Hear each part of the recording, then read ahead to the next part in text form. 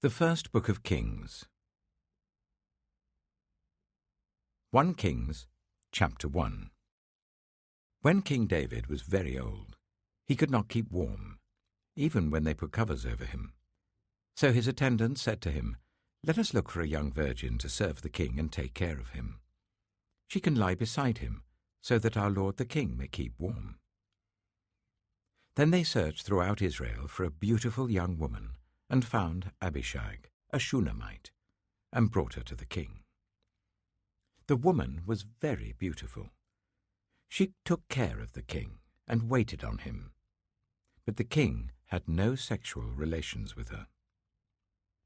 Now Adonijah, whose mother was Haggith, put himself forward and said, "I will be king."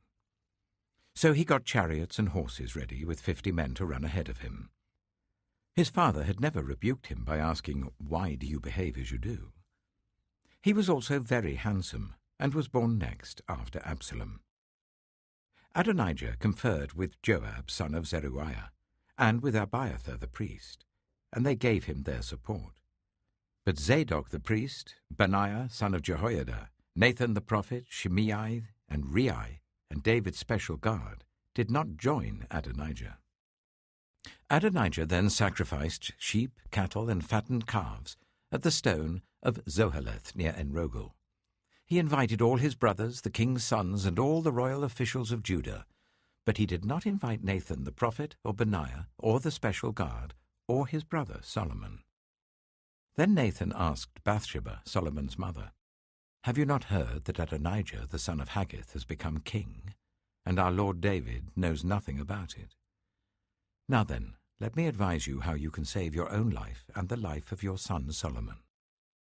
Go into King David and say to him, 'My lord the king, did you not swear to me, your servant, surely Solomon your son shall be king after me, and he will sit on my throne? Why then has Adonijah become king? While you're still there talking to the king, I will come in and add my word to what you have said.'" So Bathsheba went to see the aged king in his room, where Abishag the Shunammite was attending him. Bathsheba bowed down, prostrating herself before the king. "What is it you want?" the king asked. She said to him, "My lord, you yourself swore to me, your servant, by the Lord your God, Solomon your son shall become king after me, and he will sit on my throne. But now Adonijah has become king, and you, my lord the king, do not know about it. He has sacrificed great numbers of cattle, fattened calves, and sheep, and has invited all the king's sons, Abiathar the priest, and Joab the commander of the army, but he has not invited Solomon your servant. My lord the king, the eyes of all Israel are on you, to learn from you who will sit on the throne of my lord the king after him. Otherwise, as soon as my lord the king is laid to rest with his ancestors, I and my son Solomon will be treated as criminals." While she was still speaking with the king, Nathan the prophet arrived. And the king was told, "Nathan the prophet is here." So he went before the king and bowed with his face to the ground. Nathan said, "Have you, my lord the king, declared that Adonijah shall be king after you, and that he will sit on your throne? Today he has gone down and sacrificed great numbers of cattle, fattened calves, and sheep. He has invited all the king's sons, the commanders of the army, and Abiathar the priest. At this very moment they're eating and drinking with him and saying, 'Long live King Adonijah.' But me, your servant, and Zadok the priest, and Benaiah son of Jehoiada, and your servant Solomon he did not invite. Is this something my lord the king has done without letting his servants know who should sit on the throne of my lord the king after him?" Then King David said, "Call in Bathsheba." So she came into the king's presence and stood before him. The king then took an oath. "As surely as the Lord lives, who has delivered me out of every trouble, I will surely carry out this very day what I swore to you by the Lord, the God of Israel. Solomon, your son, shall be king after me, and he will sit on my throne in my place." Then Bathsheba bowed down with her face to the ground, prostrating herself before the king, and said, "May my lord King David live forever."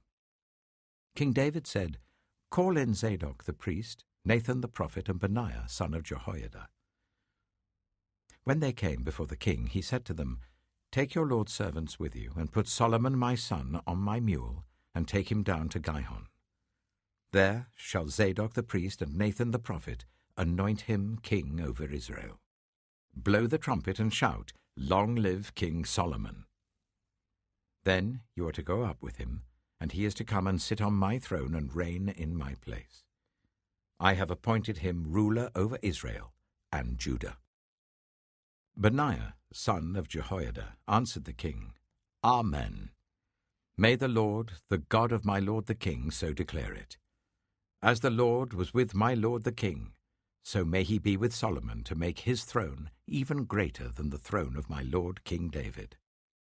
So Zadok the priest, Nathan the prophet, Benaiah son of Jehoiada, the Kerethites and the Pelethites went down and put Solomon on King David's mule, and they escorted him to Gihon.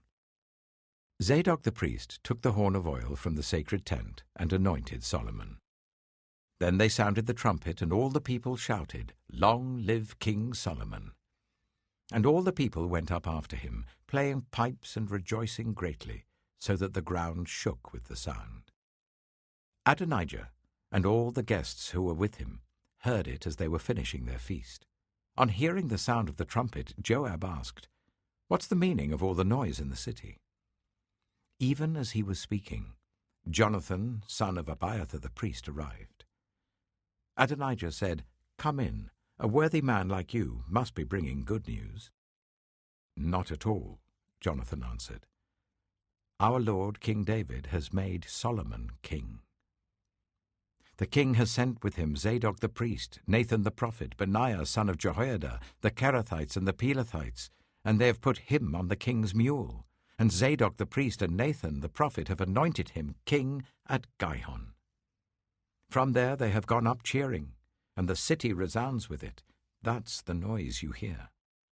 Moreover, Solomon has taken his seat on the royal throne. Also, the royal officials have come to congratulate our lord King David, saying, 'May your God make Solomon's name more famous than yours, and his throne greater than yours.' And the king bowed in worship on his bed and said, 'Praise be to the Lord, the God of Israel, who has allowed my eyes to see a successor on my throne today.'" At this, all Adonijah's guests rose in alarm and dispersed. But Adonijah, in fear of Solomon, went and took hold of the horns of the altar.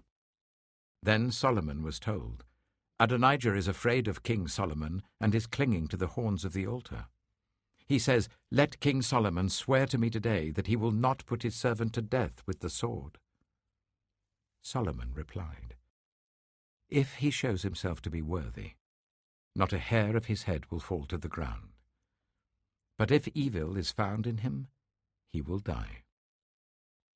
Then King Solomon sent men, and they brought him down from the altar. And Adonijah came and bowed down to King Solomon, and Solomon said, "Go to your home."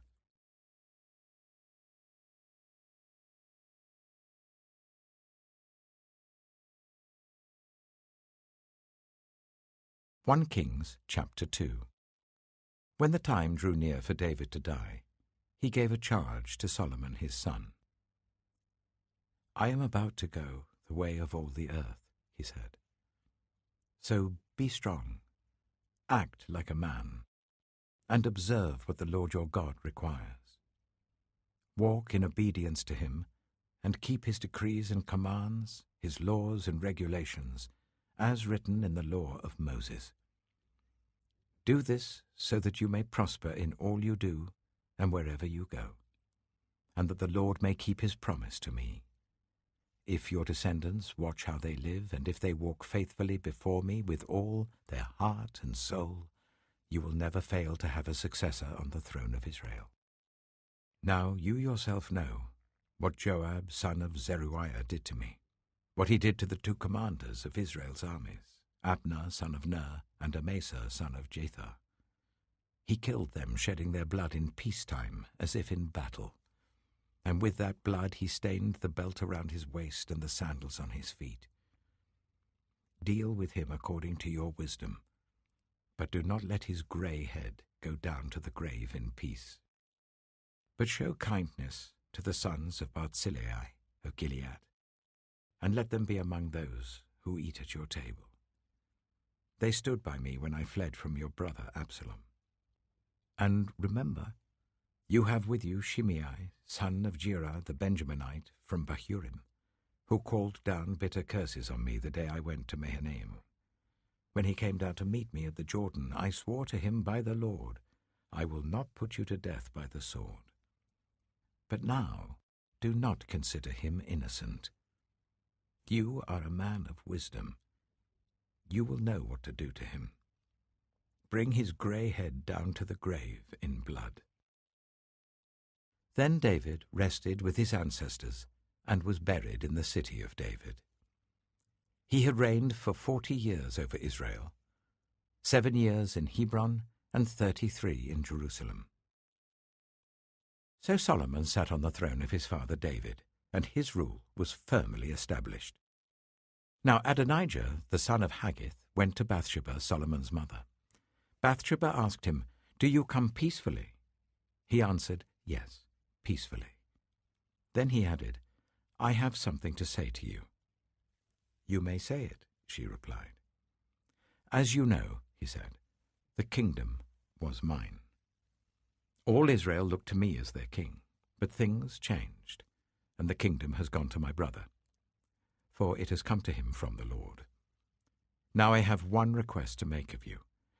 Do not refuse me." "You may make it," she said. So he continued, "Please ask King Solomon, he will not refuse you, to give me Abishag the Shunammite as my wife." "Very well," Bathsheba replied, "I will speak to the king for you." When Bathsheba went to King Solomon to speak to him for Adonijah, the king stood up to meet her, bowed down to her, and sat down on his throne. He had a throne brought for the king's mother, and she sat down at his right hand. "I have one small request to make of you," she said. "Do not refuse me." The king replied, "Make it, my mother. I will not refuse you." So she said, "Let Abishag the Shunammite be given in marriage to your brother Adonijah." King Solomon answered his mother, "Why do you request Abishag the Shunammite for Adonijah? You might as well request the kingdom for him. After all, he is my older brother. Yes, for him and for Abiathar the priest, and Joab son of Zeruiah." Then King Solomon swore by the Lord, "May God deal with me, be it ever so severely, if Adonijah does not pay with his life for this request. And now, as surely as the Lord lives, he who has established me securely on the throne of my father David, and has founded a dynasty for me as he promised, Adonijah shall be put to death today." So King Solomon gave orders to Benaiah son of Jehoiada, and he struck down Adonijah, and he died. To Abiathar the priest the king said, "Go back to your fields in Anathoth. You deserve to die, but I will not put you to death now, because you carried the ark of the sovereign Lord before my father David, and shared all my father's hardships." So Solomon removed Abiathar from the priesthood of the Lord, fulfilling the word the Lord had spoken at Shiloh about the house of Eli. When the news reached Joab, who had conspired with Adonijah, though not with Absalom, he fled to the tent of the Lord and took hold of the horns of the altar. King Solomon was told that Joab had fled to the tent of the Lord and was beside the altar. Then Solomon ordered Benaiah son of Jehoiada, "Go, strike him down." So Benaiah entered the tent of the Lord and said to Joab, "The king says, 'Come out.'" But he answered, "No, I will die here." Benaiah reported to the king, "This is how Joab answered me." Then the king commanded Benaiah, "Do as he says. Strike him down and bury him, and so clear me and my whole family of the guilt of the innocent blood that Joab shed. The Lord will repay him for the blood he shed, because without my father David knowing it, he attacked 2 men and killed them with the sword.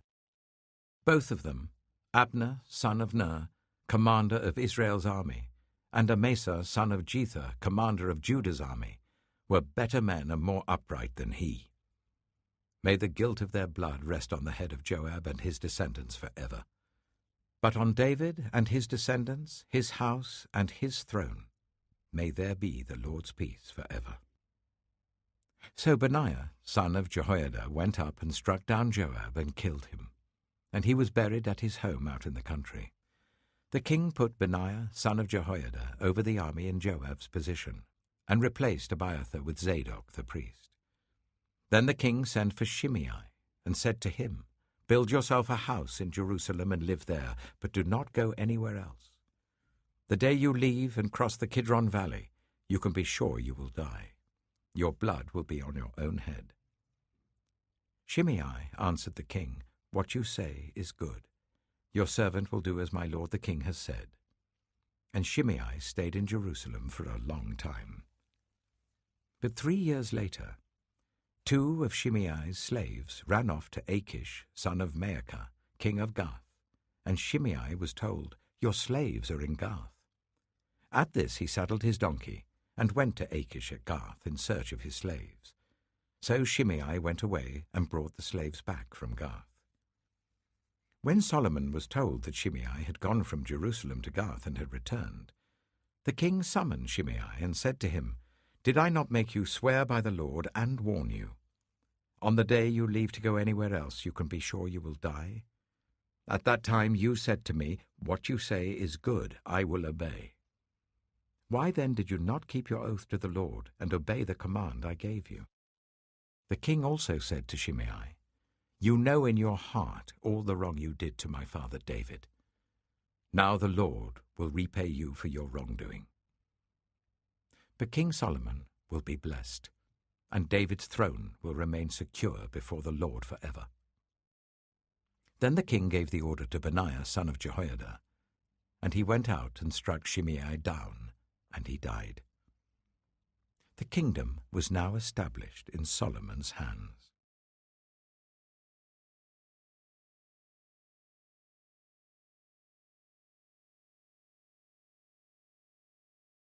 1 Kings chapter 3.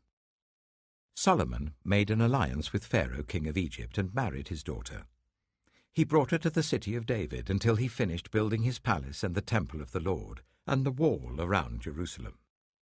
The people, however, were still sacrificing at the high places, because a temple had not yet been built for the name of the Lord.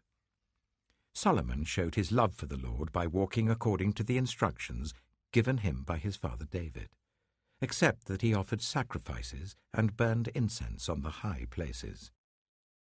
The king went to Gibeon to offer sacrifices, for that was the most important high place, and Solomon offered 1,000 burnt offerings on that altar. At Gibeon, the Lord appeared to Solomon during the night in a dream, and God said, "Ask for whatever you want me to give you."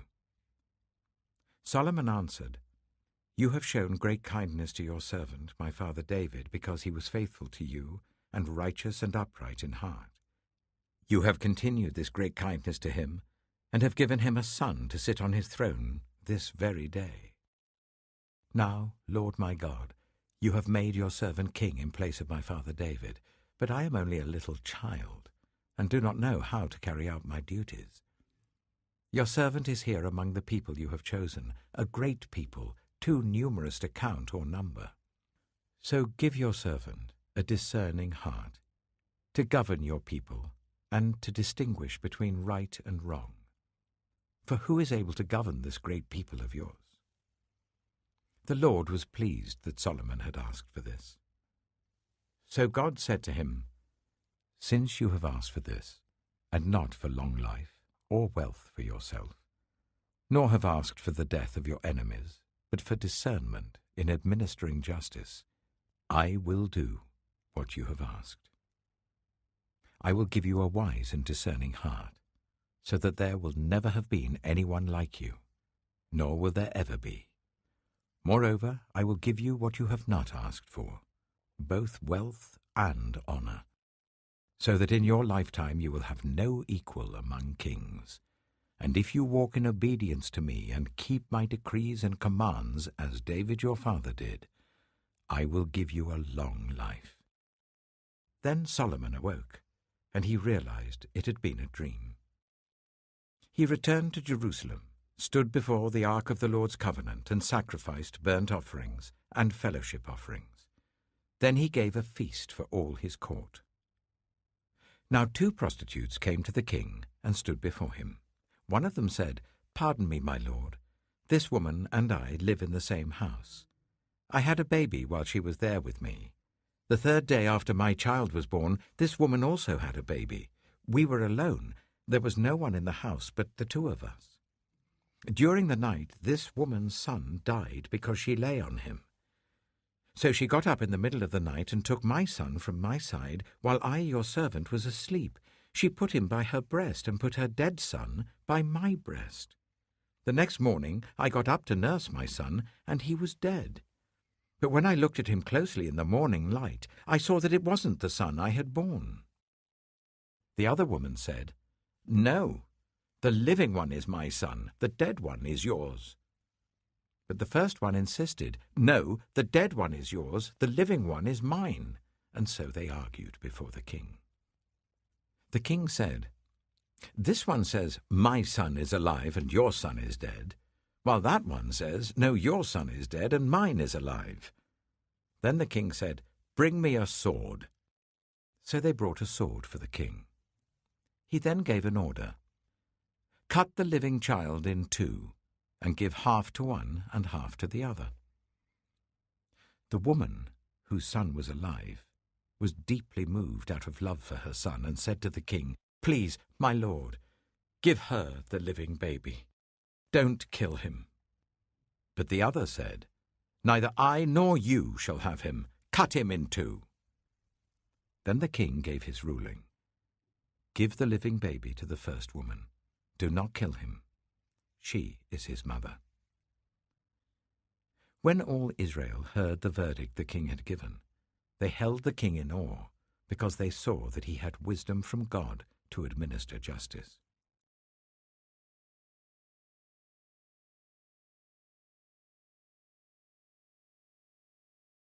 1 Kings chapter 4.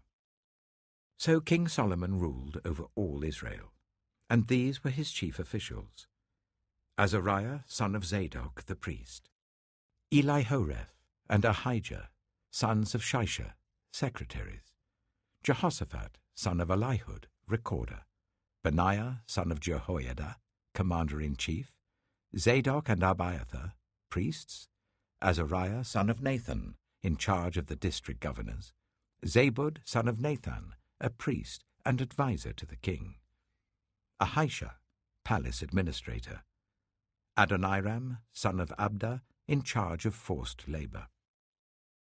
Solomon had 12 district governors over all Israel, who supplied provisions for the king and the royal household.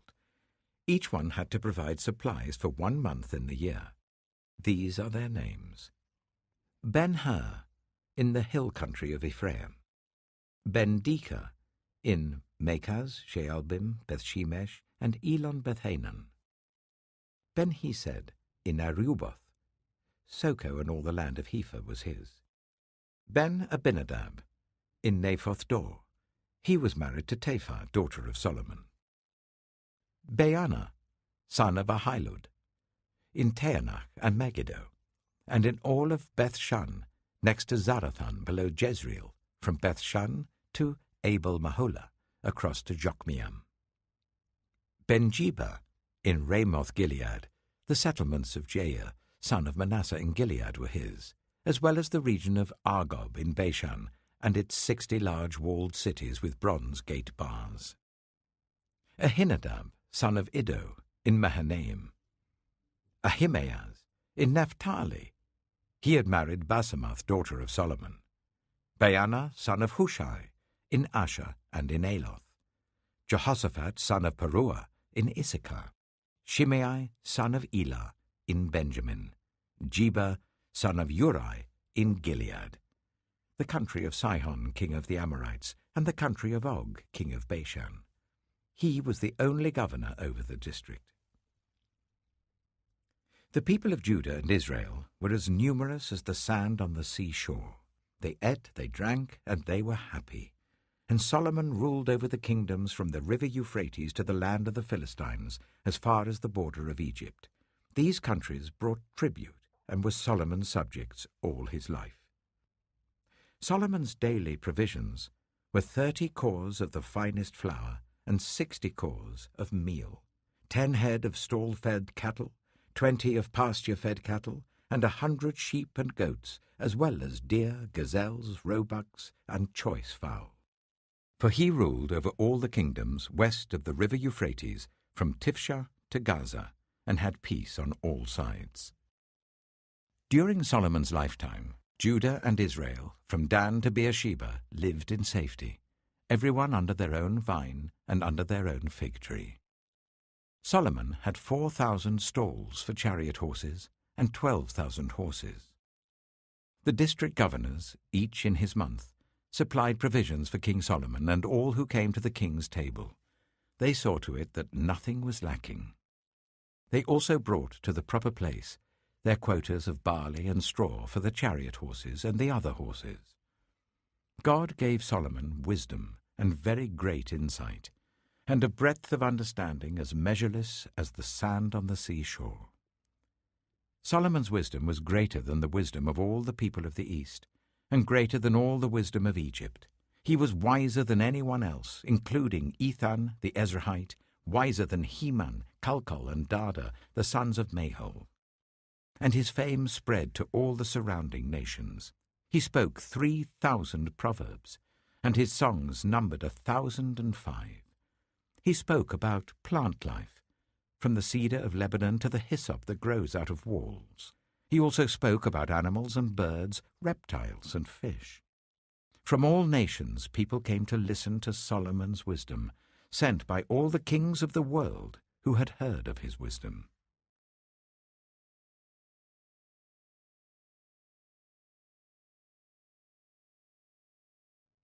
Two Kings, chapter 5. Now Naaman was commander of the army of the king of Aram. He was a great man in the sight of his master, and highly regarded, because through him the Lord had given victory to Aram. He was a valiant soldier, but he had leprosy. Now bands of raiders from Aram had gone out and had taken captive a young girl from Israel, and she served Naaman's wife. She said to her mistress, "If only my master would see the prophet who is in Samaria, he would cure him of his leprosy." Naaman went to his master and told him what the girl from Israel had said. "By all means go," the king of Aram replied. "I will send a letter to the king of Israel." So Naaman left, taking with him 10 talents of silver, 6,000 shekels of gold, and 10 sets of clothing.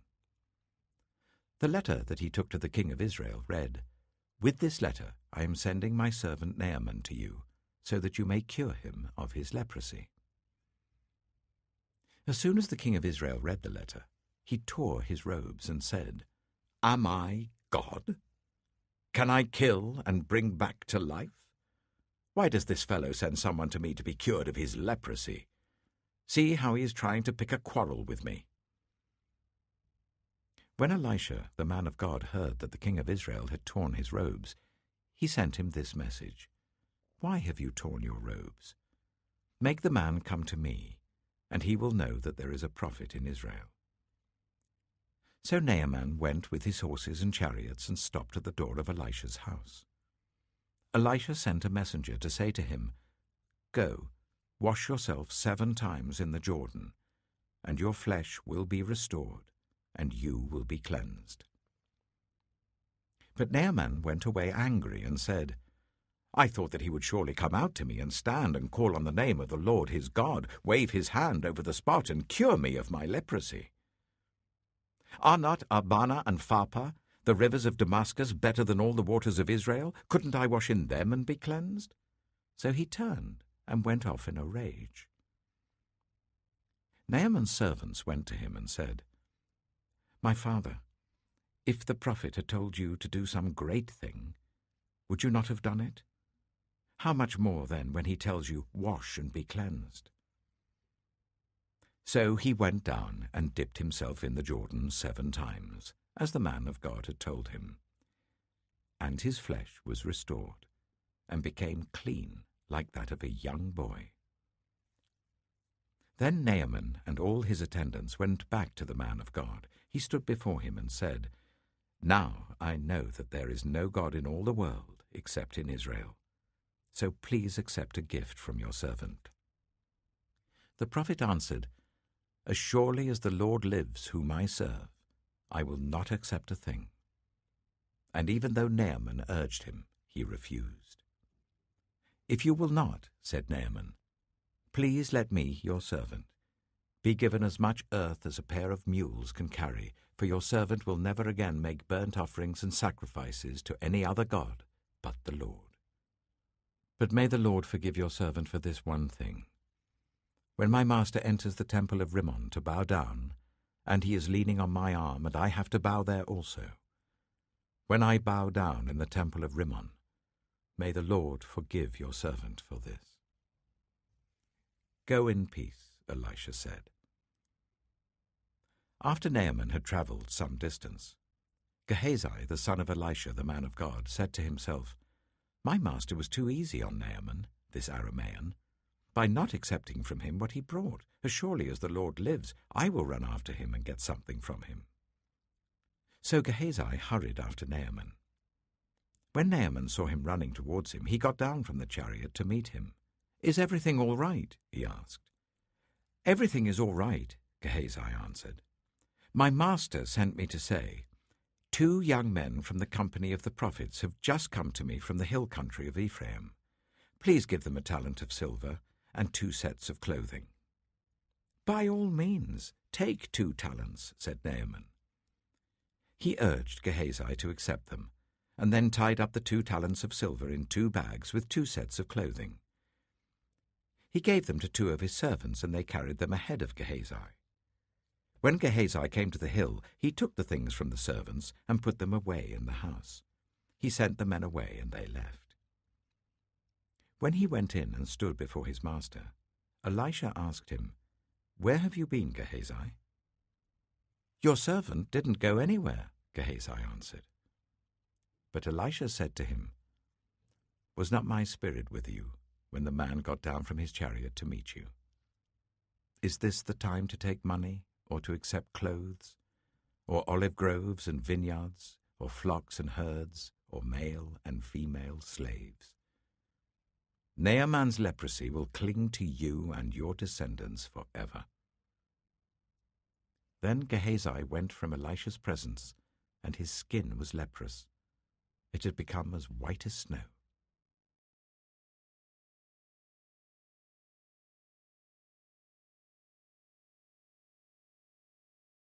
1 Kings chapter 6. In the 480th year after the Israelites came out of Egypt, in the 4th year of Solomon's reign over Israel, in the month of Ziv, the 2nd month, he began to build the temple of the Lord.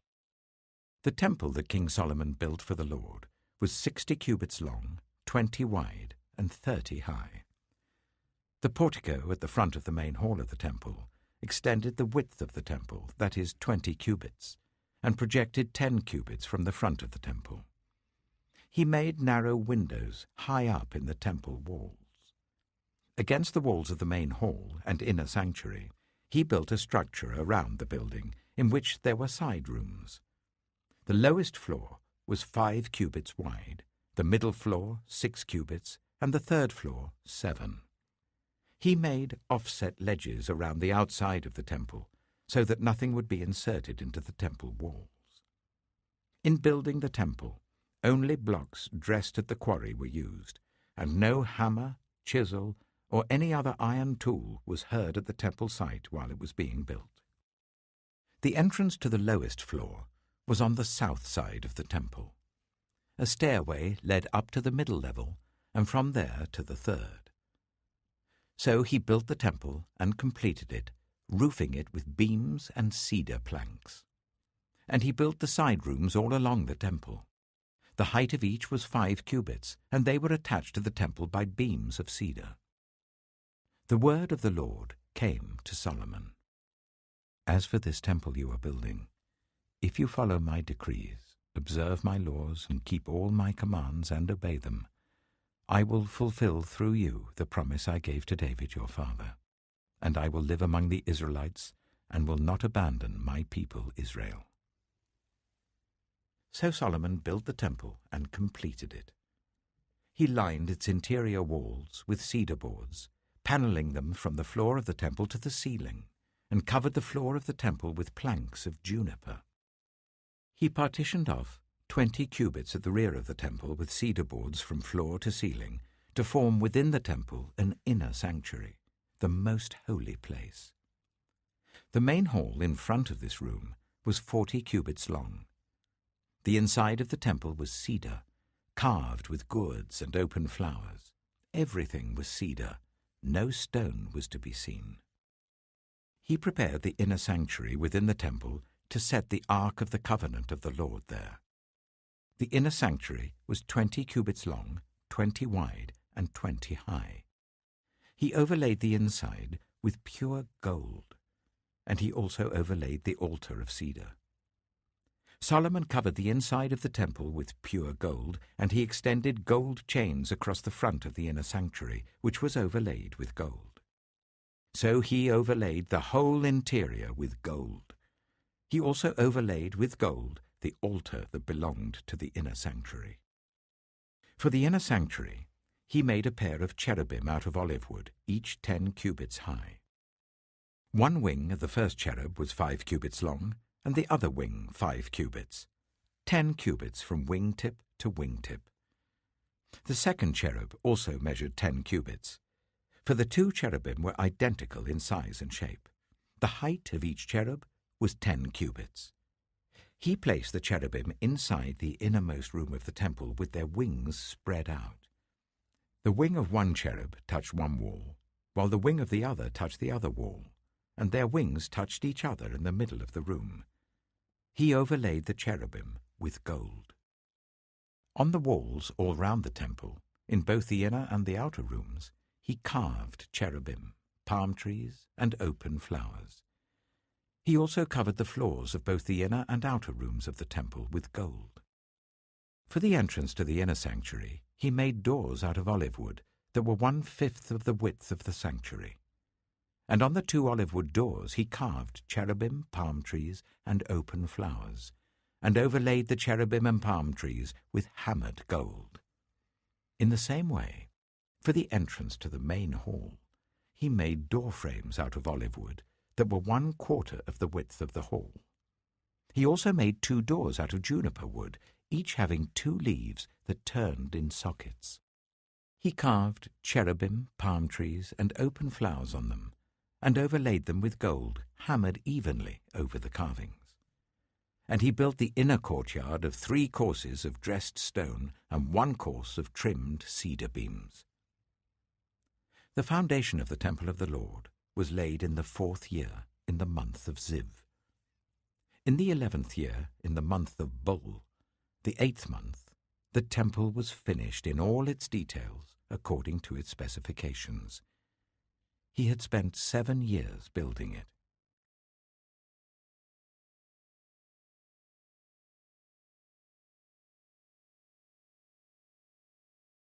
One Kings chapter 7. It took Solomon 13 years, however, to complete the construction of his palace. He built the palace of the forest of Lebanon, 100 cubits long, 50 wide, and 30 high, with 4 rows of cedar columns supporting trimmed cedar beams. It was roofed with cedar above the beams that rested on the columns, 45 beams, 15 to a row. Its windows were placed high in sets of 3, facing each other. All the doorways had rectangular frames. They were in the front part in sets of 3, facing each other. He made a colonnade, 50 cubits long and 30 wide. In front of it was a portico, and in front of that were pillars and an overhanging roof. He built the throne hall, the hall of justice, where he was to judge, and he covered it with cedar from floor to ceiling. And the palace in which he was to live, set farther back, was similar in design. Solomon also made a palace like this hall for Pharaoh's daughter, whom he had married. All these structures From the outside to the great courtyard and from foundation to eaves were made of blocks of high-grade stone cut to size and smoothed on their inner and outer faces. The foundations were laid with large stones of good quality, some measuring 10 cubits and some 8. Above were high-grade stones cut to size and cedar beams. The great courtyard was surrounded by a wall of 3 courses of dressed stone and 1 course of trimmed cedar beams, as was the inner courtyard of the temple of the Lord with its portico. King Solomon sent to Tyre and brought Huram, whose mother was a widow from the tribe of Naphtali, and whose father was from Tyre and a skilled craftsman in bronze. Huram was filled with wisdom, with understanding, and with knowledge to do all kinds of bronze work. He came to King Solomon and did all the work assigned to him. He cast 2 bronze pillars, each 18 cubits high and 12 cubits in circumference. He also made 2 capitals of cast bronze to set on the tops of the pillars. Each capital was 5 cubits high. A network of interwoven chains adorned the capitals on top of the pillars, 7 for each capital. He made pomegranates in 2 rows encircling each network to decorate the capitals on top of the pillars. He did the same for each capital. The capitals on top of the pillars in the portico were in the shape of lilies, 4 cubits high. On the capitals of both pillars, above the bowl-shaped part next to the network, were the 200 pomegranates in rows all round. He erected the pillars at the portico of the temple. The pillar to the south he named Jachin, and the one to the north Boaz. The capitals on top were in the shape of lilies, and so the work on the pillars was completed. He made the sea of cast metal, circular in shape, measuring 10 cubits from rim to rim and 5 cubits high. It took a line of 30 cubits to measure round it. Below the rim, gourds encircled it, 10 to a cubit. The gourds were cast in 2 rows in one piece with the sea. The sea stood on 12 bulls, 3 facing north, 3 facing west, 3 facing south, and 3 facing east. The sea rested on top of them, and their hindquarters were towards the centre. It was a handbreadth in thickness, and its rim was like the rim of a cup, like a lily blossom. It held 2,000 baths. He also made 10 movable stands of bronze. Each was 4 cubits long, 4 wide, and 3 high. This is how the stands were made. They had side panels attached to uprights. On the panels between the uprights were lions, bulls, and cherubim, and on the uprights as well. Above and below the lions and bulls were wreaths of hammered work. Each stand had 4 bronze wheels with bronze axles, and each had a basin resting on 4 supports cast with wreaths on each side. On the inside of the stand there was an opening that had a circular frame 1 cubit deep. This opening was round, and with its basework it measured 1.5 cubits. Around its opening there was engraving. The panels of the stands were square, not round. The 4 wheels were under the panels, and the axles of the wheels were attached to the stand. The diameter of each wheel was 1.5 cubits. The wheels were made like chariot wheels. The axles, rims, spokes, and hubs were all of cast metal. Each stand had 4 handles, 1 on each corner projecting from the stand. At the top of the stand there was a circular band 1/2 cubit deep. The supports and panels were attached to the top of the stand.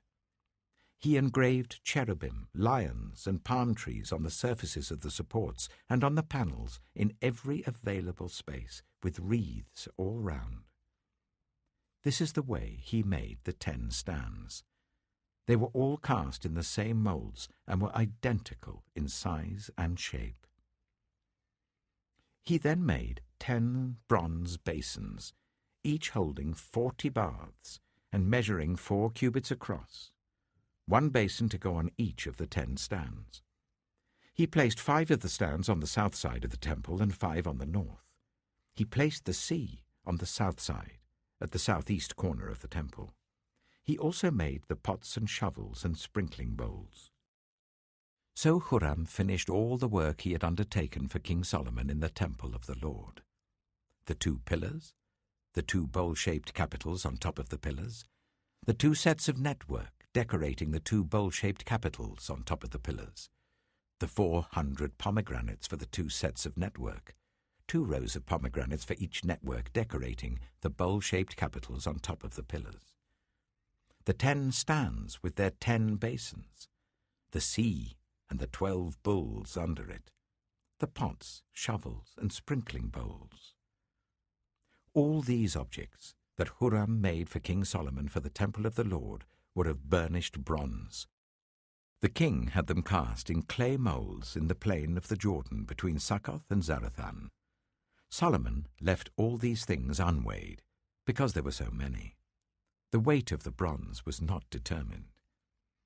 Solomon also made all the furnishings that were in the Lord's temple: the golden altar, the golden table on which was the bread of the presence, the lampstands of pure gold, 5 on the right and 5 on the left, in front of the inner sanctuary, the gold floral work and lamps and tongs, the pure gold dishes, wick trimmers, sprinkling bowls, dishes and censers, and the gold sockets for the doors of the innermost room, the most holy place, and also for the doors of the main hall of the temple.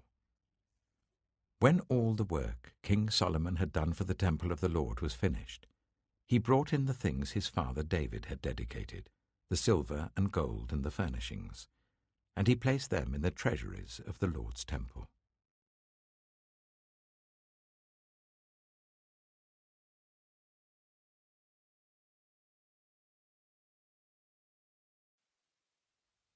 Kings chapter 8. Then King Solomon summoned into his presence at Jerusalem the elders of Israel, all the heads of the tribes, and the chiefs of the Israelite families, to bring up the ark of the Lord's covenant from Zion, the city of David. All the Israelites came together to King Solomon at the time of the festival in the month of Ethanim, the 7th month. When all the elders of Israel had arrived, the priests took up the ark, and they brought up the ark of the Lord and the tent of meeting and all the sacred furnishings in it. The priests and Levites carried them up, and King Solomon and the entire assembly of Israel that had gathered about him were before the ark, sacrificing so many sheep and cattle that they could not be recorded or counted. The priests then brought the ark of the Lord's covenant to its place in the inner sanctuary of the temple, the most holy place, and put it beneath the wings of the cherubim. The cherubim spread their wings over the place of the ark, and overshadowed the ark and its carrying poles. These poles were so long that their ends could be seen from the holy place in front of the inner sanctuary, but not from outside the holy place, and they are still there today. There was nothing in the ark except the 2 stone tablets that Moses had placed in it at Horeb, where the Lord made a covenant with the Israelites after they came out of Egypt. When the priests withdrew from the holy place, the cloud filled the temple of the Lord, and the priests could not perform their service because of the cloud, for the glory of the Lord filled his temple. Then Solomon said, "The Lord has said that he would dwell in a dark cloud. I have indeed built a magnificent temple for you, a place for you to dwell forever." While the whole assembly of Israel was standing there, the king turned round and blessed them. Then he said, "Praise be to the Lord, the God of Israel, who with his own hand has fulfilled what he promised with his own mouth to my father David. For he said, 'Since the day I brought my people Israel out of Egypt, I have not chosen a city in any tribe of Israel to have a temple built, so that my name might be there. But I have chosen David to rule my people Israel.' My father David had it in his heart to build a temple for the name of the Lord, the God of Israel. But the Lord said to my father David, 'You did well to have it in your heart to build a temple for my name. Nevertheless, you are not the one to build the temple, but your son, your own flesh and blood. He is the one who will build the temple for my name.' The Lord has kept the promise he made. I have succeeded David my father, and now I sit on the throne of Israel, just as the Lord promised, and I have built the temple for the name of the Lord, the God of Israel. I have provided a place there for the ark, in which is the covenant of the Lord that he made with our ancestors when he brought them out of Egypt. Then Solomon stood before the altar of the Lord in front of the whole assembly of Israel, spread out his hands towards heaven, and said, Lord, the God of Israel, there is no God like you in heaven above or on earth below. You who keep your covenant of love with your servants, who continue wholeheartedly in your way. You have kept your promise to your servant David my father. With your mouth you have promised, and with your hand you have fulfilled it, as it is today. Now, Lord, the God of Israel, keep for your servant David my father the promises you made to him when you said, You shall never fail to have a successor to sit before me on the throne of Israel, if only your descendants are careful in all they do to walk before me faithfully as you have done. And now, God of Israel, let your word that you promised your servant David my father come true. But will God really dwell on earth? The heavens, even the highest heaven, cannot contain you. How much less this temple I have built? Yet give attention to your servant's prayer and his plea for mercy, Lord my God. Hear the cry and the prayer that your servant is praying in your presence this day. May your eyes be open towards this temple night and day, this place of which you said, My name shall be there, so that you will hear the prayer your servant prays towards this place. Hear the supplication of your servant and of your people Israel when they pray towards this place. Hear from heaven your dwelling place, and when you hear, forgive. When anyone wrongs their neighbor and is required to take an oath, and they come and swear the oath before your altar in this temple, then hear from heaven and act. Judge between your servants, condemning the guilty by bringing down on their heads what they have done, and vindicating the innocent by treating them in accordance with their innocence. When your people Israel have been defeated by an enemy because they have sinned against you, and when they turn back to you and give praise to your name, praying and making supplication to you in this temple, then hear from heaven and forgive the sin of your people Israel, and bring them back to the land you gave to their ancestors. When the heavens are shut up, and there is no rain because your people have sinned against you, and when they pray towards this place and give praise to your name and turn from their sin because you have afflicted them, then hear from heaven and forgive the sin of your servants, your people Israel. Teach them the right way to live, and send rain on the land you gave your people for an inheritance. When famine or plague comes to the land, or blight or mildew, locusts or grasshoppers, or when an enemy besieges them in any of their cities, whatever disaster or disease may come, and when a prayer or plea is made by anyone among your people Israel, being aware of the afflictions of their own hearts, and spreading out their hands towards this temple, then hear from heaven your dwelling place. Forgive and act. Deal with everyone according to all they do, since you know their hearts, for you alone know every human heart, so that they will fear you all the time they live in the land you gave our ancestors. As for the foreigner, who does not belong to your people Israel, but has come from a distant land because of your name, for they will hear of your great name and your mighty hand and your outstretched arm. When they come and pray towards this temple, then hear from heaven your dwelling place. Do whatever the foreigner asks of you, so that all the peoples of the earth may know your name and fear you, as do your own people Israel, and may know that this house I have built bears your name. When your people go to war against their enemies, wherever you send them, and when they pray to the Lord towards the city you have chosen and the temple I have built for your name, then hear from heaven their prayer and their plea, and uphold their cause. When they sin against you, for there is no one who does not sin, and you become angry with them and give them over to their enemies, who take them captive to their own lands, far away or near. And if they have a change of heart in the land where they are held captive, and repent, and plead with you in the land of their captors, and say, We have sinned, we have done wrong, we have acted wickedly. And if they turn back to you with all their heart and soul in the land of their enemies who took them captive, and pray to you towards the land you gave their ancestors, towards the city you have chosen, and the temple I have built for your name, then from heaven, your dwelling place, hear their prayer and their plea, and uphold their cause. And forgive your people who have sinned against you. Forgive all the offences they have committed against you, and cause their captors to show them mercy. For they are your people and your inheritance, whom you brought out of Egypt, out of that iron smelting furnace. May your eyes be open to your servant's plea, and to the plea of your people Israel, and may you listen to them whenever they cry out to you.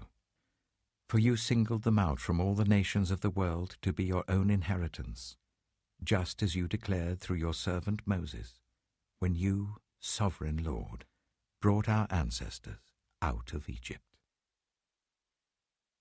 When Solomon had finished all these prayers and supplications to the Lord, he rose from before the altar of the Lord, where he had been kneeling, with his hands spread out towards heaven. He stood and blessed the whole assembly of Israel in a loud voice, saying, Praise be to the Lord, who has given rest to his people Israel just as he promised. Not one word has failed of all the good promises he gave through his servant Moses. May the Lord our God be with us as he was with our ancestors. May he never leave us nor forsake us. May he turn our hearts to him, to walk in obedience to him and keep the commands, decrees, and laws he gave our ancestors. And may these words of mine, which I have prayed before the Lord, be near to the Lord our God day and night, that he may uphold the cause of his servant and the cause of his people Israel, according to each day's need, so that all the peoples of the earth may know that the Lord is God and that there is no other. And may your hearts be fully committed to the Lord our God, to live by his decrees and obey his commands, as at this time. Then the king and all Israel with him offered sacrifices before the Lord.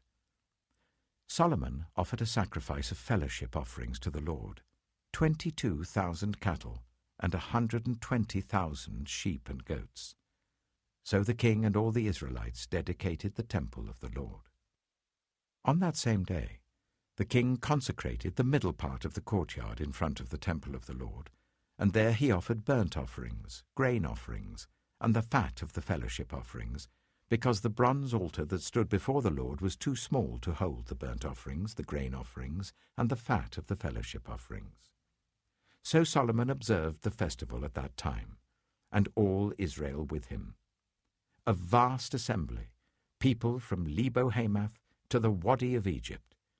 They celebrated it before the Lord our God for 7 days, and 7 days more, 14 days in all. On the following day, he sent the people away. They blessed the king and then went home, joyful and glad in heart, for all the good things the Lord had done for his servant David and his people Israel.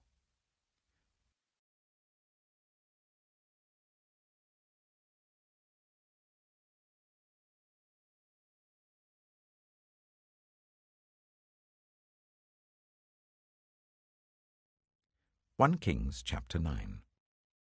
When Solomon had finished building the temple of the Lord and the royal palace, and had achieved all he had desired to do, the Lord appeared to him a second time, as he had appeared to him at Gibeon.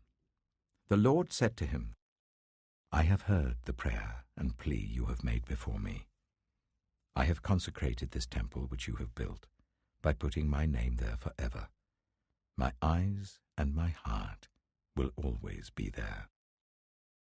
As for you, if you walk before me faithfully, with integrity of heart and uprightness, as David your father did, and do all I command and observe my decrees and laws, I will establish your royal throne over Israel forever, as I promised David your father when I said, You shall never fail to have a successor on the throne of Israel. But if you or your descendants turn away from me, and do not observe the commands and decrees I have given you, and go off to serve other gods and worship them, then I will cut off Israel from the land I have given them, and will reject this temple I have consecrated for my name. Israel will then become a byword and an object of ridicule among all peoples. This temple will become a heap of rubble. All who pass by will be appalled and will scoff and say, Why has the Lord done such a thing to this land and to this temple? People will answer, Because they have forsaken the Lord their God, who brought their ancestors out of Egypt, and have embraced other gods, worshipping and serving them. That is why the Lord brought all this disaster on them. At the end of 20 years, during which Solomon built these two buildings, the temple of the Lord and the royal palace, King Solomon gave 20 towns in Galilee to Hiram, king of Tyre, because Hiram had supplied him with all the cedar and juniper and gold he wanted. But when Hiram went from Tyre to see the towns that Solomon had given him, he was not pleased with them. What kind of towns are these you have given me, my brother? He asked. And he called them the land of Kabul, a name they have to this day. Now Hiram had sent to the king 120 talents of gold. Here is the account of the forced labor King Solomon conscripted to build the Lord's temple, his own palace, the terraces, the wall of Jerusalem, and Hazor, Megiddo, and Giza. Pharaoh, king of Egypt, had attacked and captured Giza. He had set it on fire.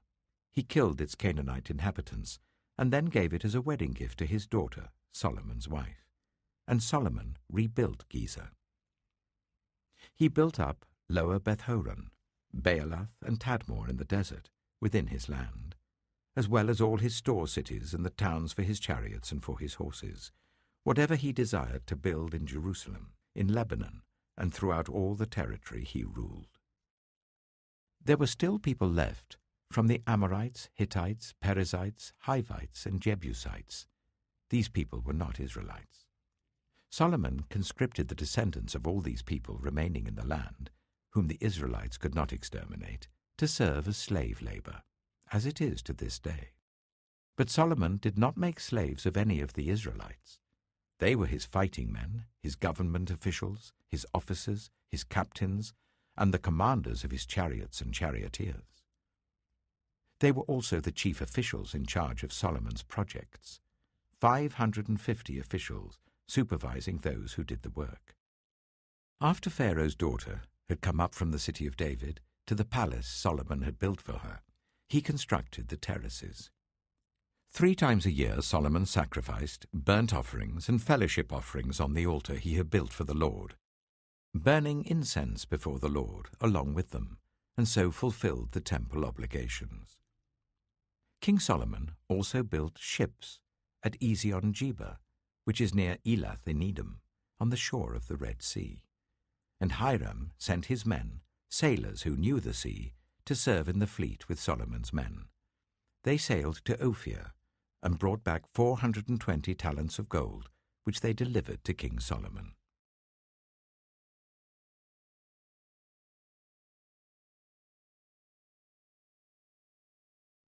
One Kings chapter 10. When the Queen of Sheba heard about the fame of Solomon and his relationship to the Lord, she came to test Solomon with hard questions. Arriving at Jerusalem with a very great caravan, with camels carrying spices, large quantities of gold and precious stones, she came to Solomon and talked with him about all that she had on her mind. Solomon answered all her questions. Nothing was too hard for the king to explain to her. When the Queen of Sheba saw all the wisdom of Solomon and the palace he had built, the food on his table, the seating of his officials, the attending servants in their robes, his cupbearers, and the burnt offerings he made at the temple of the Lord, she was overwhelmed. She said to the king, "The report I heard in my own country about your achievements and your wisdom is true. But I did not believe these things until I came and saw with my own eyes. Indeed, not even half was told me. In wisdom and wealth, you have far exceeded the report I heard. How happy your people must be! How happy your officials who continually stand before you and hear your wisdom! Praise be to the Lord your God, who has delighted in you and placed you on the throne of Israel. Because of the Lord's eternal love for Israel, he has made you king to maintain justice and righteousness." And she gave the king 120 talents of gold, large quantities of spices and precious stones. Never again were so many spices brought in as those the Queen of Sheba gave to King Solomon.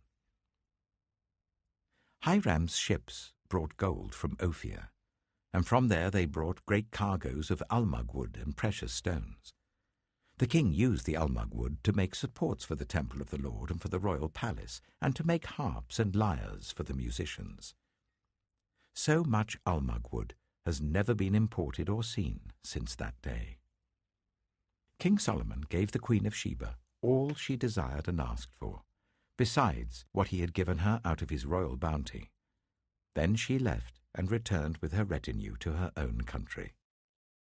The weight of the gold that Solomon received yearly was 666 talents, not including the revenues from merchants and traders and from all the Arabian kings and the governors of the territories. King Solomon made 200 large shields of hammered gold. 600 shekels of gold went into each shield. He also made 300 small shields of hammered gold, with 3 minas of gold in each shield. The king put them in the palace of the forest of Lebanon. Then the king made a great throne covered with ivory and overlaid with fine gold. The throne had 6 steps, and its back had a rounded top. On both sides of the seat were armrests, with a lion standing beside each of them. 12 lions stood on the 6 steps, one at either end of each step. Nothing like it had ever been made for any other kingdom. All King Solomon's goblets were gold, and all the household articles in the palace of the forest of Lebanon were pure gold. Nothing was made of silver, because silver was considered of little value in Solomon's days. The king had a fleet of trading ships at sea, along with the ships of Hiram. Once every 3 years it returned carrying gold, silver, and ivory, and apes and baboons. King Solomon was greater in riches and wisdom than all the other kings of the earth. The whole world sought audience with Solomon to hear the wisdom God had put in his heart. Year after year, everyone who came brought a gift, articles of silver and gold, robes, weapons and spices, and horses and mules. Solomon accumulated chariots and horses. He had 1,400 chariots and 12,000 horses, which he kept in the chariot cities and also with him in Jerusalem. The king made silver as common in Jerusalem as stones, and cedar as plentiful as sycamore fig trees in the foothills. Solomon's horses were imported from Egypt and from Kue. Royal merchants purchased them from Kue at the current price. They imported a chariot from Egypt for 600 shekels of silver, and a horse for 150. They also exported them to all the kings of the Hittites and of the Arameans.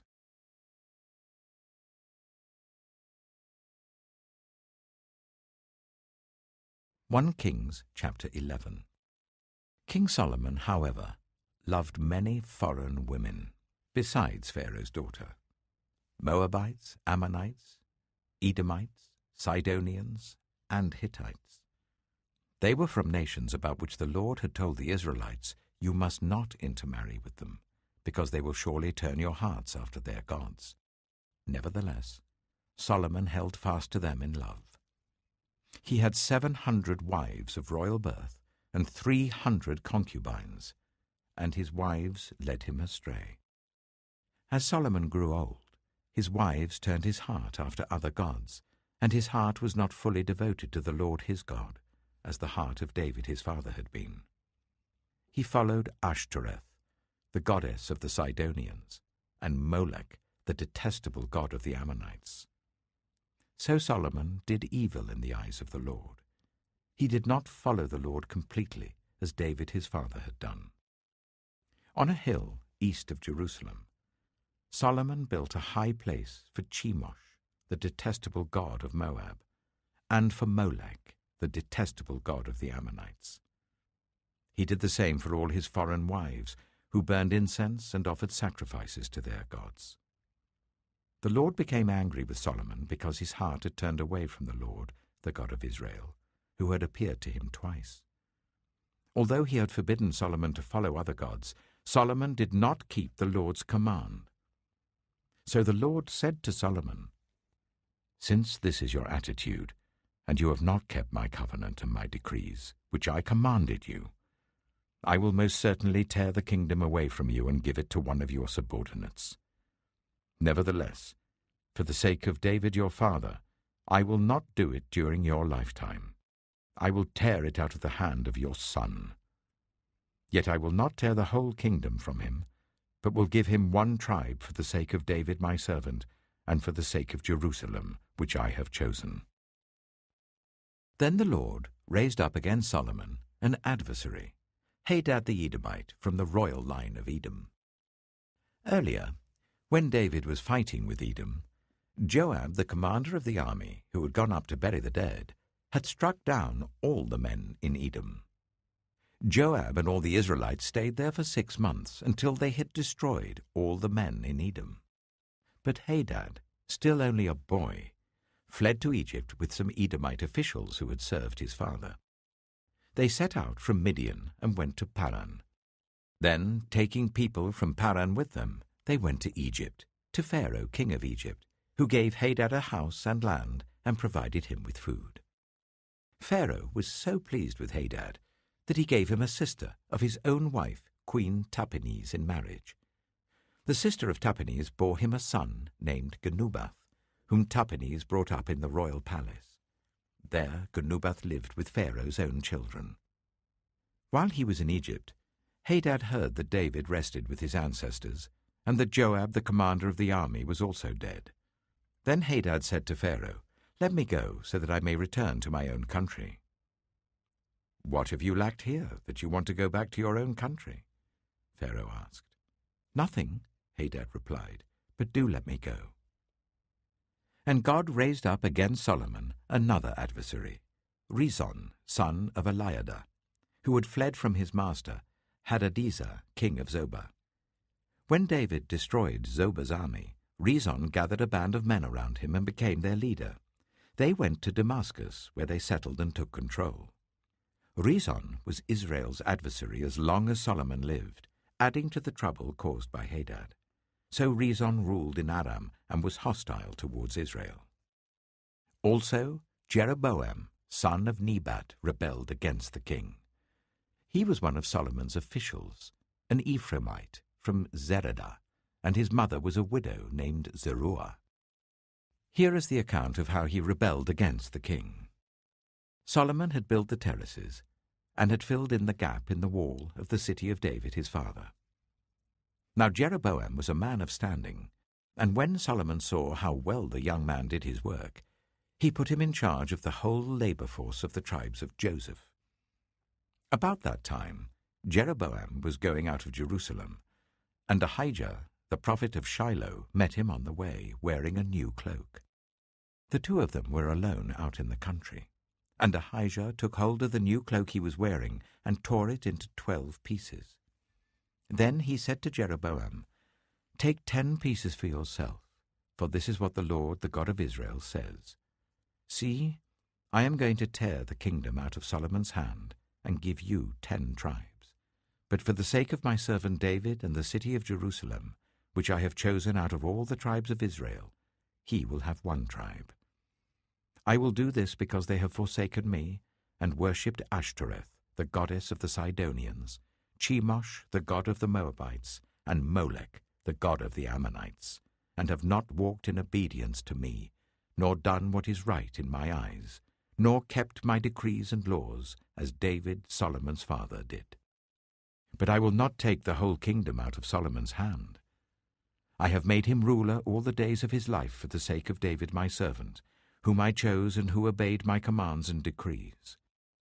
I will take the kingdom from his son's hands and give you 10 tribes. I will give 1 tribe to his son, so that David my servant may always have a lamp before me in Jerusalem, the city where I chose to put my name. However, as for you, I will take you, and you will rule over all that your heart desires. You will be king over Israel. If you do whatever I command you, and walk in obedience to me, and do what is right in my eyes by obeying my decrees and commands, as David my servant did, I will be with you.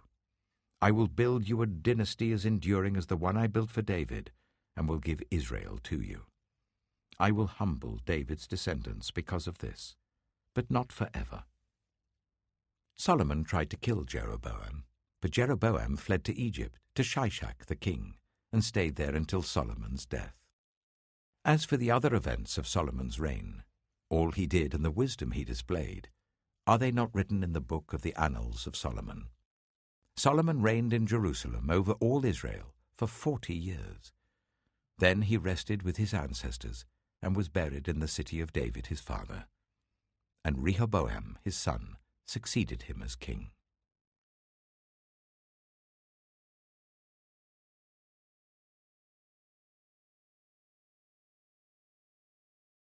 One Kings, chapter 12. Rehoboam went to Shechem, for all Israel had gone there to make him king. When Jeroboam, son of Nebat, heard this, he was still in Egypt, where he had fled from King Solomon. He returned from Egypt. So they sent for Jeroboam, and he and the whole assembly of Israel went to Rehoboam and said to him, Your father put a heavy yoke on us, but now lighten the harsh labor and the heavy yoke he put on us, and we will serve you. Rehoboam answered, Go away for 3 days and then come back to me. So the people went away.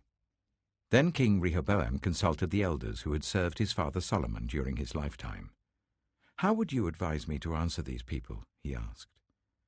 They replied, If today you will be a servant to these people and serve them and give them a favorable answer, they will always be your servants. But Rehoboam rejected the advice the elders gave him and consulted the young men who had grown up with him and who were serving him. He asked them, What is your advice? How should we answer these people who say to me, Lighten the yoke your father put on us? The young men who had grown up with him replied, These people have said to you, Your father put a heavy yoke on us, but make our yoke lighter. Now tell them, My little finger is thicker than my father's waist. My father laid on you a heavy yoke, I will make it even heavier. My father scourged you with whips, I will scourge you with scorpions. 3 days later, Jeroboam and all the people returned to Rehoboam, as the king had said, Come back to me in 3 days. The king answered the people harshly, rejecting the advice given him by the elders. He followed the advice of the young men and said, My father made your yoke heavy, I will make it even heavier. My father scourged you with whips, I will scourge you with scorpions. So the king did not listen to the people, for this turn of events was from the Lord, to fulfill the word the Lord had spoken to Jeroboam son of Nebat through Ahijah the Shilonite. When all Israel saw that the king refused to listen to them, they answered the king, What share do we have in David? What part in Jesse's son? To your tents, Israel. Look after your own house, David. So the Israelites went home. But as for the Israelites who were living in the towns of Judah, Rehoboam still ruled over them. King Rehoboam sent out Adoniram, who was in charge of forced labor, but all Israel stoned him to death. King Rehoboam, however, managed to get into his chariot and escape to Jerusalem. So Israel has been in rebellion against the house of David to this day. When all the Israelites heard that Jeroboam had returned, they sent and called him to the assembly and made him king over all Israel. Only the tribe of Judah remained loyal to the house of David. When Rehoboam arrived in Jerusalem, he mustered all Judah and the tribe of Benjamin, 180,000 able young men, to go to war against Israel and to regain the kingdom for Rehoboam son of Solomon. But this word of God came to Shemaiah the man of God. Say to Rehoboam son of Solomon king of Judah, to all Judah and Benjamin, and to the rest of the people, this is what the Lord says. Do not go up to fight against your brothers, the Israelites. Go home, every one of you, for this is my doing. So they obeyed the word of the Lord and went home again, as the Lord had ordered. Then Jeroboam fortified Shechem in the hill country of Ephraim and lived there. From there he went out and built up Peniel. Jeroboam thought to himself, the kingdom is now likely to revert to the house of David. If these people go up to offer sacrifices at the temple of the Lord in Jerusalem, they will again give their allegiance to their lord, Rehoboam king of Judah. They will kill me and return to King Rehoboam. After seeking advice, the king made 2 golden calves. He said to the people, It is too much for you to go up to Jerusalem. Here are your gods, Israel, who brought you up out of Egypt. One he set up in Bethel, and the other in Dan. And this thing became a sin. The people came to worship the one at Bethel, and went as far as Dan to worship the other. Jeroboam built shrines on high places, and appointed priests from all sorts of people, even though they were not Levites. He instituted a festival on the 15th day of the 8th month, like the festival held in Judah, and offered sacrifices on the altar. This he did in Bethel, sacrificing to the calves he had made. And at Bethel he also installed priests at the high places he had made. On the 15th day of the 8th month, a month of his own choosing, he offered sacrifices on the altar he had built at Bethel. So he instituted the festival for the Israelites and went up to the altar to make offerings.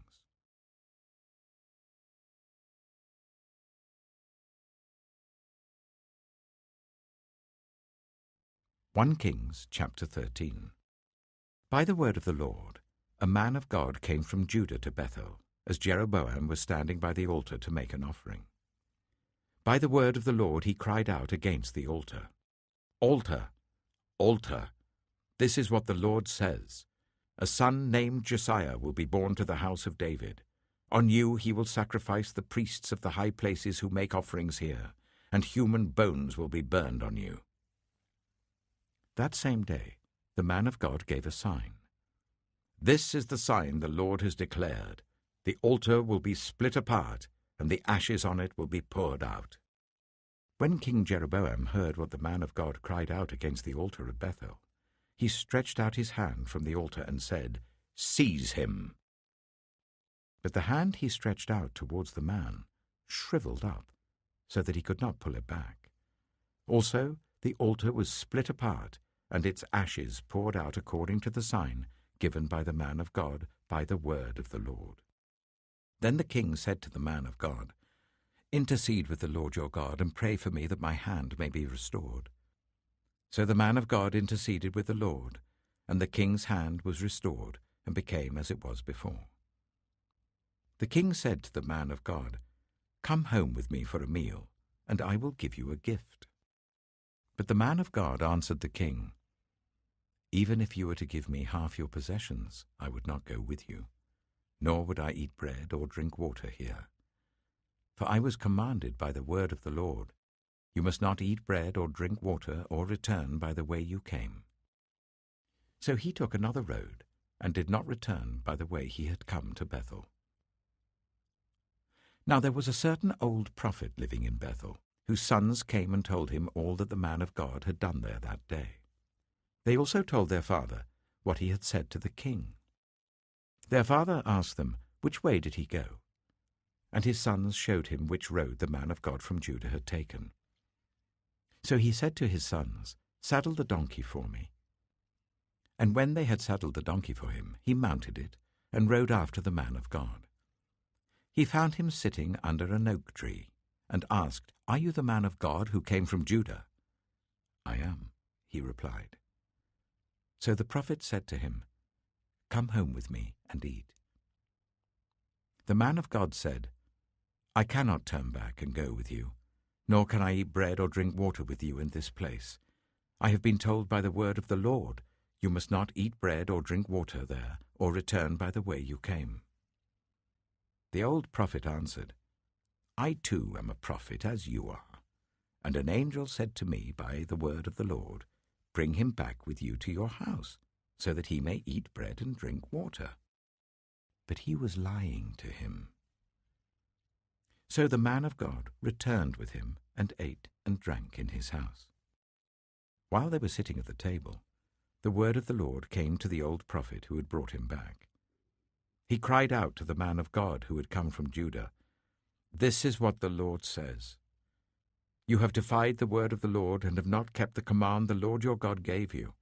You came back and ate bread and drank water in the place where he told you not to eat or drink. Therefore your body will not be buried in the tomb of your ancestors." When the man of God had finished eating and drinking, the prophet who had brought him back saddled his donkey for him. As he went on his way, a lion met him on the road and killed him, and his body was left lying on the road with both the donkey and the lion standing beside it. Some people who passed by saw the body lying there, with the lion standing beside the body, and they went and reported it in the city where the old prophet lived. When the prophet who had brought him back from his journey heard of it, he said, "It is the man of God who defied the word of the Lord. The Lord has given him over to the lion, which has mauled him and killed him, as the word of the Lord had warned him." The prophet said to his sons, "Saddle the donkey for me," and they did so. Then he went out and found the body lying on the road, with the donkey and the lion standing beside it. The lion had neither eaten the body nor mauled the donkey. So the prophet picked up the body of the man of God, laid it on the donkey, and brought it back to his own city to mourn for him and bury him. Then he laid the body in his own tomb, and they mourned over him and said, "Alas, my brother." After burying him, he said to his sons, "When I die, bury me in the grave where the man of God is buried. Lay my bones beside his bones." For the message he declared by the word of the Lord against the altar in Bethel, and against all the shrines on the high places in the towns of Samaria, will certainly come true. Even after this, Jeroboam did not change his evil ways, but once more appointed priests for the high places from all sorts of people. Anyone who wanted to become a priest, he consecrated for the high places. This was the sin of the house of Jeroboam that led to its downfall and to its destruction from the face of the earth.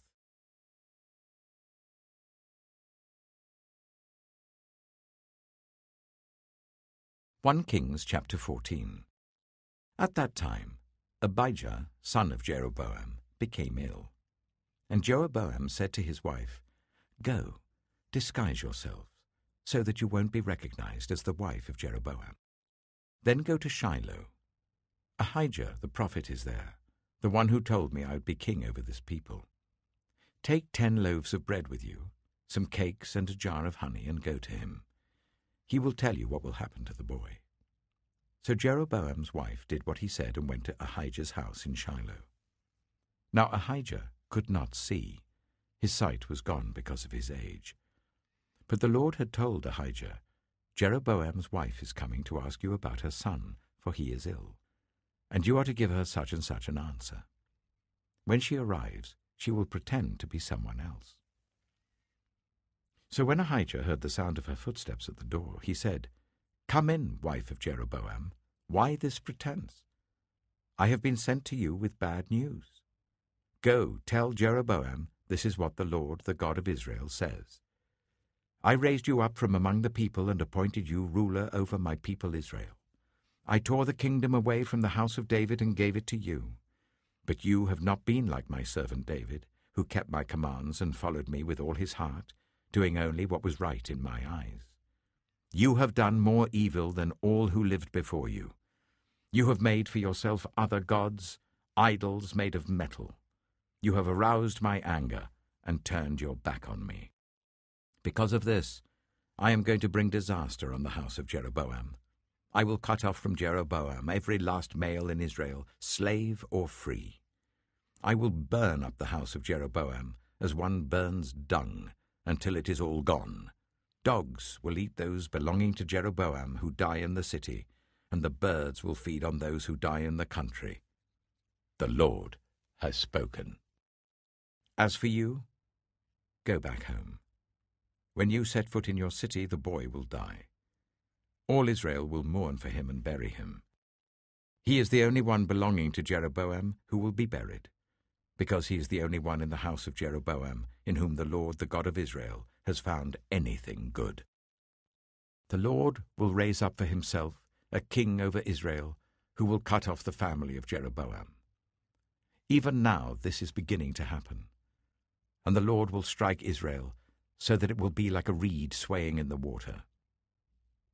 He will uproot Israel from this good land that he gave to their ancestors and scatter them beyond the river Euphrates, because they aroused the Lord's anger by making Asherah poles. And he will give Israel up because of the sins Jeroboam has committed and has caused Israel to commit. Then Jeroboam's wife got up and left and went to Tirzah. As soon as she stepped over the threshold of the house, the boy died. They buried him, and all Israel mourned for him, as the Lord had said through his servant the prophet Ahijah. The other events of Jeroboam's reign, his wars and how he ruled, are written in the book of the annals of the kings of Israel. He reigned for 22 years, and then rested with his ancestors. And Nadab, his son, succeeded him as king. Rehoboam, son of Solomon, was king in Judah. He was 41 years old when he became king, and he reigned for 17 years in Jerusalem, the city the Lord had chosen out of all the tribes of Israel in which to put his name. His mother's name was Naamah. She was an Ammonite. Judah did evil in the eyes of the Lord. By the sins they committed, they stirred up his jealous anger more than those who were before them had done. They also set up for themselves high places, sacred stones, and Asherah poles on every high hill and under every spreading tree. There were even male shrine prostitutes in the land. The people engaged in all the detestable practices of the nations the Lord had driven out before the Israelites. In the 5th year of King Rehoboam, Shishak, king of Egypt, attacked Jerusalem. He carried off the treasures of the temple of the Lord and the treasures of the royal palace. He took everything, including all the gold shields Solomon had made. So King Rehoboam made bronze shields to replace them, and assigned these to the commanders of the guard on duty at the entrance to the royal palace. Whenever the king went to the Lord's temple, the guards bore the shields, and afterwards they returned them to the guard-room. As for the other events of Rehoboam's reign, and all he did, are they not written in the book of the annals of the kings of Judah? There was continual warfare between Rehoboam and Jeroboam, and Rehoboam rested with his ancestors and was buried with them in the city of David. His mother's name was Naamah. She was an Ammonite, and Abijah his son succeeded him as king.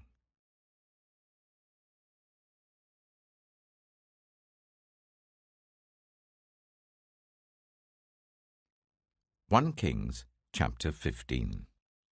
In the 18th reign of the year of Jeroboam son of Nebat, Abijah became king of Judah, and he reigned in Jerusalem for 3 years.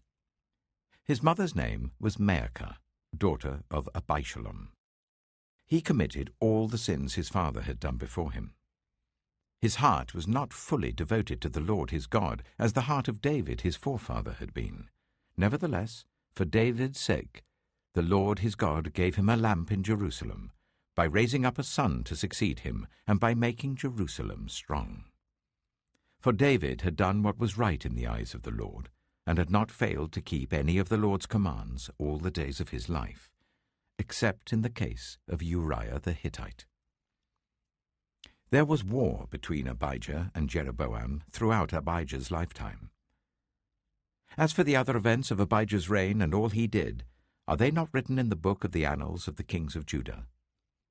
There was war between Abijah and Jeroboam.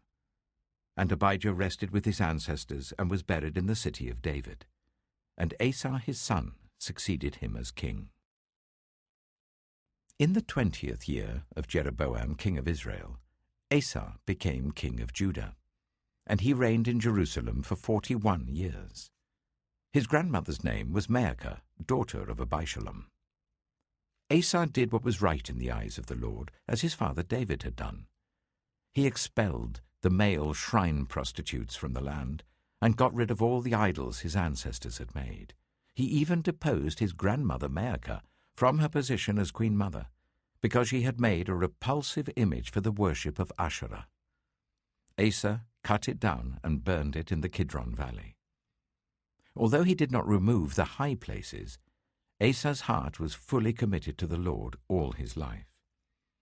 He brought into the temple of the Lord the silver and gold and the articles that he and his father had dedicated. There was war between Asa and Baasha, king of Israel, throughout their reigns. Baasha, king of Israel, went up against Judah and fortified Ramah to prevent anyone from leaving or entering the territory of Asa, king of Judah. Asa then took all the silver and gold that was left in the treasuries of the Lord's temple and of his own palace. He entrusted it to his officials and sent them to Ben-Hadad, son of Tabrimon, the son of Hezion, the king of Aram, who was ruling in Damascus. "Let there be a treaty between me and you," he said, "as there was between my father and your father. See, I'm sending you a gift of silver and gold. Now break your treaty with Baasha, king of Israel, so that he will withdraw from me." Ben-Hadad agreed with King Asa and sent the commander of his forces against the towns of Israel. He conquered Ijon, Dan, Abel, Beth-Maacah, and all Kinnereth, in addition to Naphtali. When Baasha heard this, he stopped building Ramah and withdrew to Tirzah. Then King Asa issued an order to all Judah. No one was exempt. And they carried away from Ramah the stones and timber Baasha had been using there. With them, King Asa built up Geba in Benjamin, and also Mizpah. As for all the other events of Asa's reign, all his achievements, all he did, and the cities he built, are they not written in the book of the annals of the kings of Judah? In his old age, however, his feet became diseased. Then Asa rested with his ancestors, and was buried with them in the city of his father David. And Jehoshaphat, his son, succeeded him as king. Nadab, son of Jeroboam, became king of Israel in the 2nd year of Asa, king of Judah, and he reigned over Israel for 2 years. He did evil in the eyes of the Lord, following the ways of his father, and committing the same sin his father had caused Israel to commit. Baasha, son of Ahijah, from the tribe of Issachar, plotted against him, and he struck him down at Gibbethon, a Philistine town, while Nadab and all Israel were besieging it. Baasha killed Nadab in the 3rd year of Asa, king of Judah, and succeeded him as king. As soon as he began to reign, he killed Jeroboam's whole family. He did not leave Jeroboam anyone that breathed, but destroyed them all according to the word of the Lord, given through his servant Ahijah the Shilonite. This happened because of the sins Jeroboam had committed and had caused Israel to commit, and because he aroused the anger of the Lord, the God of Israel. As for the other events of Nadab's reign and all he did, are they not written in the book of the annals of the kings of Israel? There was war between Asa and Baasha, king of Israel, throughout their reigns. In the 3rd year of Asa, king of Judah, Baasha, son of Ahijah, became king of all Israel in Tirzah, and he reigned for 24 years. He did evil in the eyes of the Lord, following the ways of Jeroboam and committing the same sin Jeroboam had caused Israel to commit.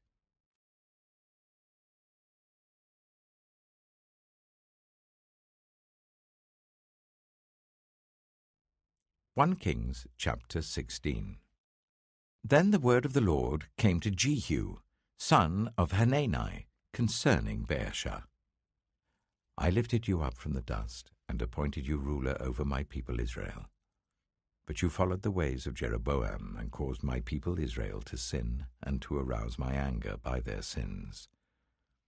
So I am about to wipe out Baasha and his house, and I will make your house like that of Jeroboam son of Nebat. Dogs will eat those belonging to Baasha who die in the city, and birds will feed on those who die in the country. As for the other events of Baasha's reign, what he did and his achievements, are they not written in the book of the annals of the kings of Israel?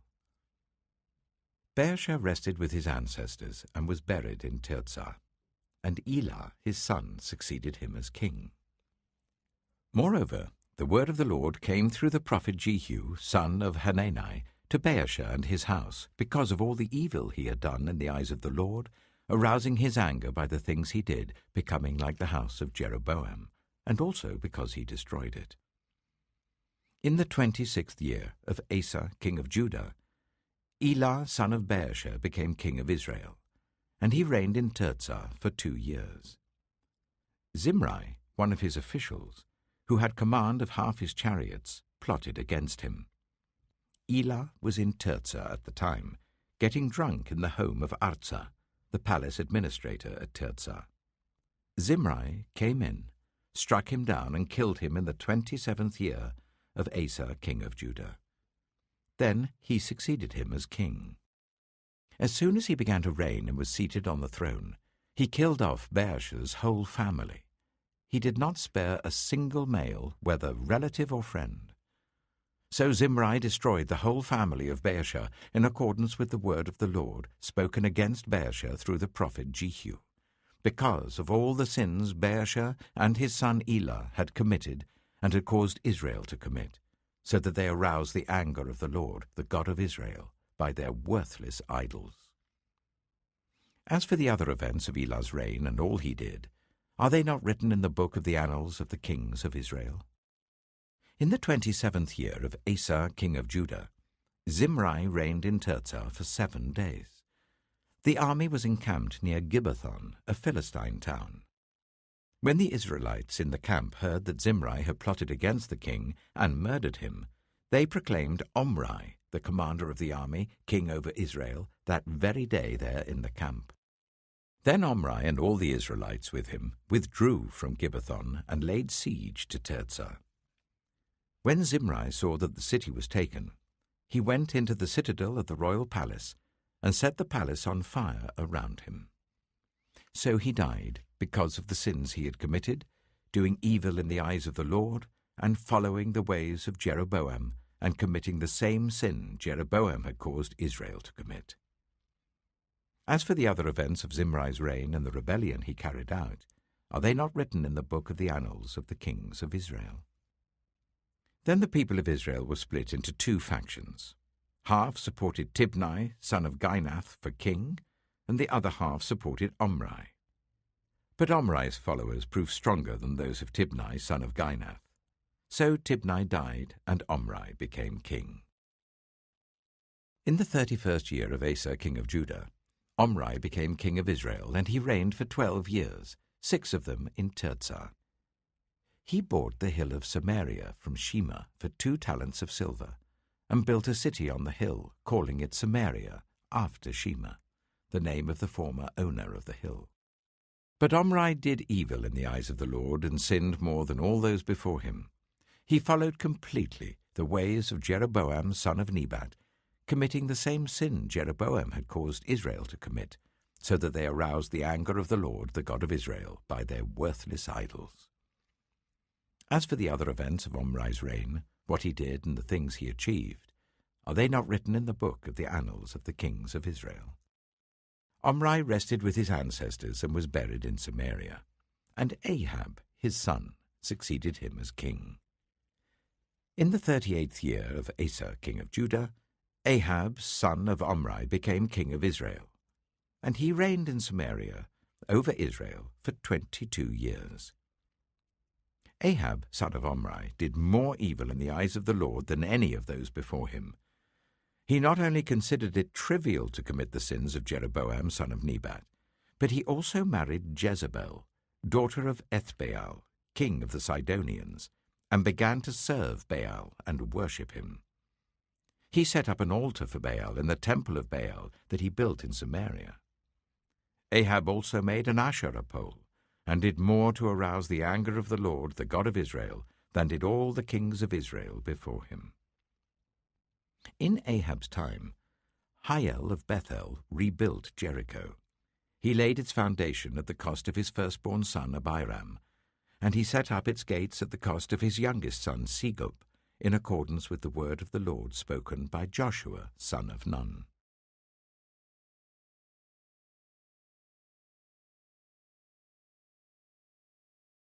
One Kings chapter 17. Now Elijah the Tishbite, from Tishbe in Gilead, said to Ahab, "As the Lord, the God of Israel, lives, whom I serve, there will be neither dew nor rain in the next few years, except at my word." Then the word of the Lord came to Elijah, "Leave here, turn eastward and hide in the Kerith ravine, east of the Jordan. You will drink from the brook, and I have instructed the ravens to supply you with food there." So he did what the Lord had told him. He went to the Kerith ravine, east of the Jordan, and stayed there. The ravens brought him bread and meat in the morning, and bread and meat in the evening, and he drank from the brook. Some time later the brook dried up because there had been no rain in the land. Then the word of the Lord came to him, "Go at once to Zarephath, in the region of Sidon, and stay there. I have instructed a widow there to supply you with food." So he went to Zarephath. When he came to the town gate, a widow was there gathering sticks. He called to her and asked, "Would you bring me a little water in a jar, so I may have a drink?" As she was going to get it, he called, "And bring me, please, a piece of bread." "Surely as the Lord your God lives," she replied, "I don't have any bread, only a handful of flour in a jar and a little olive oil in a jug. I'm gathering a few sticks to take home and make a meal for myself and my son, that we may eat it and die." Elijah said to her, "Don't be afraid. Go home and do as you have said. But first make a small loaf of bread for me from what you have and bring it to me, and then make something for yourself and your son. For this is what the Lord, the God of Israel, says, the jar of flour will not be used up, and the jug of oil will not run dry, until the day the Lord sends rain on the land." She went away and did as Elijah had told her. So there was food every day for Elijah and for the woman and her family. For the jar of flour was not used up, and the jug of oil did not run dry, in keeping with the word of the Lord spoken by Elijah. Some time later, the son of the woman who owned the house became ill. He grew worse and worse and finally stopped breathing. She said to Elijah, "What do you have against me, man of God? Did you come to remind me of my sin and kill my son?" "Give me your son," Elijah replied. He took him from her arms, carried him to the upper room where he was staying, and laid him on his bed. Then he cried out to the Lord, "Lord my God, have you brought tragedy even on this widow I am staying with, by causing her son to die?" Then he stretched himself out on the boy 3 times and cried out to the Lord, "Lord my God, let this boy's life return to him." The Lord heard Elijah's cry, and the boy's life returned to him, and he lived. Elijah picked up the child and carried him down from the room into the house. He gave him to his mother and said, "Look, your son is alive." Then the woman said to Elijah, "Now I know that you are a man of God, and that the word of the Lord from your mouth is the truth."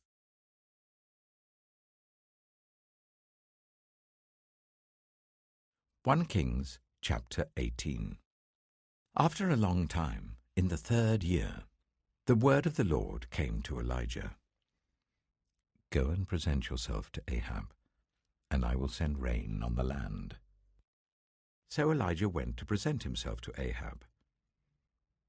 Now the famine was severe in Samaria, and Ahab had summoned Obadiah, his palace administrator. Obadiah was a devout believer in the Lord. While Jezebel was killing off the Lord's prophets, Obadiah had taken 100 prophets and hidden them in 2 caves, 50 in each, and had supplied them with food and water. Ahab said to Obadiah, "Go through the land to all the springs and valleys. Maybe we can find some grass to keep the horses and mules alive, so we'll not have to kill any of our animals." So they divided the land they were to cover, Ahab going in one direction and Obadiah in another. As Obadiah was walking along, Elijah met him. Obadiah recognized him, bowed to the ground, and said, "Is it really you, my lord Elijah?" "Yes," he replied. "Go tell your master, Elijah is here." "What have I done wrong," asked Obadiah, "that you are handing your servant over to Ahab to be put to death? As surely as the Lord your God lives, there's not a nation or kingdom where my master has not sent someone to look for you. And whenever a nation or kingdom claimed you were not there, he made them swear they could not find you. But now you tell me to go to my master and say, 'Elijah is here.' I don't know where the Spirit of the Lord may carry you when I leave you. If I go and tell Ahab and he doesn't find you, he'll kill me. Yet I, your servant, have worshipped the Lord since my youth. Haven't you heard, my lord, what I did while Jezebel was killing the prophets of the Lord? I hid 100 of the Lord's prophets in 2 caves, 50 in each, and supplied them with food and water, and now you tell me to go to my master and say, 'Elijah is here.' He will kill me." Elijah said, "As the Lord Almighty lives, whom I serve, I will surely present myself to Ahab today." So Obadiah went to meet Ahab and told him, and Ahab went to meet Elijah. When he saw Elijah, he said to him, "Is that you, you troubler of Israel?" "I've not made trouble for Israel," Elijah replied, "but you and your father's family have. You have abandoned the Lord's commands and have followed the Baals. Now summon the people from all over Israel to meet me on Mount Carmel, and bring the 450 prophets of Baal and the 400 prophets of Asherah who eat at Jezebel's table." So Ahab sent word throughout all Israel and assembled the prophets on Mount Carmel. Elijah went before the people and said, "How long will you waver between 2 opinions? If the Lord is God, follow him. But if Baal is God, follow him." But the people said nothing. Then Elijah said to them, "I am the only one of the Lord's prophets left, but Baal has 450 prophets. Get 2 bulls for us.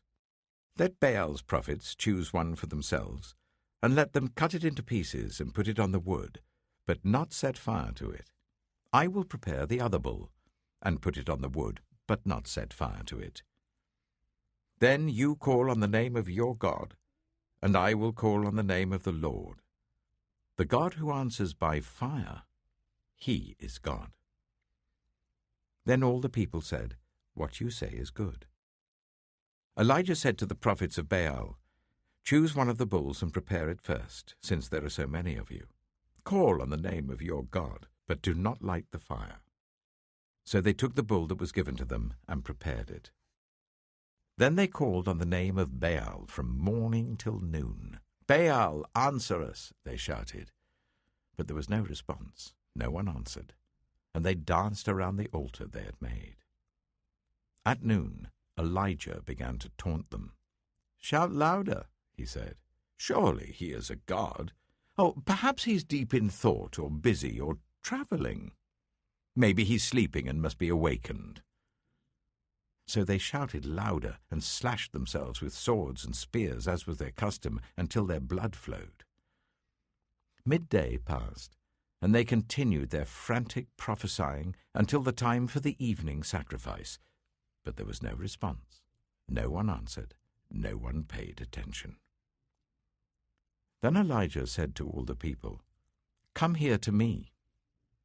They came to him, and he repaired the altar of the Lord, which had been torn down. Elijah took 12 stones, one for each of the tribes descended from Jacob, to whom the word of the Lord had come, saying, "Your name shall be Israel." With the stones he built an altar in the name of the Lord, and he dug a trench round it large enough to hold 2 seahs of seed. He arranged the wood, cut the bull into pieces, and laid it on the wood. Then he said to them, "Fill 4 large jars with water, and pour it on the offering and on the wood." "Do it again," he said, and they did it again. "Do it a 3rd time," he ordered, and they did it a 3rd time. The water ran down around the altar and even filled the trench. At the time of sacrifice, the prophet Elijah stepped forward and prayed, "Lord, the God of Abraham, Isaac, and Israel, let it be known today that you are God in Israel, and that I am your servant, and have done all these things at your command. Answer me, Lord, answer me, so these people will know that you, Lord, are God, and that you are turning their hearts back again." Then the fire of the Lord fell and burned up the sacrifice, the wood, the stones, and the soil, and also licked up the water in the trench. When all the people saw this, they fell prostrate and cried, "The Lord, He is God! The Lord, He is God!" Then Elijah commanded them, "Seize the prophets of Baal. Don't let anyone get away." They seized them, and Elijah had them brought down to the Kishon Valley and slaughtered there. And Elijah said to Ahab, "Go, eat and drink, for there is the sound of a heavy rain." So Ahab went off to eat and drink, but Elijah climbed to the top of Carmel, bent down to the ground, and put his face between his knees. "Go and look towards the sea," he told his servant, and he went up and looked. "There's nothing there," he said. 7 times Elijah said, "Go back." The 7th time the servant reported, "A cloud as small as a man's hand is rising from the sea." So Elijah said, "Go and tell Ahab, hitch up your chariot and go down before the rain stops you." Meanwhile, the sky grew black with clouds, the wind rose, a heavy rainstorm came on, and Ahab rode off to Jezreel. The power of the Lord came on Elijah, and tucking his cloak into his belt, he ran ahead of Ahab all the way to Jezreel.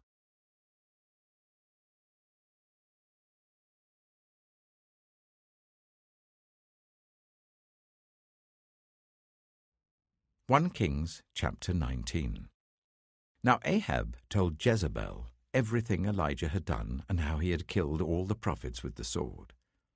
So Jezebel sent a messenger to Elijah to say, "May the gods deal with me, be it ever so severely, if by this time tomorrow I do not make your life like that of one of them." Elijah was afraid and ran for his life. When he came to Beersheba in Judah, he left his servant there, while he himself went a day's journey into the wilderness. He came to a broom bush, sat down under it, and prayed that he might die.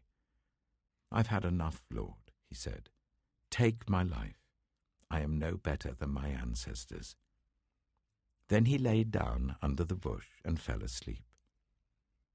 All at once an angel touched him and said, "Get up and eat." He looked around, and there by his head was some bread baked over hot coals, and a jar of water. He ate and drank, and then lay down again. The angel of the Lord came back a 2nd time and touched him and said, "Get up and eat, for the journey is too much for you." So he got up and ate and drank. Strengthened by that food, he travelled for 40 days and 40 nights until he reached Horeb, the mountain of God. There he went into a cave and spent the night. And the word of the Lord came to him, "What are you doing here, Elijah?" He replied, "I have been very zealous for the Lord God Almighty. The Israelites have rejected your covenant, torn down your altars, and put your prophets to death with the sword. I am the only one left, and now they are trying to kill me too." The Lord said, "Go out and stand on the mountain in the presence of the Lord, for the Lord is about to pass by." Then a great and powerful wind tore the mountains apart and shattered the rocks before the Lord. But the Lord was not in the wind. After the wind there was an earthquake, but the Lord was not in the earthquake. After the earthquake came a fire, but the Lord was not in the fire. And after the fire came a gentle whisper. When Elijah heard it, he pulled his cloak over his face and went out and stood at the mouth of the cave. Then a voice said to him, "What are you doing here, Elijah?" He replied, "I have been very zealous for the Lord God Almighty. The Israelites have rejected your covenant, torn down your altars, and put your prophets to death with the sword. I am the only one left, and now they are trying to kill me too." The Lord said to him, "Go back the way you came, and go to the desert of Damascus. When you get there, anoint Hazael king over Aram. Also anoint Jehu, son of Nimshi, king over Israel. And anoint Elisha, son of Shaphat, from Abel-Meholah, to succeed you as prophet. Jehu will put to death any who escape the sword of Hazael, and Elisha will put to death any who escape the sword of Jehu. Yet I reserve 7,000 in Israel, all whose knees have not bowed down to Baal, and whose mouths have not kissed him." So Elijah went from there and found Elisha, son of Shaphat. He was ploughing with 12 yoke of oxen, and he himself was driving the 12th pair. Elijah went up to him and threw his cloak around him. Elisha then left his oxen and ran after Elijah. "Let me kiss my father and mother goodbye," he said, "and then I will come with you." "Go back," Elijah replied.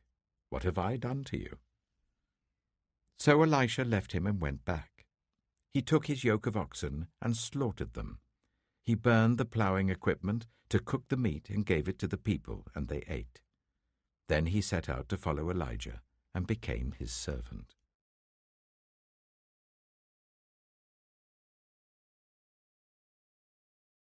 1 Kings chapter 20. Now Ben-Hadad, king of Aram, mustered his entire army. Accompanied by 32 kings with their horses and chariots, he went up and besieged Samaria and attacked it. He sent messengers into the city to Ahab, king of Israel, saying, "This is what Ben-Hadad says, 'Your silver and gold are mine, and the best of your wives and children are mine.' The king of Israel answered, 'Just as you say, my lord the king, I and all I have are yours.' The messengers came again and said, 'This is what Ben-Hadad says, I sent to demand your silver and gold, your wives and your children. But about this time tomorrow I'm going to send my officials to search your palace and the houses of your officials. They will seize everything you value and carry it away.' The king of Israel summoned all the elders of the land and said to them, 'See how this man is looking for trouble. When he sent for my wives and my children, my silver and my gold, I did not refuse him.' The elders and the people all answered, 'Don't listen to him or agree to his demands.' So he replied to Ben-Hadad's messengers, 'Tell my lord the king, your servant will do all you demanded the first time. But this demand I cannot meet.' They left and took the answer back to Ben-Hadad. Then Ben-Hadad sent another message to Ahab. 'May the gods deal with me, be it ever so severely, if enough dust remains in Samaria to give each of my men a handful.' The king of Israel answered, 'Tell him, one who puts on his armor should not boast like one who takes it off.' Ben-Hadad heard this message while he and the kings were drinking in their tents, and he ordered his men, 'Prepare to attack.' So they prepared to attack the city. Meanwhile, a prophet came to Ahab, king of Israel, and announced, "This is what the Lord says. Do you see this vast army?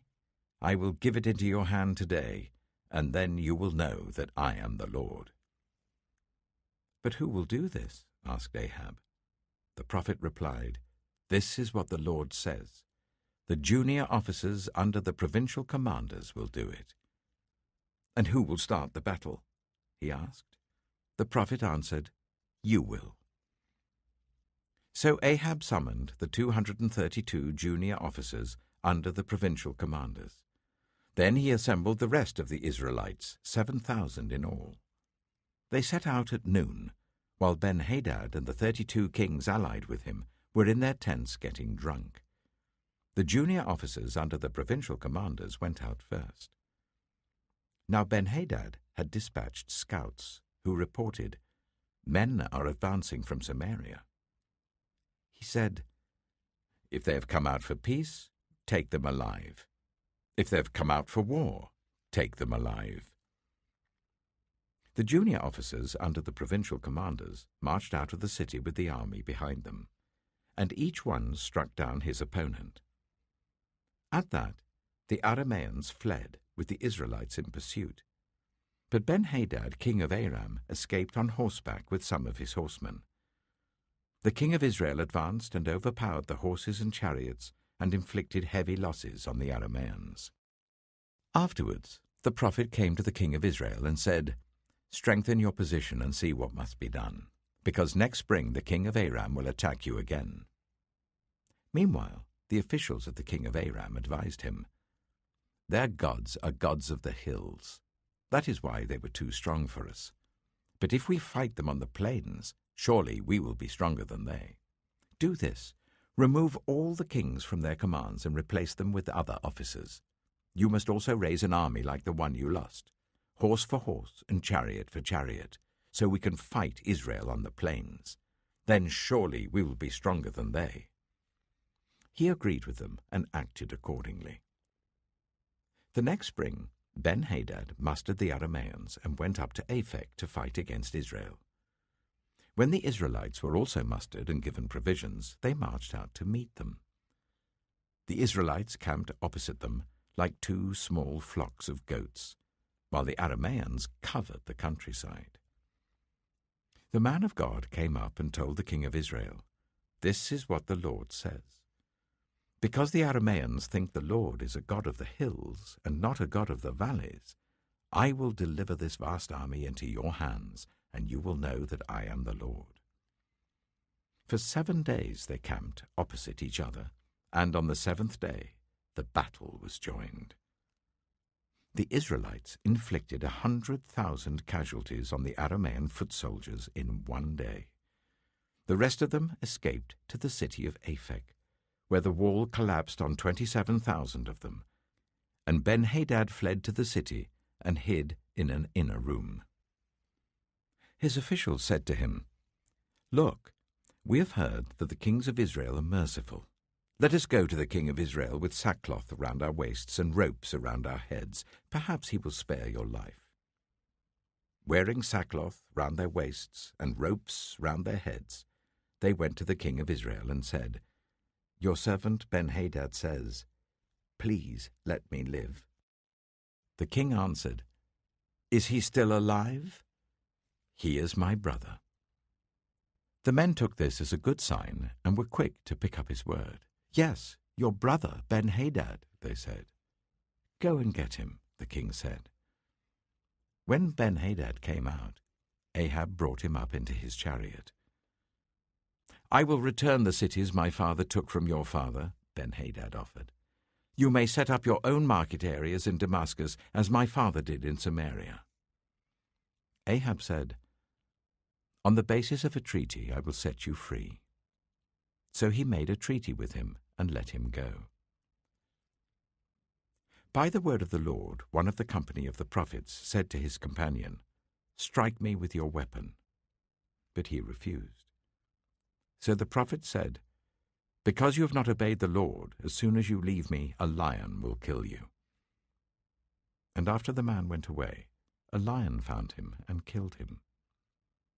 The prophet found another man and said, "Strike me, please." So the man struck him and wounded him. Then the prophet went and stood by the road waiting for the king. He disguised himself with his headband down over his eyes. As the king passed by, the prophet called out to him, "Your servant went into the thick of the battle, and someone came to me with a captive and said, 'Guard this man. If he is missing, it will be your life for his life, or you must pay a talent of silver.' While your servant was busy here and there, the man disappeared." "That is your sentence," the king of Israel said. "You have pronounced it yourself." Then the prophet quickly removed the headband from his eyes, and the king of Israel recognized him as one of the prophets. He said to the king, "This is what the Lord says. You have set free a man I had determined should die. Therefore it is your life for his life, your people for his people." Sullen and angry, the king of Israel went to his palace in Samaria.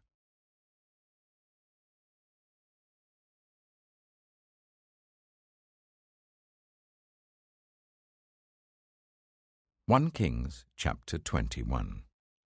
Some time later, there was an incident involving a vineyard belonging to Naboth the Jezreelite. The vineyard was in Jezreel, close to the palace of Ahab, king of Samaria.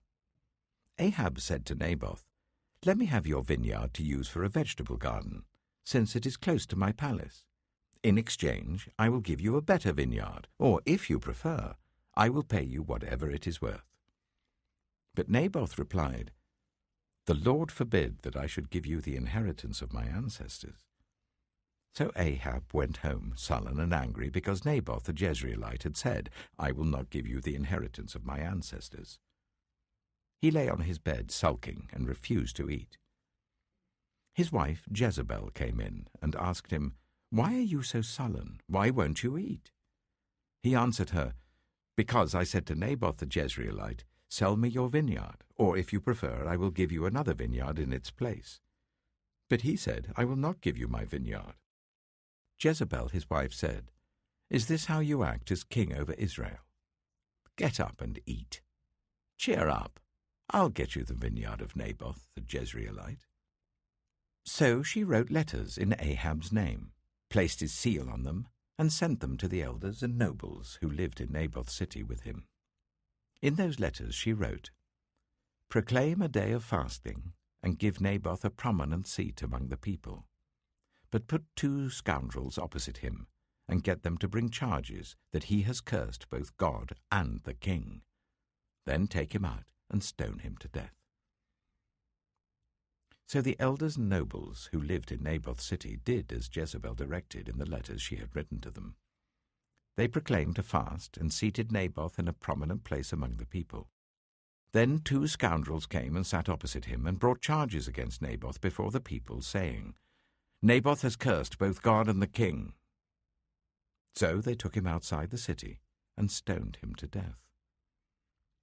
Then they sent word to Jezebel, "Naboth has been stoned to death."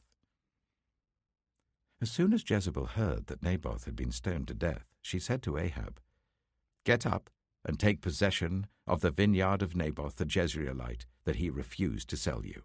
He is no longer alive, but dead." When Ahab heard that Naboth was dead, he got up and went down to take possession of Naboth's vineyard. Then the word of the Lord came to Elijah the Tishbite, "Go down to meet Ahab, king of Israel, who rules in Samaria. He is now in Naboth's vineyard, where he has gone to take possession of it.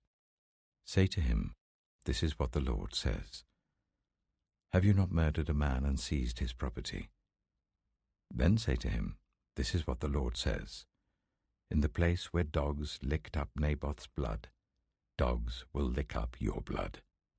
Yes, yours." Ahab said to Elijah, "So you have found me, my enemy." "I have found you," he answered, "because you have sold yourself to do evil in the eyes of the Lord. He says, 'I'm going to bring disaster on you. I will wipe out your descendants and cut off from Ahab every last male in Israel, slave or free. I will make your house like that of Jeroboam, son of Nebat, and that of Baasha son of Ahijah, because you have aroused my anger and have caused Israel to sin. And also concerning Jezebel, the Lord says, Dogs will devour Jezebel by the wall of Jezreel. Dogs will eat those belonging to Ahab who die in the city, and the birds will feed on those who die in the country. There was never anyone like Ahab, who sold himself to do evil in the eyes of the Lord, urged on by Jezebel his wife. He behaved in the vilest manner by going after idols, like the Amorites the Lord drove out before Israel. When Ahab heard these words, he tore his clothes, put on sackcloth and fasted.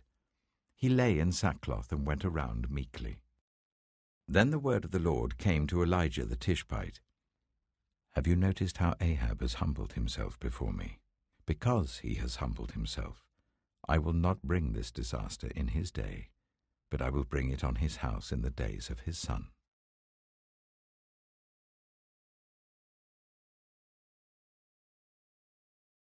1 Kings chapter 22. For 3 years there was no war between Aram and Israel. But in the 3rd year, Jehoshaphat, king of Judah, went down to see the king of Israel. The king of Israel had said to his officials, Don't you know that Ramoth-Gilead belongs to us, and yet we are doing nothing to retake it from the king of Aram? So he asked Jehoshaphat, Will you go with me to fight against Ramoth-Gilead? Jehoshaphat replied to the king of Israel, I am as you are, my people as your people, my horses as your horses. But Jehoshaphat also said to the king of Israel, First seek the counsel of the Lord. So the king of Israel brought together the prophets, about 400 men, and asked them, Shall I go to war against Ramoth-Gilead, or shall I refrain? Go, they answered, for the Lord will give it into the king's hand. But Jehoshaphat asked, Is there no longer a prophet of the Lord here, whom we can inquire of? The king of Israel answered Jehoshaphat, There is still one prophet through whom we can inquire of the Lord, but I hate him, because he never prophesies anything good about me, but always bad. He is Micaiah, son of Imlah. The king should not say such a thing, Jehoshaphat replied. So the king of Israel called one of his officials and said, Bring Micaiah, son of Imlah, at once. Dressed in their royal robes, the king of Israel and Jehoshaphat, king of Judah, were sitting on their thrones at the threshing floor by the entrance of the gate of Samaria, with all the prophets prophesying before them. Now Zedekiah, son of Chenaanah, had made iron horns, and he declared, This is what the Lord says, With these you will gore the Arameans until they are destroyed. All the other prophets were prophesying the same thing. Attack Ramoth-Gilead and be victorious, they said, for the Lord will give it into the king's hand. The messenger who had gone to summon Micaiah said to him, Look, the other prophets without exception are predicting success for the king. Let your word agree with theirs and speak favorably. But Micaiah said, As surely as the Lord lives, I can tell him only what the Lord tells me. When he arrived, the king asked him, Micaiah, shall we go to war against Ramoth-Gilead or not? Attack and be victorious, he answered, for the Lord will give it into the king's hand. The king said to him, How many times must I make you swear to tell me nothing but the truth in the name of the Lord? Then Micaiah answered, I saw all Israel scattered on the hills like sheep without a shepherd, and the Lord said, These people have no master. Let each one go home in peace. The king of Israel said to Jehoshaphat, Didn't I tell you that he never prophesies anything good about me, but only bad? Micaiah continued, Therefore hear the word of the Lord. I saw the Lord sitting on his throne with all the multitudes of heaven standing round him on his right and on his left. And the Lord said, Who will entice Ahab into attacking Ramoth-Gilead and going to his death there? One suggested this, and another that. Finally a spirit came forward, stood before the Lord, and said, I will entice him. By what means? The Lord asked. I will go out and be a deceiving spirit in the mouths of all his prophets, he said. You will succeed in enticing him, said the Lord. Go and do it. So now the Lord has put a deceiving spirit in the mouths of all these prophets of yours. The Lord has decreed disaster for you." Then Zedekiah, son of Chenaanah, went up and slapped Micaiah in the face. "Which way did the spirit from the Lord go when he went from me to speak to you?" he asked. Micaiah replied, "You will find out on the day you go to hide in an inner room." The king of Israel then ordered, "Take Micaiah and send him back to Amon, the ruler of the city, and to Joash, the king's son, and say, 'This is what the king says. Put this fellow in prison and give him nothing but bread and water until I return safely.'" Micaiah declared, "If you ever return safely, the Lord has not spoken through me." Then he added, "Mark my words, all you people." So the king of Israel and Jehoshaphat king of Judah went up to Ramoth-Gilead. The king of Israel said to Jehoshaphat, "I will enter the battle in disguise, but you wear your royal robes." So the king of Israel disguised himself and went into battle. Now the king of Aram had ordered his 32 chariot commanders, "Do not fight with anyone, small or great, except the king of Israel." When the chariot commanders saw Jehoshaphat, they thought, "Surely this is the king of Israel." So they turned to attack him. But when Jehoshaphat cried out, the chariot commanders saw that he was not the king of Israel and stopped pursuing him. But someone drew his bow at random and hit the king of Israel between the sections of his armor. The king told his chariot driver, "Wheel around and get me out of the fighting. I've been wounded." All day long the battle raged, and the king was propped up in his chariot facing the Arameans. The blood from his wound ran onto the floor of the chariot, and that evening he died. As the sun was setting, a cry spread through the army, "Every man to his town, every man to his land." So the king died and was brought to Samaria, and they buried him there. They washed the chariot at a pool in Samaria, where the prostitutes bathed, and the dogs licked up his blood, as the word of the Lord had declared. As for the other events of Ahab's reign, including all he did, the palace he built and adorned with ivory, and the cities he fortified, are they not written in the book of the annals of the kings of Israel? Ahab rested with his ancestors, and Ahaziah his son succeeded him as king. Jehoshaphat, son of Asa, became king of Judah in the 4th year of Ahab, king of Israel. Jehoshaphat was 35 years old when he became king, and he reigned in Jerusalem for 25 years. His mother's name was Azubah, daughter of Shilhi. In everything he followed the ways of his father Asa, and did not stray from them. He did what was right in the eyes of the Lord. The high places, however, were not removed, and the people continued to offer sacrifices and burn incense there. Jehoshaphat was also at peace with the king of Israel. As for the other events of Jehoshaphat's reign, the things he achieved and his military exploits, are they not written in the book of the annals of the kings of Judah? He rid the land of the rest of the male shrine prostitutes who remained there even after the reign of his father Asa. There was then no king in Edom. A provincial governor ruled. Now Jehoshaphat built a fleet of trading ships to go to Ophir for gold, but they never set sail. They were wrecked at Ezion-Geber. At that time Ahaziah, son of Ahab, said to Jehoshaphat, "Let my men sail with yours." But Jehoshaphat refused. Then Jehoshaphat rested with his ancestors, and was buried with them in the city of David his father. And Jehoram his son succeeded him as king. Ahaziah, son of Ahab, became king of Israel in Samaria in the 17th year of Jehoshaphat king of Judah, and he reigned over Israel for 2 years. He did evil in the eyes of the Lord, because he followed the ways of his father and mother and of Jeroboam son of Nebat, who caused Israel to sin.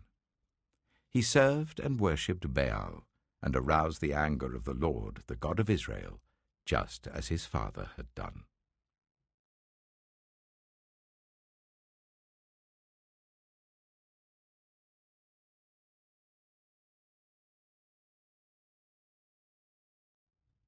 The Second Book of Kings. 2 Kings, chapter 1. After Ahab's death, Moab rebelled against Israel. Now Ahaziah had fallen through the lattice of his upper room in Samaria and injured himself. So he sent messengers, saying to them, "Go and consult Beelzebub, the god of Ekron, to see if I'll recover from this injury." But the angel of the Lord said to Elijah the Tishbite, "Go up and meet the messengers of the king of Samaria, and ask them, is it because there is no God in Israel that you are going off to consult Beelzebub, the god of Ekron? Therefore this is what the Lord says, you will not leave the bed you are lying on.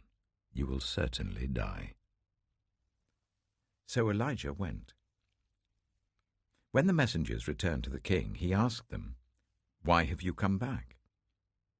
"A man came to meet us," they replied, "and he said to us, 'Go back to the king who sent you, and tell him this is what the Lord says. Is it because there is no God in Israel that you are sending messengers to consult Beelzebub, the god of Ekron? Therefore you will not leave the bed you are lying on. You will certainly die.'" The king asked them, "What kind of man was it who came to meet you and told you this?" They replied, "He had a garment of hair and had a leather belt round his waist." The king said, "That was Elijah the Tishbite." Then he sent to Elijah a captain with his company of 50 men. The captain went up to Elijah, who was sitting on the top of a hill, and said to him, "Man of God, the king says, 'Come down.'" Elijah answered the captain, "If I am a man of God, may fire come down from heaven and consume you and your 50 men." Then the fire fell from heaven and consumed the captain and his men. At this the king sent to Elijah another captain with his 50 men. The captain said to him, "Man of God, this is what the king says, 'Come down at once.'" "If I am a man of God," Elijah replied, "may fire come down from heaven and consume you and your 50 men." Then the fire of God fell from heaven and consumed him and his 50 men. So the king sent a third captain with his 50 men. This third captain went up and fell on his knees before Elijah. "Man of God," he begged, "please have respect for my life and the lives of these 50 men, your servants. See, fire has fallen from heaven and consumed the first 2 captains and all their men. But now have respect for my life." The angel of the Lord said to Elijah, "Go down with him. Do not be afraid of him." So Elijah got up and went down with him to the king. He told the king, "This is what the Lord says. Is it because there is no God in Israel for you to consult that you have sent messengers to consult Beelzebub, the god of Ekron? Because you have done this, you will never leave the bed you are lying on. You will certainly die." So he died according to the word of the Lord that Elijah had spoken. Because Ahaziah had no son, Joram succeeded him as king in the 2nd year of Jehoram son of Jehoshaphat, king of Judah. As for all the other events of Ahaziah's reign, and what he did, are they not written in the book of the annals of the kings of Israel?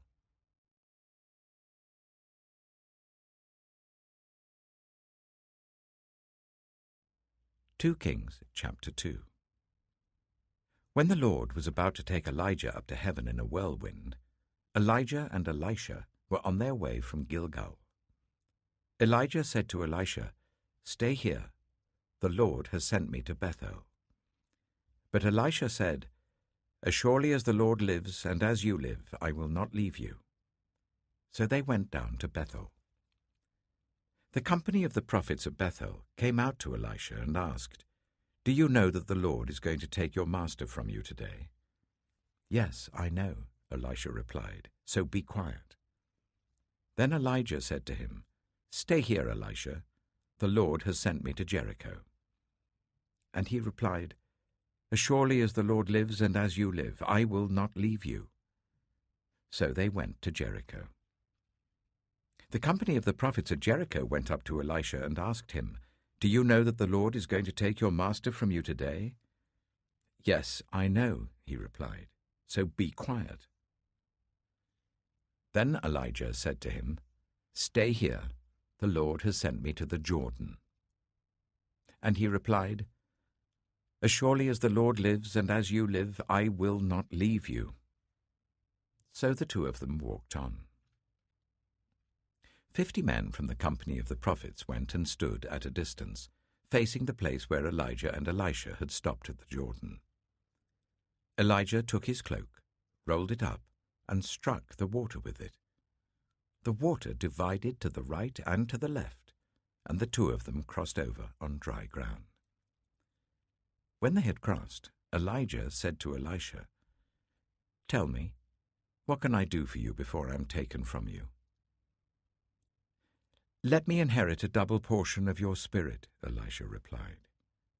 "You have asked a difficult thing," Elijah said. "Yet, if you see me when I'm taken from you, it will be yours. Otherwise, it will not." As they were walking along and talking together, suddenly a chariot of fire and horses of fire appeared and separated the two of them, and Elijah went up to heaven in a whirlwind. Elisha saw this and cried out, "My father, my father, the chariots and horsemen of Israel!" And Elisha saw him no more. Then he took hold of his garment and tore it in two. Elisha then picked up Elijah's cloak that had fallen from him and went back and stood on the bank of the Jordan. He took the cloak that had fallen from Elijah and struck the water with it. "Where now is the Lord, the God of Elijah?" he asked. When he struck the water, it divided to the right and to the left, and he crossed over. The company of the prophets from Jericho who were watching said, "The spirit of Elijah is resting on Elisha." And they went to meet him and bowed to the ground before him. "Look," they said, "we your servants have 50 able men. Let them go and look for your master. Perhaps the Spirit of the Lord has picked him up and set him down on some mountain or in some valley." "No," Elisha replied, "do not send them." But they persisted until he was too embarrassed to refuse. So he said, "Send them." And they sent 50 men who searched for 3 days but did not find him. When they returned to Elisha, who was staying in Jericho, he said to them, "Didn't I tell you not to go?" The people of the city said to Elisha, "Look, our lord, this town is well situated, as you can see, but the water is bad and the land is unproductive." "Bring me a new bowl," he said, "and put salt in it." So they brought it to him. Then he went out to the spring and threw the salt into it, saying, "This is what the Lord says, I have healed this water. Never again will it cause death or make the land unproductive." And the water has remained pure to this day, according to the word Elisha had spoken. From there, Elisha went up to Bethel. As he was walking along the road, some boys came out of the town and jeered at him. "Get out of here, Baldy," they said. "Get out of here, Baldy." He turned round, looked at them, and called down a curse on them in the name of the Lord. Then 2 bears came out of the woods and mauled 42 of the boys. And he went on to Mount Carmel, and from there returned to Samaria.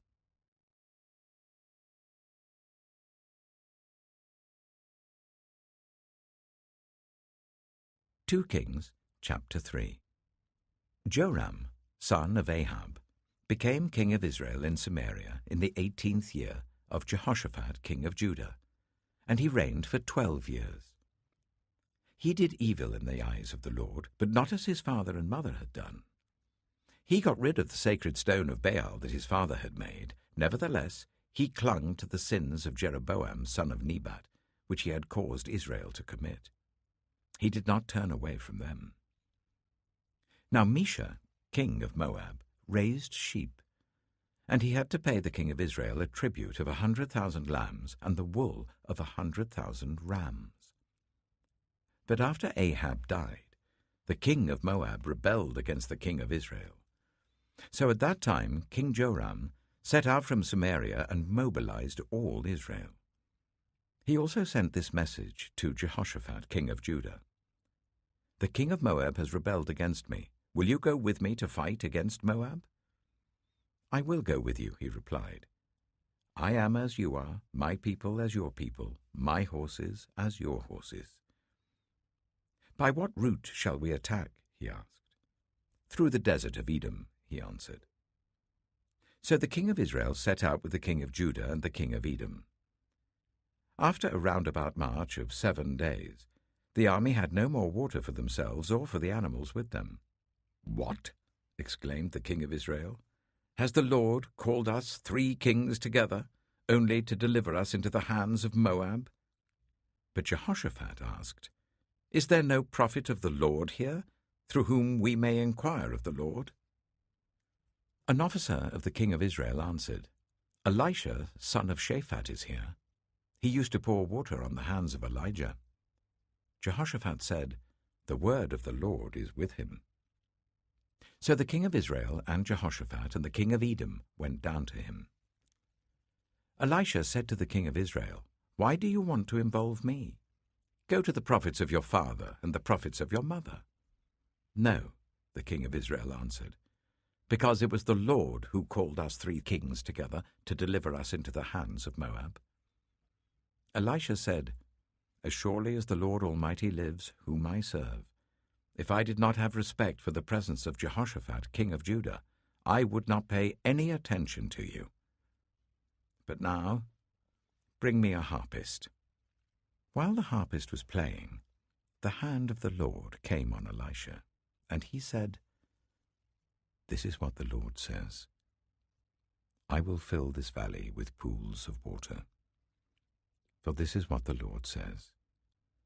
You will see neither wind nor rain, yet this valley will be filled with water, and you, your cattle, and your other animals will drink.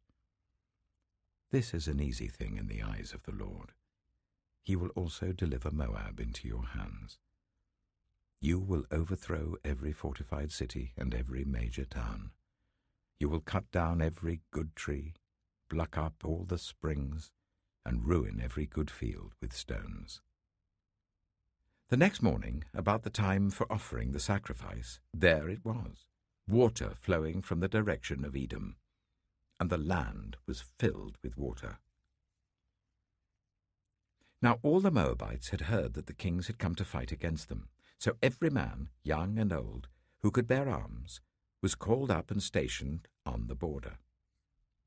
When they got up early in the morning, the sun was shining on the water. To the Moabites across the way, the water looked red, like blood. "That's blood," they said. "Those kings must have fought and slaughtered each other. Now to the plunder, Moab."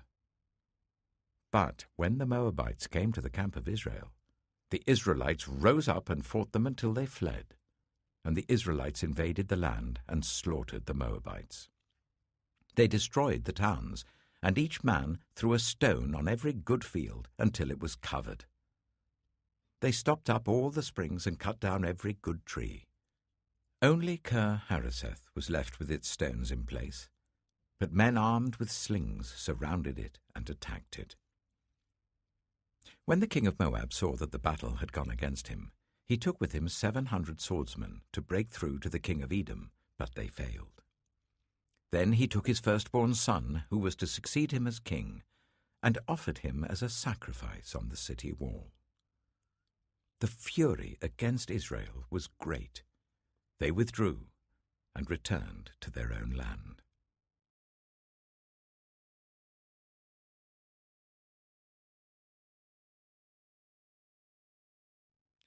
2 Kings, chapter 4. The wife of a man from the company of the prophets cried out to Elisha, "Your servant, my husband, is dead, and you know that he revered the Lord. But now his creditor is coming to take my 2 boys as his slaves." Elisha replied to her, "How can I help you? Tell me, what do you have in your house?" "Your servant has nothing there at all," she said, "except a small jar of olive oil." Elisha said, "Go round and ask all your neighbors for empty jars. Don't ask for just a few." Then go inside and shut the door behind you and your sons. Pour oil into all the jars, and as each is filled, put it to one side." She left him and shut the door behind her and her sons. They brought the jars to her, and she kept pouring. When all the jars were full, she said to her son, "Bring me another one." But he replied, "There's not a jar left." Then the oil stopped flowing. She went and told the man of God, and he said, "Go, sell the oil and pay your debts. You and your sons can live on what is left." One day Elisha went to Shunem, and a well-to-do woman was there who urged him to stay for a meal. So whenever he passed by, he stopped there to eat. She said to her husband, "I know that this man who often comes our way is a holy man of God. Let's make a small room on the roof and put in it a bed and a table, a chair and a lamp for him. Then he can stay there whenever he comes to us."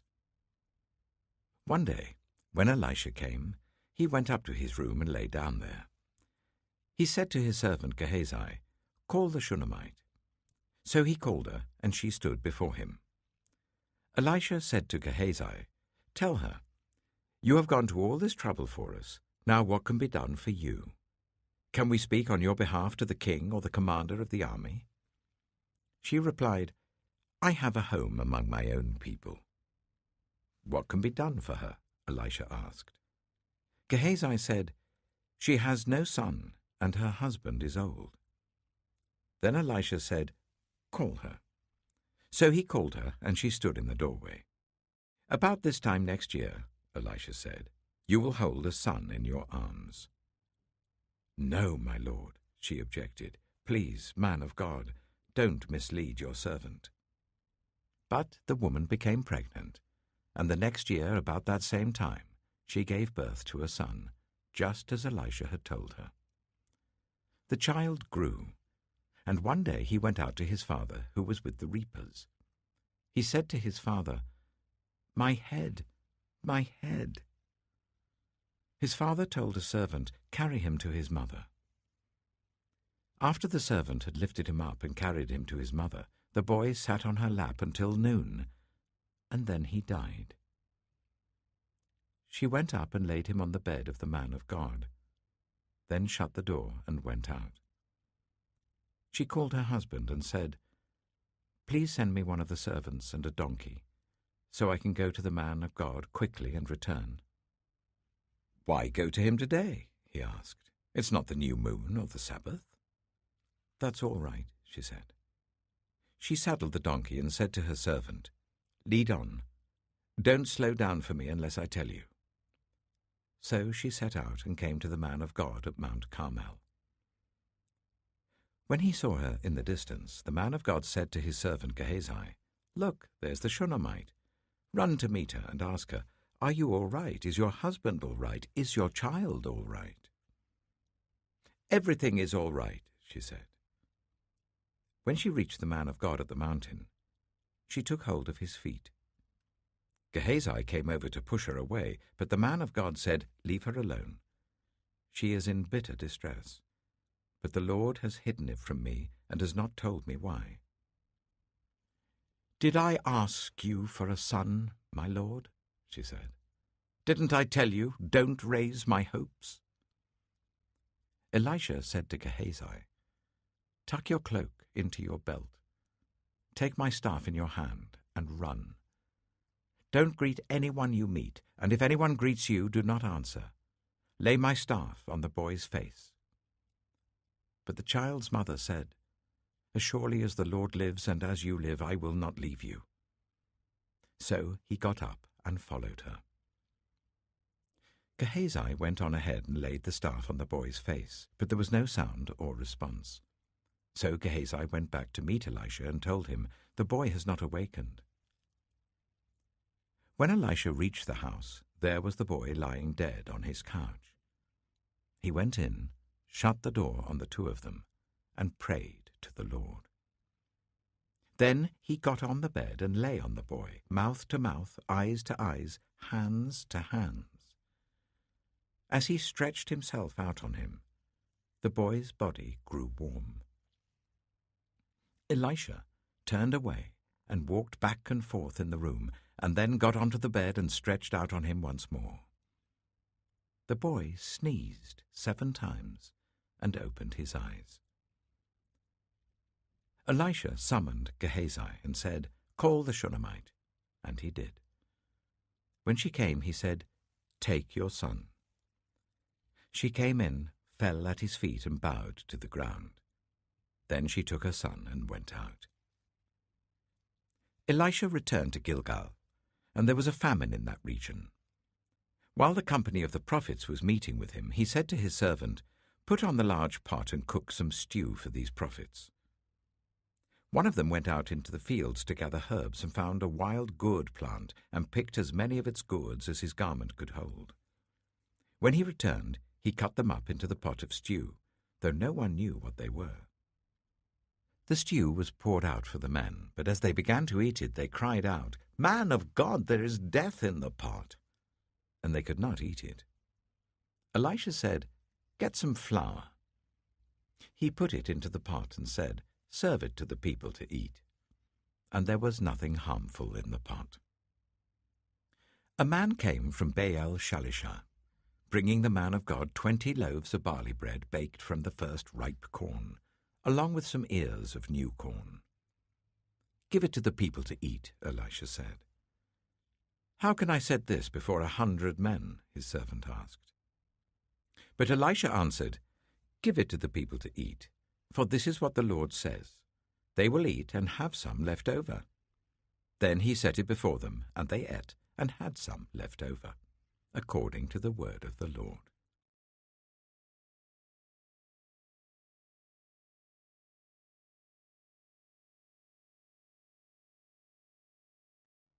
Kings chapter 5.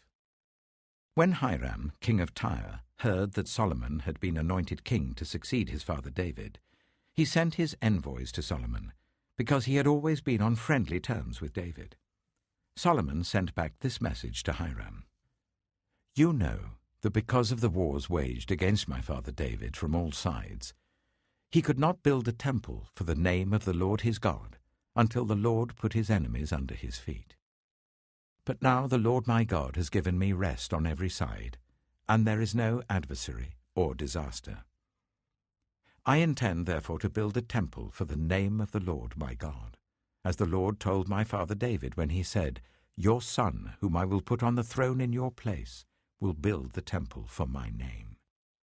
So give orders that cedars of Lebanon be cut for me. My men will work with yours, and I will pay you for your men whatever wages you set. You know that we have no one so skilled in felling timber as the Sidonians." When Hiram heard Solomon's message, he was greatly pleased, and said, "Praise be to the Lord today, for he has given David a wise son to rule over this great nation." So Hiram sent word to Solomon, "I have received the message you sent me, and will do all you want in providing the cedar and the juniper logs. My men will haul them down from Lebanon to the Mediterranean Sea, and I will float them as rafts by sea to the place you specify. There I will separate them, and you can take them away. And you are to grant my wish by providing food for my royal household." In this way, Hiram kept Solomon supplied with all the cedar and juniper logs he wanted, and Solomon gave Hiram 20,000 cores of wheat as food for his household, in addition to 20,000 baths of pressed olive oil. Solomon continued to do this for Hiram year after year. The Lord gave Solomon wisdom, just as he had promised him.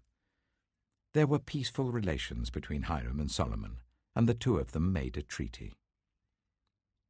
King Solomon conscripted laborers from all Israel, 30,000 men. He sent them off to Lebanon in shifts of 10,000 a month, so that they spent 1 month in Lebanon and 2 months at home. Adoniram was in charge of the forced labor. Solomon had 70,000 carriers and 80,000 stonecutters in the hills, as well as 3,300 foremen who supervised the project and directed the workers. At the king's command, they removed from the quarry large blocks of high-grade stone to provide a foundation of dressed stone for the temple. The craftsmen of Solomon and Hiram and workers from Byblos cut and prepared the timber and stone for the building of the temple.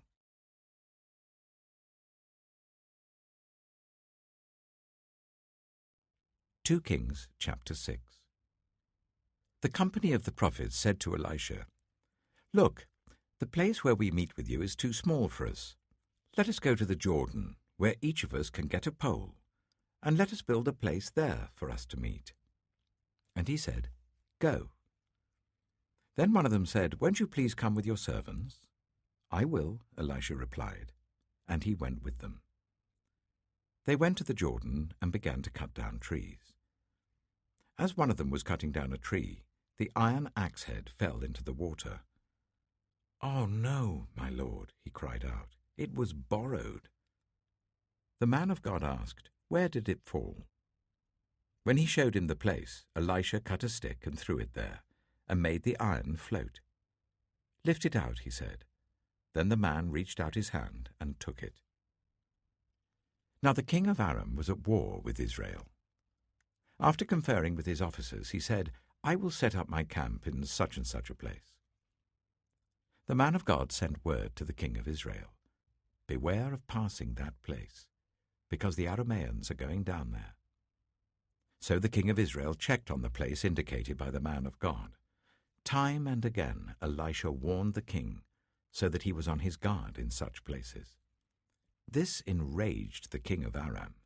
He summoned his officers and demanded of them, "Tell me, which of us is on the side of the king of Israel?" "None of us, my lord the king," said one of his officers.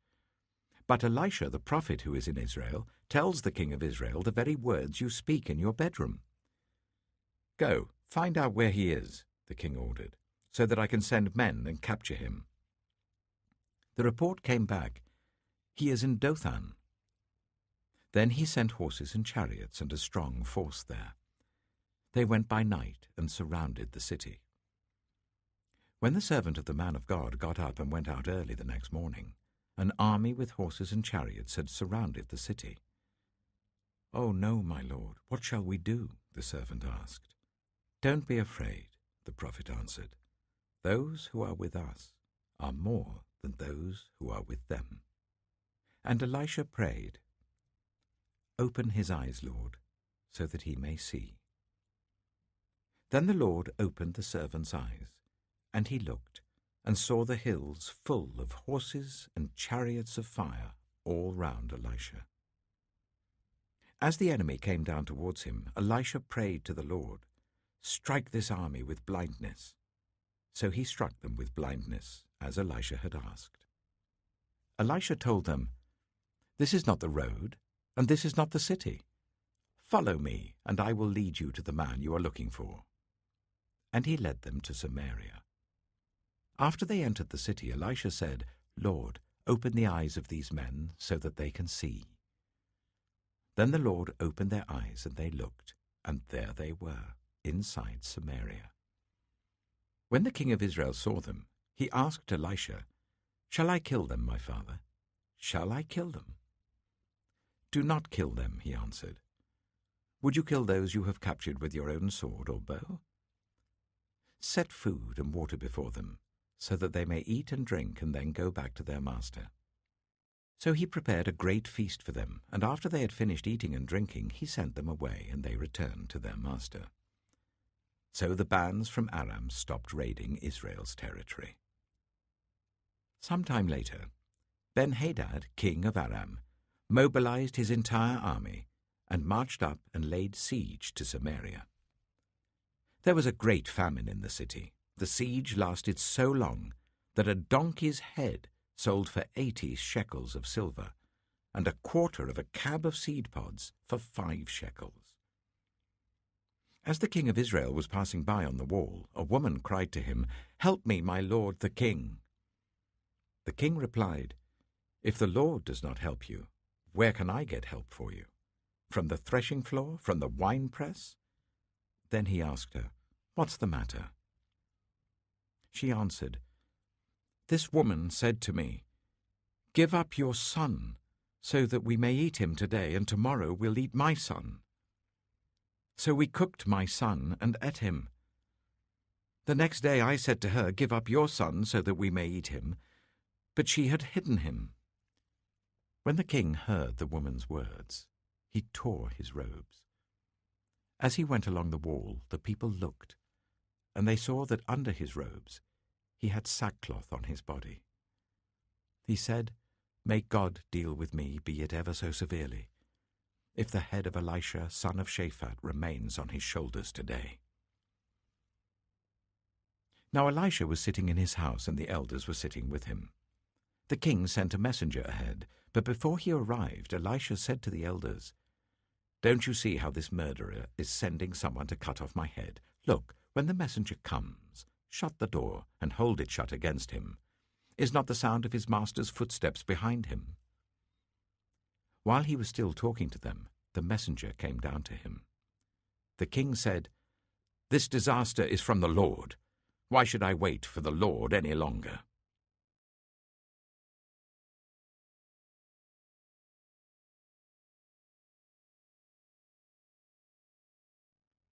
2 Kings chapter 7.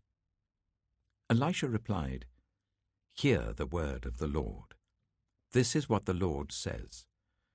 About this time tomorrow, a seah of the finest flour will sell for a shekel, and 2 seahs of barley for a shekel at the gate of Samaria." The officer on whose arm the king was leaning said to the man of God, "Look, even if the Lord should open the floodgates of the heavens, could this happen?" "You will see it with your own eyes," answered Elisha, "but you will not eat any of it." Now there were 4 men with leprosy at the entrance of the city gate. They said to each other, "Why stay here until we die? If we say, 'We'll go into the city,' the famine is there and we will die. And if we stay here, we will die. So let's go over to the camp of the Arameans and surrender. If they spare us, we live. If they kill us, then we die." At dusk they got up and went to the camp of the Arameans. When they reached the edge of the camp, no one was there, for the Lord had caused the Arameans to hear the sound of chariots and horses and a great army, so that they said to one another, "Look, the king of Israel has hired the Hittite and Egyptian kings to attack us." So they got up and fled in the dusk, and abandoned their tents and their horses and donkeys. They left the camp as it was and ran for their lives. The men who had leprosy reached the edge of the camp, entered one of the tents, and ate and drank. Then they took silver, gold, and clothes and went off and hid them. They returned and entered another tent, and took some things from it and hid them also. Then they said to each other, "What we're doing is not right. This is a day of good news, and we are keeping it to ourselves. If we wait until daylight, punishment will overtake us. Let's go at once and report this to the royal palace." So they went and called out to the city gatekeepers and told them, "We went into the Aramean camp, and no one was there, not a sound of anyone, only tethered horses and donkeys, and the tents left just as they were." The gatekeepers shouted the news, and it was reported within the palace.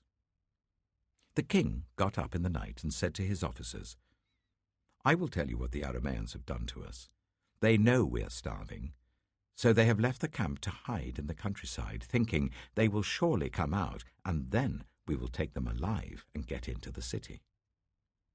One of his officers answered, "Make some men take 5 of the horses that are left in the city. Their plight will be like that of all the Israelites left here. Yes, they will only be like all these Israelites who are doomed. So let us send them to find out what happened." So they selected 2 chariots with their horses, and the king sent them after the Aramean army. He commanded the drivers, "Go and find out what has happened." They followed them as far as the Jordan, and they found the whole road strewn with the clothing and equipment the Arameans had thrown away in their headlong flight. So the messengers returned and reported to the king. Then the people went out and plundered the camp of the Arameans. So a seah of the finest flour sold for a shekel, and 2 seahs of barley sold for a shekel, as the Lord had said. Now the king had put the officer on whose arm he leaned in charge of the gate. And the people trampled him in the gateway, and he died, just as the man of God had foretold when the king came down to his house.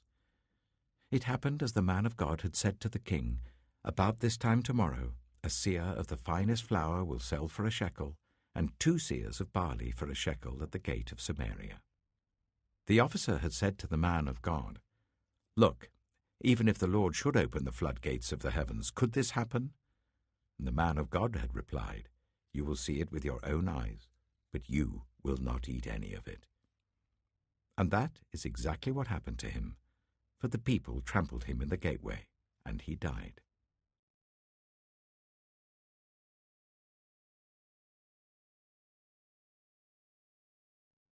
Two Kings, chapter 8.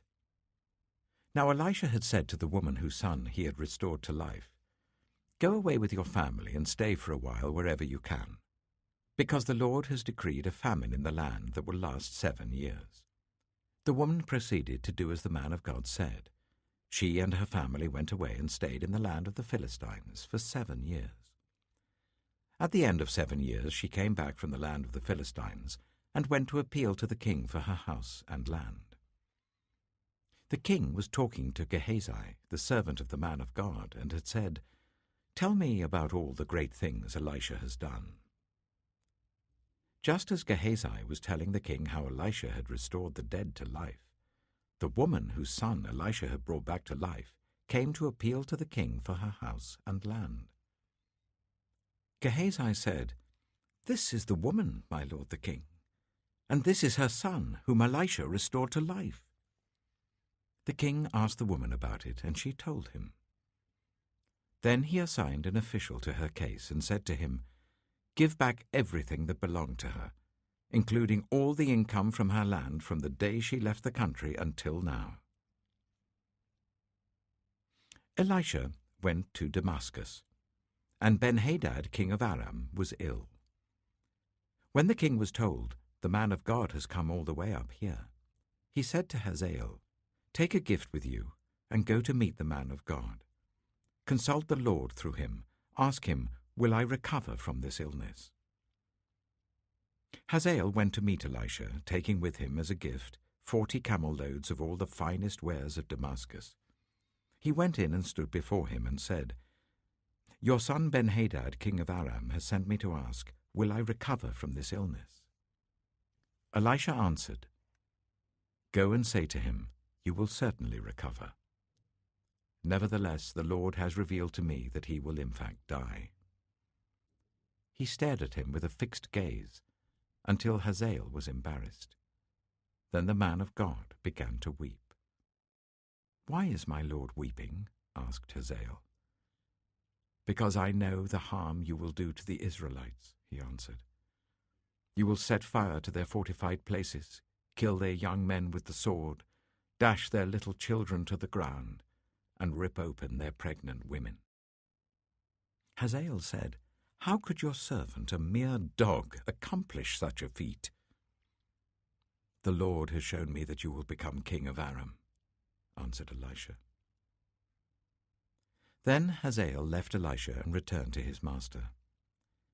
When Ben-Hadad asked, "What did Elisha say to you?" Hazael replied, "He told me that you would certainly recover." But the next day he took a thick cloth, soaked it in water, and spread it over the king's face so that he died. Then Hazael succeeded him as king. In the 5th year of Joram, son of Ahab, king of Israel, when Jehoshaphat was king of Judah, Jehoram, son of Jehoshaphat, began his reign as king of Judah. He was 32 years old when he became king, and he reigned in Jerusalem for 8 years. He followed the ways of the kings of Israel, as the house of Ahab had done, for he married a daughter of Ahab. He did evil in the eyes of the Lord. Nevertheless, for the sake of his servant David, the Lord was not willing to destroy Judah. He had promised to maintain a lamp for David and his descendants forever. In the time of Jehoram, Edom rebelled against Judah and set up its own king. So Jehoram went to Zair with all his chariots. The Edomites surrounded him and his chariot commanders, but he rose up and broke through by night. His army, however, fled back home. To this day, Edom has been in rebellion against Judah. Libnah revolted at the same time. As for the other events of Jehoram's reign and all he did, are they not written in the book of the annals of the kings of Judah? Jehoram rested with his ancestors and was buried with them in the city of David. And Ahaziah his son succeeded him as king. In the 12th year of Joram, son of Ahab king of Israel, Ahaziah son of Jehoram king of Judah began to reign. Ahaziah was 22 years old when he became king, and he reigned in Jerusalem for 1 year. His mother's name was Athaliah, a granddaughter of Omri, king of Israel. He followed the ways of the house of Ahab and did evil in the eyes of the Lord, as the house of Ahab had done, for he was related by marriage to Ahab's family. Ahaziah went with Joram, son of Ahab, to war against Hazael, king of Aram, at Ramoth-Gilead. The Arameans wounded Joram. So King Joram returned to Jezreel to recover from the wounds the Arameans had inflicted on him at Ramoth in his battle with Hazael, king of Aram. Then Ahaziah, son of Jehoram, king of Judah, went down to Jezreel to see Joram, son of Ahab, because he had been wounded.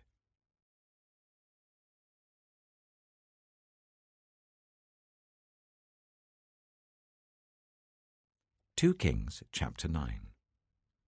The prophet Elisha summoned a man from the company of the prophets and said to him, "Tuck your cloak into your belt, take this flask of olive oil with you, and go to Ramoth-Gilead. When you get there, look for Jehu, son of Jehoshaphat, the son of Nimshi. Go to him, get him away from his companions, and take him into an inner room. Then take the flask and pour the oil on his head and declare, 'This is what the Lord says, I anoint you king over Israel.' Then open the door and run. Don't delay." So the young prophet went to Ramoth-Gilead. When he arrived, he found the army officers sitting together. "I have a message for you, Commander," he said. "For which of us?" asked Jehu. "For you, Commander," he replied. Jehu got up and went into the house. Then the prophet poured the oil on Jehu's head and declared, "This is what the Lord, the God of Israel, says.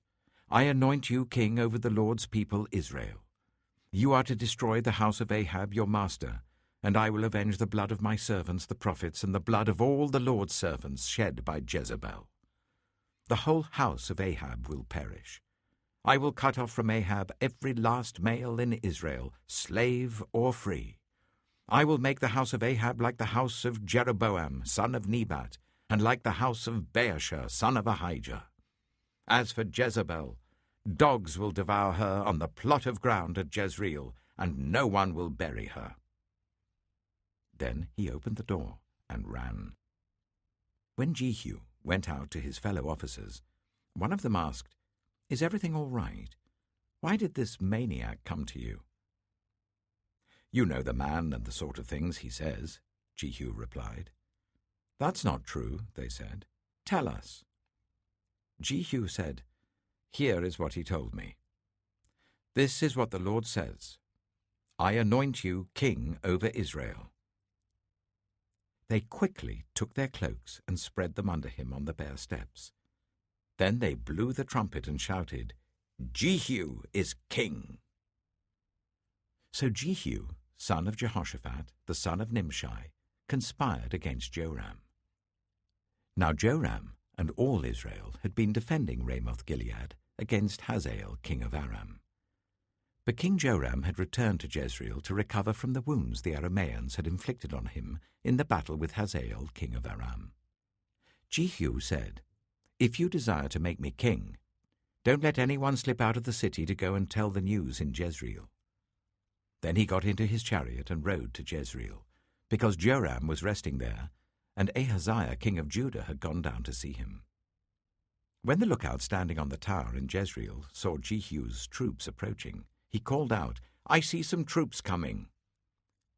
"Get a horseman," Joram ordered. "Send him to meet them and ask, 'Do you come in peace?'" The horseman rode off to meet Jehu and said, This is what the king says. Do you come in peace? What do you have to do with peace? Jehu replied. Fall in behind me. The lookout reported, The messenger has reached them, but he isn't coming back. So the king sent out a second horseman. When he came to them, he said, This is what the king says. Do you come in peace? Jehu replied, What do you have to do with peace? Fall in behind me. The lookout reported, He has reached them, but he isn't coming back either. The driving is like that of Jehu, son of Nimshi. He drives like a maniac. Hitch up my chariot, Joram ordered. And when it was hitched up, Joram, king of Israel, and Ahaziah, king of Judah, rode out, each in his own chariot, to meet Jehu. They met him at the plot of ground that had belonged to Naboth the Jezreelite. When Joram saw Jehu, he asked, Have you come in peace, Jehu? How can there be peace, Jehu replied, as long as all the idolatry and witchcraft of your mother Jezebel abound? Joram turned about and fled, calling out to Ahaziah, Treachery, Ahaziah! Then Jehu drew his bow and shot Joram between the shoulders. The arrow pierced his heart, and he slumped down in his chariot. Jehu said to Bidkar, his chariot officer, Pick him up and throw him on the field that belonged to Naboth the Jezreelite. Remember how you and I were riding together in chariots behind Ahab his father, when the Lord spoke this prophecy against him? Yesterday I saw the blood of Naboth and the blood of his sons, declares the Lord, and I will surely make you pay for it on this plot of ground, declares the Lord. Now then, pick him up and throw him on that plot, in accordance with the word of the Lord. When Ahaziah, king of Judah, saw what had happened, he fled up the road to Beth-Hagan. Jehu chased him, shouting, Kill him too. They wounded him in his chariot on the way up to Gur near Ibleam, but he escaped to Megiddo and died there. His servant took him by chariot to Jerusalem and buried him with his ancestors in his tomb in the city of David. In the 11th year of Joram, son of Ahab, Ahaziah had become king of Judah. Then Jehu went to Jezreel. When Jezebel heard about it, she put on eye makeup, arranged her hair, and looked out of a window. As Jehu entered the gate, she asked, Have you come in peace, you, Zimri, you murderer of your master? He looked up at the window and called out, Who is on my side? Who? 2 or 3 eunuchs looked down at him. Throw her down, Jehu said. So they threw her down, and some of her blood spattered the wall and the horses as they trampled her underfoot. Jehu went in and ate and drank. Take care of that cursed woman, he said, and bury her, for she was a king's daughter. But when they went out to bury her, they found nothing except her skull, her feet, and her hands. They went back and told Jehu, who said, This is the word of the Lord that he spoke through his servant Elijah the Tishbite. On the plot of ground at Jezreel, dogs will devour Jezebel's flesh. Jezebel's body will be like dung on the ground in the plot at Jezreel, so that no one will be able to say, This is Jezebel.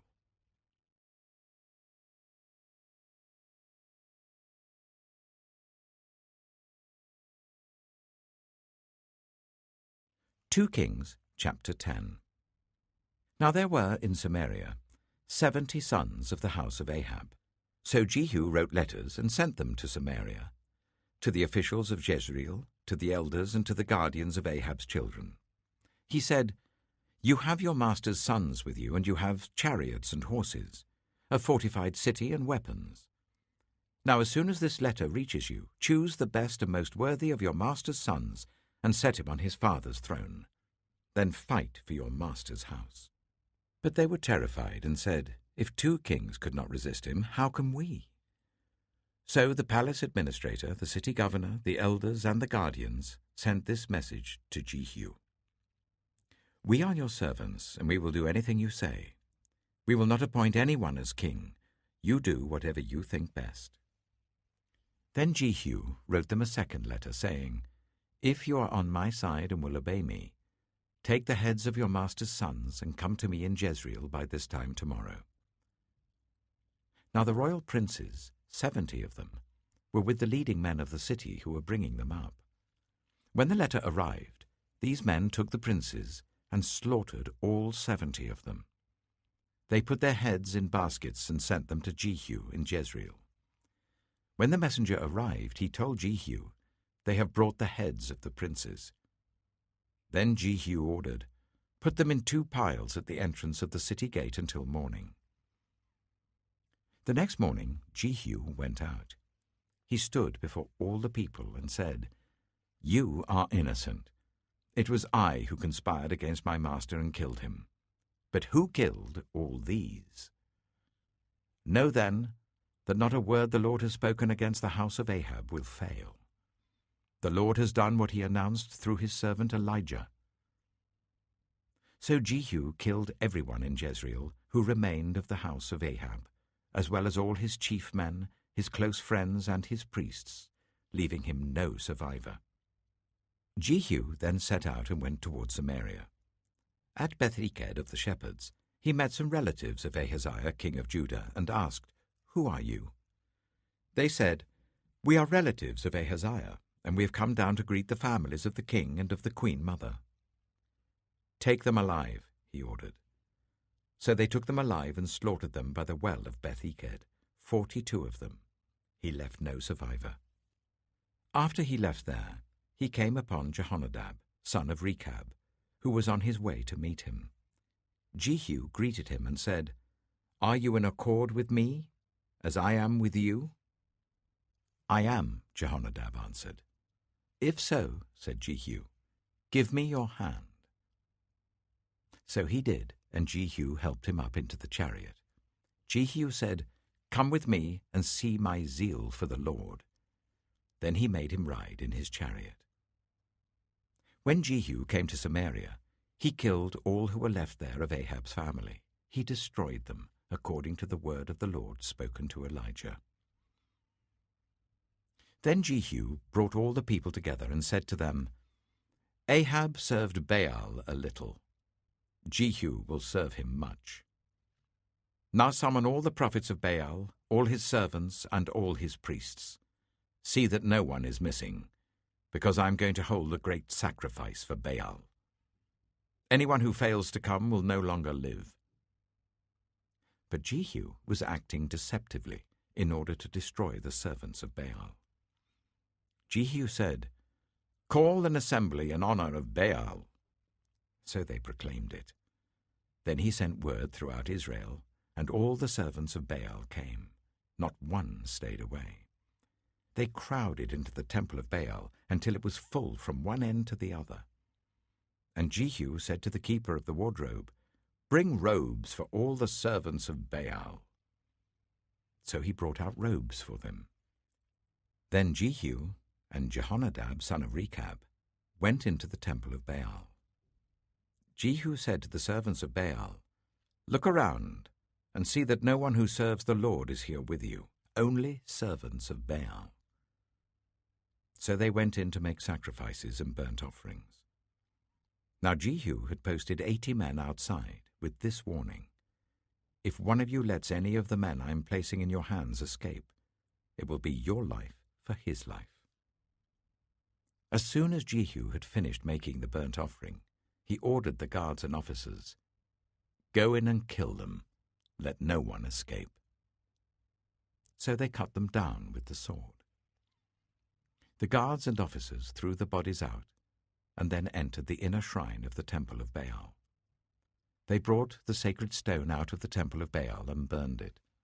They demolished the sacred stone of Baal and tore down the temple of Baal, and people have used it for a latrine to this day. So Jehu destroyed Baal worship in Israel. However, he did not turn away from the sins of Jeroboam son of Nebat, which he had caused Israel to commit, the worship of the golden calves at Bethel and Dan. The Lord said to Jehu, Because you have done well in accomplishing what is right in my eyes, and have done to the house of Ahab all I had in mind to do, your descendants will sit on the throne of Israel to the 4th generation. Yet Jehu was not careful to keep the law of the Lord, the God of Israel, with all his heart. He did not turn away from the sins of Jeroboam, which he had caused Israel to commit. In those days the Lord began to reduce the size of Israel. Hazael overpowered the Israelites throughout their territory east of the Jordan in all the land of Gilead, the region of Gad, Reuben, and Manasseh, from Aroer by the Arnon Gorge through Gilead to Bashan. As for the other events of Jehu's reign, all he did and all his achievements, are they not written in the book of the annals of the kings of Israel? Jehu rested with his ancestors and was buried in Samaria, and Jehoahaz his son succeeded him as king. The time that Jehu reigned over Israel in Samaria was 28 years.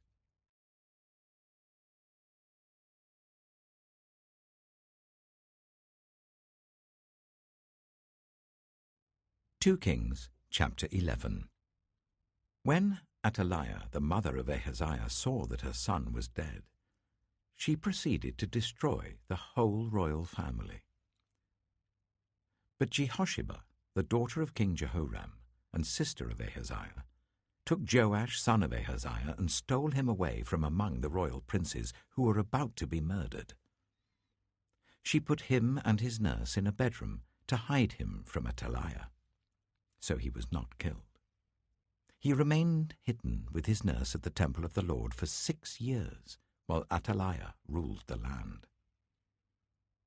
In the 7th year, Jehoiada sent for the commanders of units of 100, the Kerites and the guards, and had them brought to him at the temple of the Lord. He made a covenant with them and put them under oath at the temple of the Lord. Then he showed them the king's son. He commanded them, saying, "This is what you are to do. You, who are in the 3 companies that are going on duty on the Sabbath, 1/3 of you guarding the royal palace, 1/3 at the Shur gate, and 1/3 at the gate behind the guard, who take turns guarding the temple, and you who are in the other 2 companies that normally go off Sabbath duty, are all to guard the temple for the king. Station yourselves round the king, each of you with weapon in hand. Anyone who approaches your ranks is to be put to death. Stay close to the king wherever he goes." The commanders of units of 100 did just as Jehoiada the priest ordered. Each one took his men, those who were going on duty on the Sabbath, and those who were going off duty, and came to Jehoiada the priest. Then he gave the commanders the spears and shields that had belonged to King David, and that were in the temple of the Lord. The guards, each with weapon in hand, stationed themselves round the king, near the altar and the temple, from the south side to the north side of the temple. Jehoiada brought out the king's son and put the crown on him. He presented him with a copy of the covenant and proclaimed him king. They anointed him, and the people clapped their hands and shouted, "Long live the king." When Athaliah heard the noise made by the guards and the people, she went to the people at the temple of the Lord.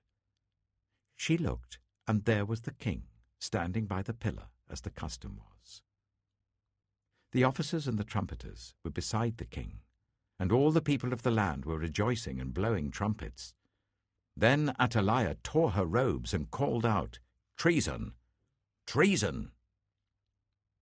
Jehoiada the priest ordered the commanders of units of 100 who were in charge of the troops, "Bring her out between the ranks and put to the sword anyone who follows her." For the priest had said, she must not be put to death in the temple of the Lord.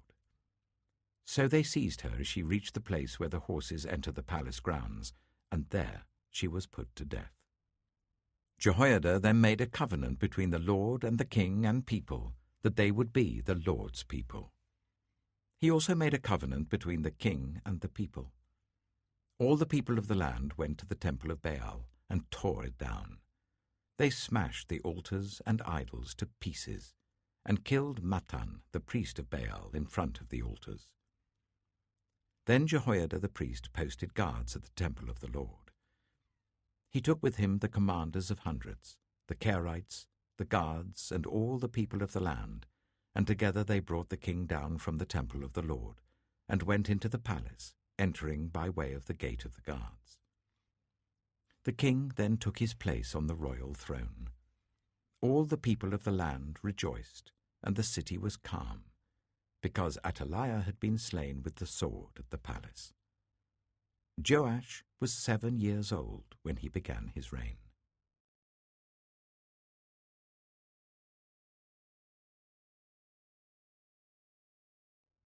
2 Kings chapter 12. In the 7th year of Jehu, Joash became king, and he reigned in Jerusalem for 40 years. His mother's name was Zibiah. She was from Beersheba. Joash did what was right in the eyes of the Lord all the years Jehoiada the priest instructed him. The high places, however, were not removed. The people continued to offer sacrifices and burn incense there.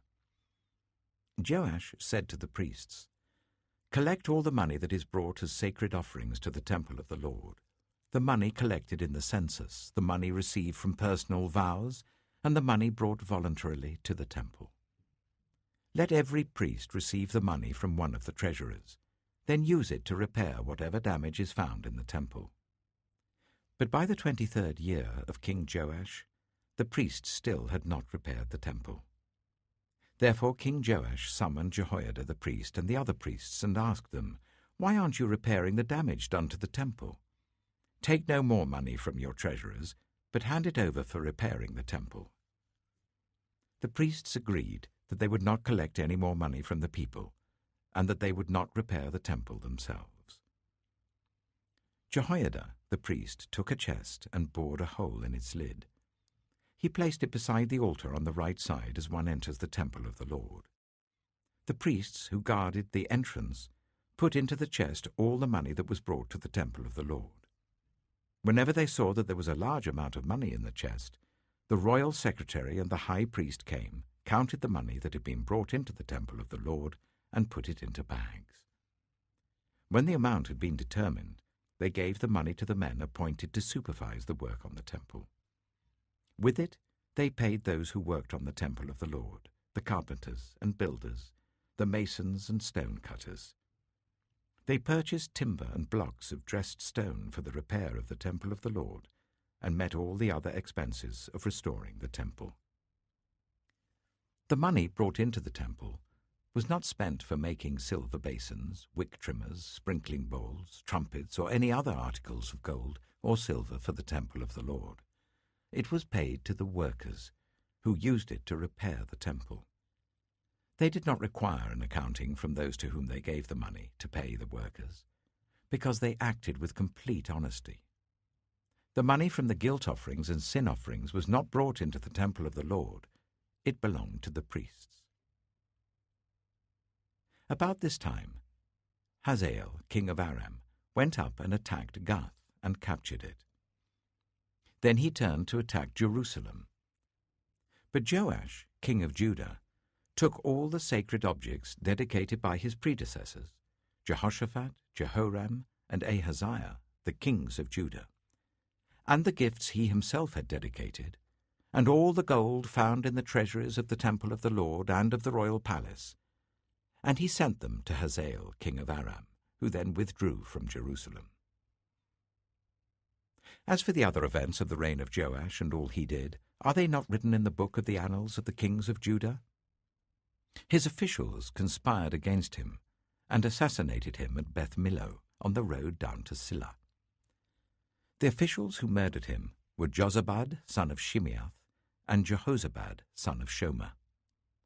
He died and was buried with his ancestors in the city of David, and Amaziah his son succeeded him as king.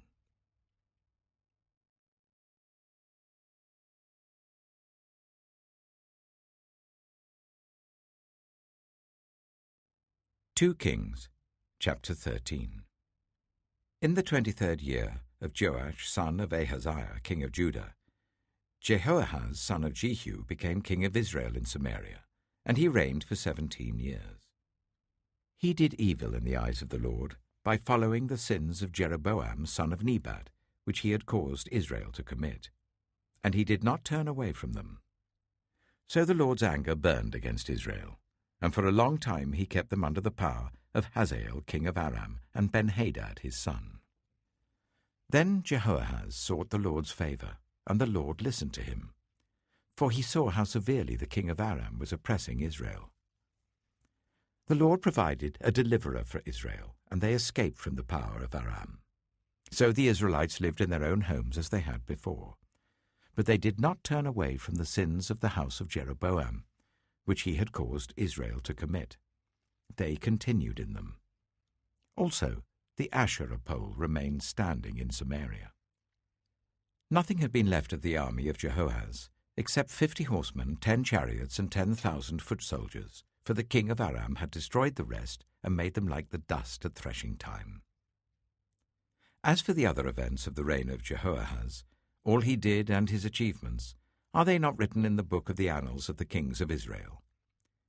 Jehoahaz rested with his ancestors and was buried in Samaria, and Jehoash his son succeeded him as king. In the 37th year of Joash king of Judah, Jehoash son of Jehoahaz became king of Israel in Samaria, and he reigned for 16 years. He did evil in the eyes of the Lord, and did not turn away from any of the sins of Jeroboam son of Nebat, which he had caused Israel to commit. He continued in them. As for the other events of the reign of Jehoash, all he did and his achievements, including his war against Amaziah king of Judah, are they not written in the book of the annals of the kings of Israel? Jehoash rested with his ancestors, and Jeroboam succeeded him on the throne. Jehoash was buried in Samaria with the kings of Israel. Now Elisha had been suffering from the illness from which he died. Jehoash, king of Israel, went down to see him and wept over him. my father, he cried, the chariots and horsemen of Israel." Elisha said, "Get a bow and some arrows." And he did so. "Take the bow in your hands," he said to the king of Israel. When he had taken it, Elisha put his hands on the king's hands. "Open the east window," he said, and he opened it. "Shoot," Elisha said, and he shot. "The Lord's arrow of victory, the arrow of victory over Aram," Elisha declared. "You will completely destroy the Arameans at Aphek." Then he said, "Take the arrows," and the king took them. Elisha told him, "Strike the ground." He struck it 3 times and stopped. The man of God was angry with him and said, "You should have struck the ground 5 or 6 times. Then you would have defeated Aram and completely destroyed it. But now you will defeat it only 3 times. Elisha died and was buried. Now Moabite raiders used to enter the country every spring. Once, while some Israelites were burying a man, suddenly they saw a band of raiders, so they threw the man's body into Elisha's tomb. When the body touched Elisha's bones, the man came to life and stood up on his feet. Hazael, king of Aram, oppressed Israel throughout the reign of Jehoahaz. But the Lord was gracious to them and had compassion and showed concern for them because of his covenant with Abraham, Isaac, and Jacob. To this day he has been unwilling to destroy them or banish them from his presence. Hazael, king of Aram, died, and Ben-Hadad his son succeeded him as king. Then Jehoash, son of Jehoahaz, recaptured from Ben-Hadad, son of Hazael, the towns he had taken in battle from his father Jehoahaz. 3 times Jehoash defeated him, and so he recovered the Israelite towns.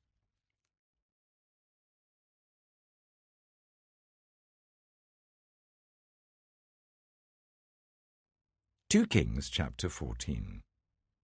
In the 2nd year of Jehoash, son of Jehoahaz, king of Israel, Amaziah, son of Joash, king of Judah, began to reign.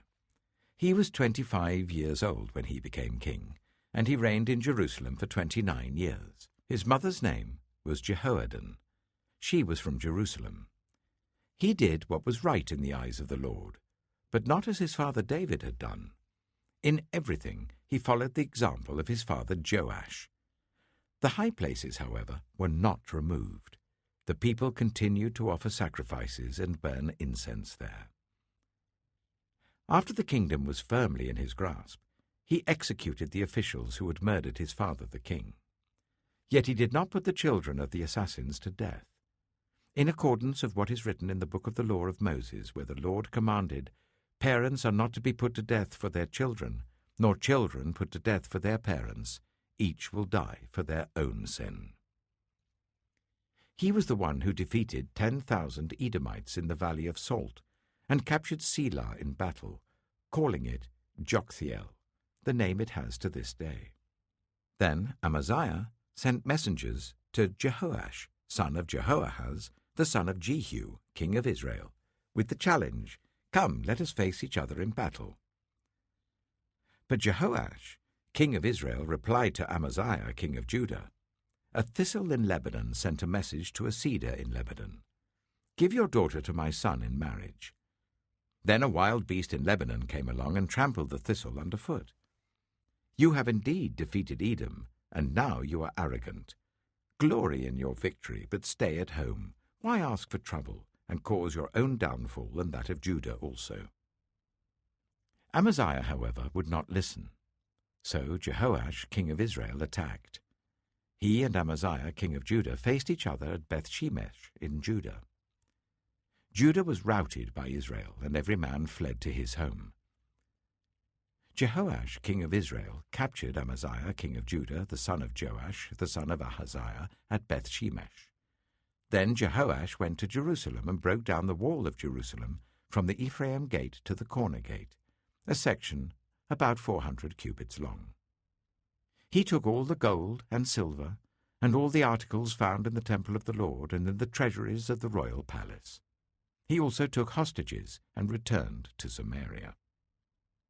As for the other events of the reign of Jehoash, what he did and his achievements, including his war against Amaziah, king of Judah, are they not written in the book of the annals of the kings of Israel? Jehoash rested with his ancestors and was buried in Samaria with the kings of Israel, and Jeroboam his son succeeded him as king. Amaziah, son of Joash, king of Judah, lived for 15 years after the death of Jehoash, son of Jehoahaz, king of Israel. As for the other events of Amaziah's reign, are they not written in the book of the annals of the kings of Judah? They conspired against him in Jerusalem, and he fled to Lachish.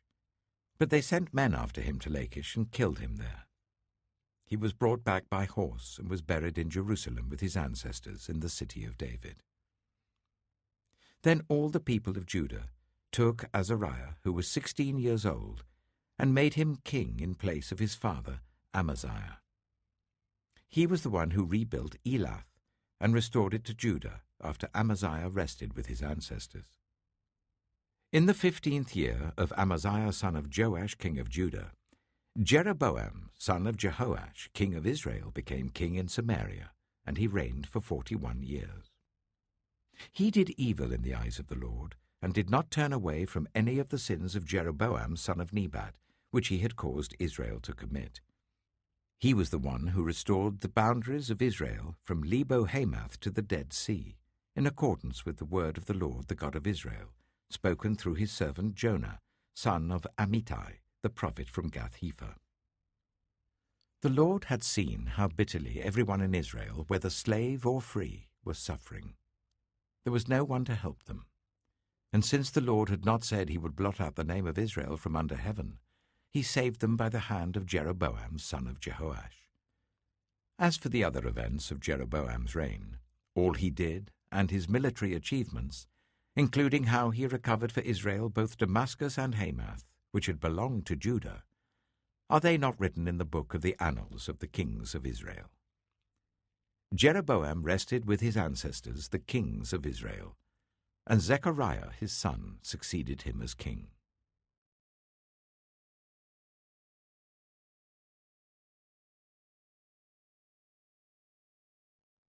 2 Kings, chapter 15.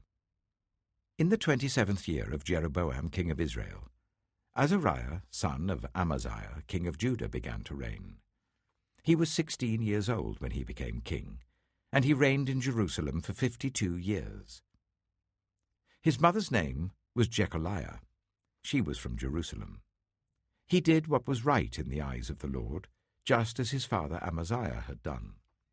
The high places, however, were not removed.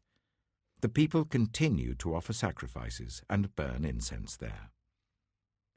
The Lord afflicted the king with leprosy until the day he died, and he lived in a separate house. Jotham, the king's son, had charge of the palace and governed the people of the land. As for the other events of Azariah's reign and all he did, are they not written in the book of the annals of the kings of Judah? Azariah rested with his ancestors and was buried near them in the city of David, and Jotham his son succeeded him as king. In the 38th year of Azariah king of Judah, Zechariah son of Jeroboam became king of Israel in Samaria, and he reigned for 6 months. He did evil in the eyes of the Lord, as his predecessors had done. He did not turn away from the sins of Jeroboam son of Nebat, which he had caused Israel to commit. Shallum, son of Jabesh, conspired against Zechariah. He attacked him in front of the people, assassinated him, and succeeded him as king. The other events of Zechariah's reign are written in the book of the annals of the kings of Israel. So the word of the Lord spoken to Jehu was fulfilled.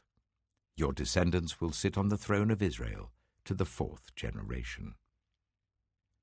Shallum, son of Jabesh, became king in the 39th year of Uzziah, king of Judah, and he reigned in Samaria for 1 month.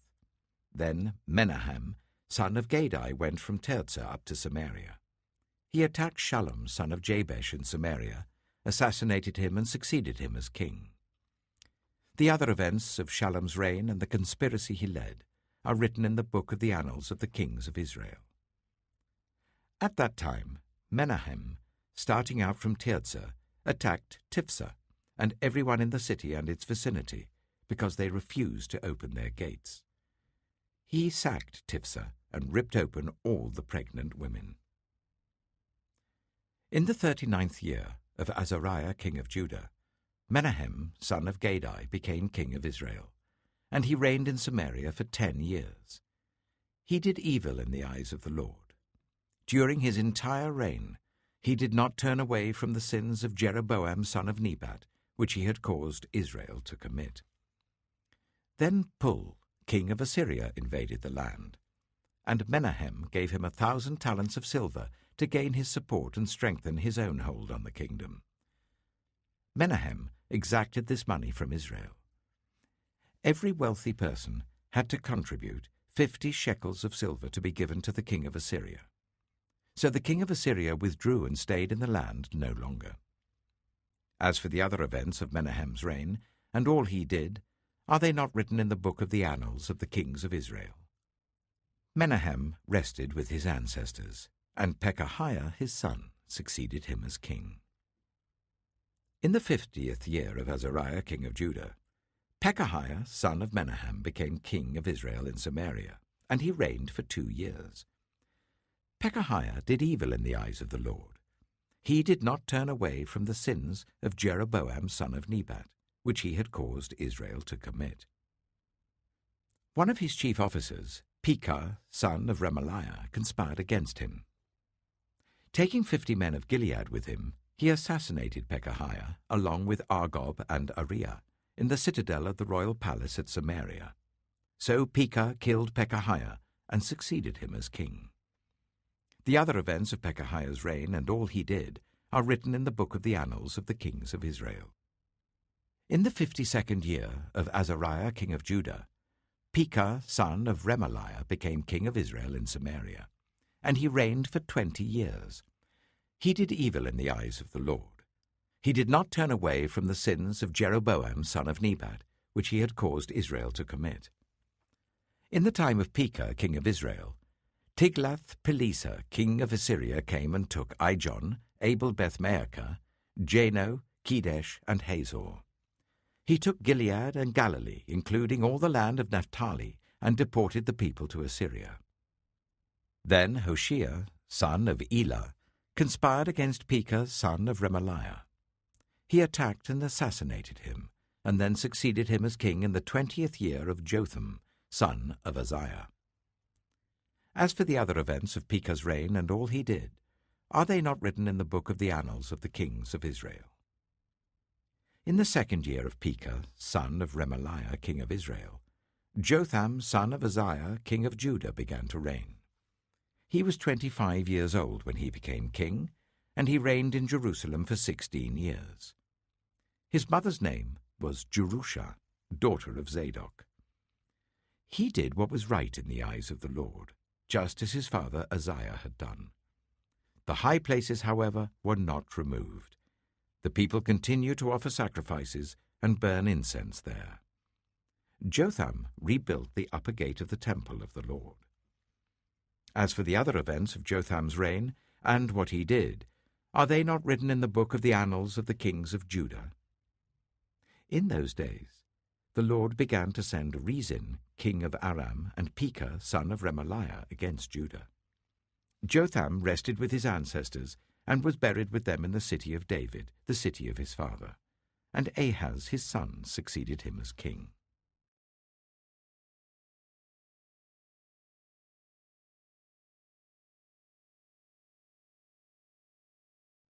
2 Kings, chapter 16. In the 17th year of Pekah, son of Remaliah, Ahaz, son of Jotham, king of Judah, began to reign. Ahaz was 20 years old when he became king, and he reigned in Jerusalem for 16 years. Unlike David his father, he did not do what was right in the eyes of the Lord his God. He followed the ways of the kings of Israel, and even sacrificed his son in the fire, engaging in the detestable practices of the nations the Lord had driven out before the Israelites. He offered sacrifices and burned incense at the high places, on the hilltops, and under every spreading tree. Then Rezin, king of Aram, and Pekah, son of Remaliah, king of Israel, marched up to fight against Jerusalem and besieged Ahaz, but they could not overpower him. At that time, Rezin, king of Aram, recovered Elath for Aram by driving out the people of Judah. Edomites then moved into Elath and have lived there to this day. Ahaz sent messengers to say to Tiglath-Pileser, king of Assyria, "I am your servant and vassal. Come up and save me out of the hand of the king of Aram and of the king of Israel who are attacking me." And Ahaz took the silver and gold found in the temple of the Lord and in the treasuries of the royal palace, and sent it as a gift to the king of Assyria. The king of Assyria complied by attacking Damascus and capturing it. He deported its inhabitants to Kir and put Rezin to death. Then King Ahaz went to Damascus to meet Tiglath-Pileser, king of Assyria. He saw an altar in Damascus and sent Uriah the priest a sketch of the altar with detailed plans for its construction.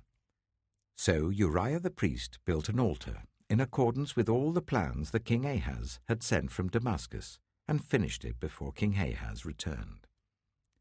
When the king came back from Damascus and saw the altar, he approached it and presented offerings on it. He offered up his burnt offering and grain offering, poured out his drink offering, and splashed the blood of his fellowship offerings against the altar. The bronze altar that stood before the Lord he brought from the front of the temple, from between the new altar and the temple of the Lord, and put it on the north side of the new altar. King Ahaz then gave these orders to Uriah the priest. On the large new altar, offer the morning burnt offering and the evening grain offering, the king's burnt offering and his grain offering, and the burnt offering of all the people of the land, and their grain offering and their drink offering. Splash against this altar the blood of all the burnt offerings and sacrifices. But I will use the bronze altar for seeking guidance. And Uriah the priest did just as King Ahaz had ordered. King Ahaz cut off the side panels and removed the basins from the movable stands. He removed the sea from the bronze bulls that supported it and set it on a stone base. He took away the Sabbath canopy that had been built at the temple and removed the royal entrance outside the temple of the Lord in deference to the king of Assyria. As for the other events of the reign of Ahaz and what he did, Are they not written in the book of the annals of the kings of Judah? Ahaz rested with his ancestors and was buried with them in the city of David, and Hezekiah his son succeeded him as king.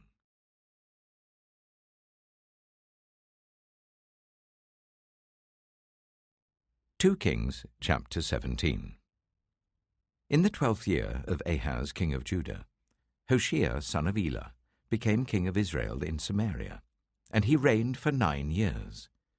He did evil in the eyes of the Lord, but not like the kings of Israel who preceded him. Shalmaneser king of Assyria came up to attack Hoshea, who had been Shalmaneser's vassal and had paid him tribute. But the king of Assyria discovered that Hoshea was a traitor, for he had sent envoys to So, king of Egypt, and he no longer paid tribute to the king of Assyria as he had done year by year. Therefore Shalmaneser seized him and put him in prison. The king of Assyria invaded the entire land, marched against Samaria, and laid siege to it for 3 years. In the 9th year of Hoshea, the king of Assyria captured Samaria and deported the Israelites to Assyria. He settled them in Halah, in Gozan, on the river Habor, and in the towns of the Medes. All this took place because the Israelites had sinned against the Lord their God, who had brought them up out of Egypt from under the power of Pharaoh, king of Egypt. They worshipped other gods, and followed the practices of the nations the Lord had driven out before them, as well as the practices that the kings of Israel had introduced. The Israelites secretly did things against the Lord their God that were not right. From watchtower to fortified city, they built themselves high places in all their towns. They set up sacred stones and Asherah poles on every high hill and under every spreading tree. At every high place they burned incense, as the nations whom the Lord had driven out before them had done. They did wicked things that aroused the Lord's anger. They worshipped idols, though the Lord had said, "You shall not do this." The Lord warned Israel and Judah through all his prophets and seers, "Turn from your evil ways. Observe my commands and decrees, in accordance with the entire law that I commanded your ancestors to obey and that I delivered to you through my servants the prophets." But they would not listen, and were as stiff-necked as their ancestors, who did not trust in the Lord their God. They rejected his decrees and the covenant he had made with their ancestors and the statutes he had warned them to keep. They followed worthless idols and themselves became worthless. They imitated the nations around them, although the Lord had ordered them, "Do not do as they do." They forsook all the commands of the Lord their God and made for themselves 2 idols cast in the shape of calves and an Asherah pole. They bowed down to all the starry hosts, and they worshipped Baal. They sacrificed their sons and daughters in the fire. They practiced divination and sought omens and sold themselves to do evil in the eyes of the Lord, arousing his anger. So the Lord was very angry with Israel and removed them from his presence. Only the tribe of Judah was left, and even Judah did not keep the commands of the Lord their God. They followed the practices Israel had introduced. Therefore the Lord rejected all the people of Israel. He afflicted them and gave them into the hands of plunderers, until he thrust them from his presence. When he tore Israel away from the house of David, they made Jeroboam son of Nebat their king. Jeroboam enticed Israel away from following the Lord and caused them to commit a great sin. The Israelites persisted in all the sins of Jeroboam and did not turn away from them, until the Lord removed them from his presence, as he had warned through all his servants the prophets. So the people of Israel were taken from their homeland into exile in Assyria, and they are still there. The king of Assyria brought people from Babylon, Cuthah, Ava, Hamath, and Sepharvaim, and settled them in the towns of Samaria to replace the Israelites. They took over Samaria and lived in its towns. When they first lived there, they did not worship the Lord. So he sent lions among them, and they killed some of the people. It was reported to the king of Assyria, "The people you deported and resettled in the towns of Samaria do not know what the God of that country requires. He has sent lions among them, which are killing them off, because the people do not know what he requires. Then the king of Assyria gave this order: Make one of the priests you took captive from Samaria go back to live there, and teach the people what the God of the land requires. So one of the priests who had been exiled from Samaria came to live in Bethel, and taught them how to worship the Lord. Nevertheless, each national group made its own gods in the several towns where they settled, and set them up in the shrines the people of Samaria had made at the high places. The people from Babylon made Succoth-Benoth, those from Cutha made Nergal, and those from Hamath made Ashima. The Avites made Nibaz and Tartak, and the Sepharvites burned their children in the fire as sacrifices to Adramelech and Anamelech, the gods of Sepharvaim. They worshipped the Lord, but they also appointed all sorts of their own people to officiate for them as priests in the shrines at the high places. They worshipped the Lord, but they also served their own gods in accordance with the customs of the nations from which they had been brought. To this day they persist in their former practices. They neither worship the Lord nor adhere to the decrees and regulations, the laws and commands that the Lord gave the descendants of Jacob, whom he named Israel. When the Lord made a covenant with the Israelites, he commanded them, "Do not worship any other gods, or bow down to them, serve them, or sacrifice to them. But the Lord who brought you up out of Egypt with mighty power and outstretched arm is the one you must worship. To him you shall bow down, and to him offer sacrifices. You must always be careful to keep the decrees and regulations, the laws and commands he wrote for you. Do not worship other gods. Do not forget the covenant I have made with you, and do not worship other gods. Rather, worship the Lord your God. It is he who will deliver you from the hand of all your enemies." They would not listen, however, but persisted in their former practices. Even while these people were worshipping the Lord, they were serving their idols. To this day, their children and grandchildren continue to do as their ancestors did.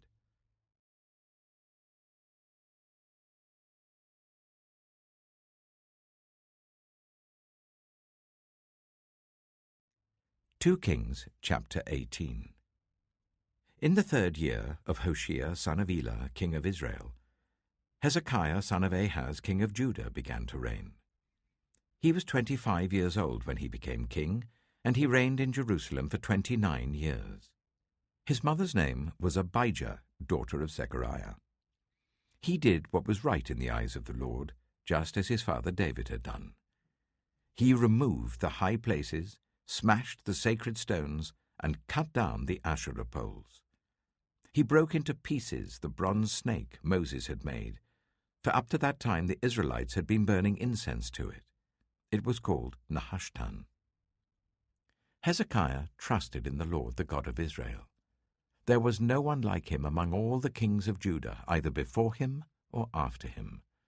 He held fast to the Lord and did not stop following him. He kept the commands the Lord had given Moses, and the Lord was with him. He was successful in whatever he undertook. He rebelled against the king of Assyria and did not serve him. From watchtower to fortified city, he defeated the Philistines as far as Gaza and its territory. In King Hezekiah's 4th year, which was the 7th year of Hoshea son of Elah, king of Israel, Shalmaneser, king of Assyria, marched against Samaria and laid siege to it. At the end of 3 years, the Assyrians took it. So Samaria was captured in Hezekiah's 6th year, which was the 9th year of Hoshea, king of Israel. The king of Assyria deported Israel to Assyria and settled them in Halah, in Gozan, on the river Habor, and in the towns of the Medes. This happened because they had not obeyed the Lord their God, but had violated his covenant, all that Moses the servant of the Lord commanded. They neither listened to the commands nor carried them out. In the 14th year of King Hezekiah's reign, Sennacherib, king of Assyria, attacked all the fortified cities of Judah and captured them. So Hezekiah, king of Judah, sent this message to the king of Assyria at Lachish: "I have done wrong. Withdraw from me, and I will pay whatever you demand of me." The king of Assyria exacted from Hezekiah king of Judah 300 talents of silver and 30 talents of gold. So Hezekiah gave him all the silver that was found in the temple of the Lord and in the treasuries of the royal palace. At this time, Hezekiah king of Judah stripped off the gold with which he had covered the doors and doorposts of the temple of the Lord and gave it to the king of Assyria. The king of Assyria sent his supreme commander, his chief officer, and his field commander with a large army from Lachish to King Hezekiah at Jerusalem. They came up to Jerusalem and stopped at the aqueduct of the upper pool on the road to the washerman's field. They called for the king, and Eliakim son of Hilkiah the palace administrator, Shebna the secretary, and Joah son of Asaph the recorder went out to them. The field commander said to them, "Tell Hezekiah, this is what the great king, the king of Assyria, says. On what are you basing this confidence of yours? You say you have the counsel and the might for war, but you speak only empty words. On whom are you depending that you rebel against me? Look, I know you are depending on Egypt, that splintered reed of a staff, which pierces the hand of anyone who leans on it. Such is Pharaoh king of Egypt to all who depend on him. But if you say to me, we are depending on the Lord our God, isn't he the one whose high places and altars Hezekiah removed, saying to Judah and Jerusalem, you must worship before this altar in Jerusalem? Come now, make a bargain with my master the king of Assyria. I will give you 2,000 horses, if you can put riders on them. How can you repulse one officer of the least of my master's officials, even though you are depending on Egypt for chariots and horsemen? Furthermore, have I come to attack and destroy this place without word from the Lord? The Lord himself told me to march against this country and destroy it." Then Eliakim, son of Hilkiah, and Shebna and Joah said to the field commander, "Please speak to your servants in Aramaic, since we understand it. Don't speak to us in Hebrew in the hearing of the people on the wall." But the commander replied, "Was it only to your master and you that my master sent me to say these things, and not to the people sitting on the wall, who, like you, will have to eat their own excrement and drink their own urine?" Then the commander stood and called out in Hebrew, "Hear the word of the great king, the king of Assyria. This is what the king says. Do not let Hezekiah deceive you. He cannot deliver you from my hand. Do not let Hezekiah persuade you to trust in the Lord when he says, 'The Lord will surely deliver us. This city will not be given into the hand of the king of Assyria.' Do not listen to Hezekiah. This is what the king of Assyria says. Make peace with me and come out to me. Then each of you will eat fruit from your own vine and fig tree and drink water from your own cistern, until I come and take you to a land like your own, a land of grain and new wine, a land of bread and vineyards, a land of olive trees and honey. Choose life and not death. Do not listen to Hezekiah, for he is misleading you when he says, 'The Lord will deliver us.' Has the God of any nation ever delivered his land from the hand of the king of Assyria? Where are the gods of Hamath and Arpad? Where are the gods of Sepharvaim, Hena, and Ivah? Have they rescued Samaria from my hand? Who of all the gods of these countries have been able to save his land from me? How then can the Lord deliver Jerusalem from my hand?" But the people remained silent and said nothing in reply, because the king had commanded, "Do not answer him." Then Eliakim, son of Hilkiah the palace administrator, Shebna the secretary, and Joah son of Asaph the recorder went to Hezekiah with their clothes torn and told him what the field commander had said.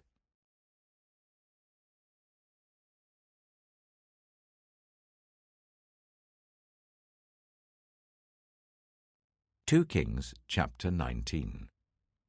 When King Hezekiah heard this, he tore his clothes and put on sackcloth and went into the temple of the Lord. He sent Eliakim the palace administrator, Shebna the secretary, and the leading priests, all wearing sackcloth, to the prophet Isaiah, son of Amos. They told him, "This is what Hezekiah says. This is a day of distress and rebuke and disgrace, as when children come to the moment of birth and there is no strength to deliver them. It may be that the Lord your God will hear all the words of the field commander whom his master the king of Assyria had sent to ridicule the living God, and that he will rebuke him for the words the Lord your God has heard. Therefore pray for the remnant that still survives. When King Hezekiah's officials came to Isaiah, Isaiah said to them, "Tell your master, this is what the Lord says. Do not be afraid of what you have heard, those words with which the underlings of the king of Assyria have blasphemed me. Listen.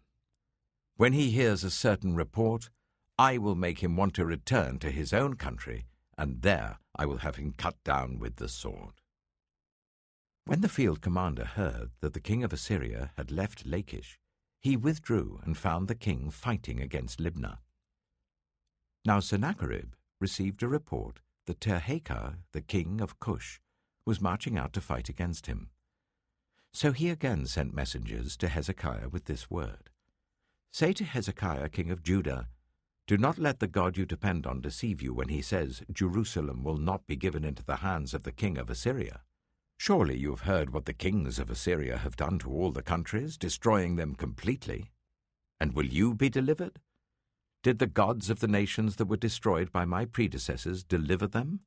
The gods of Gozan, Haran, Reseph, and the people of Eden, who were in Tel Assa? Where is the king of Hamath or the king of Arpad? Where are the kings of Lair, Sepharvaim, Hena, and Ivah?" Hezekiah received the letter from the messengers and read it. Then he went up to the temple of the Lord and spread it out before the Lord. And Hezekiah prayed to the Lord, "Lord, the God of Israel, enthroned between the cherubim, you alone are God over all the kingdoms of the earth. You have made heaven and earth. Give ear, Lord, and hear.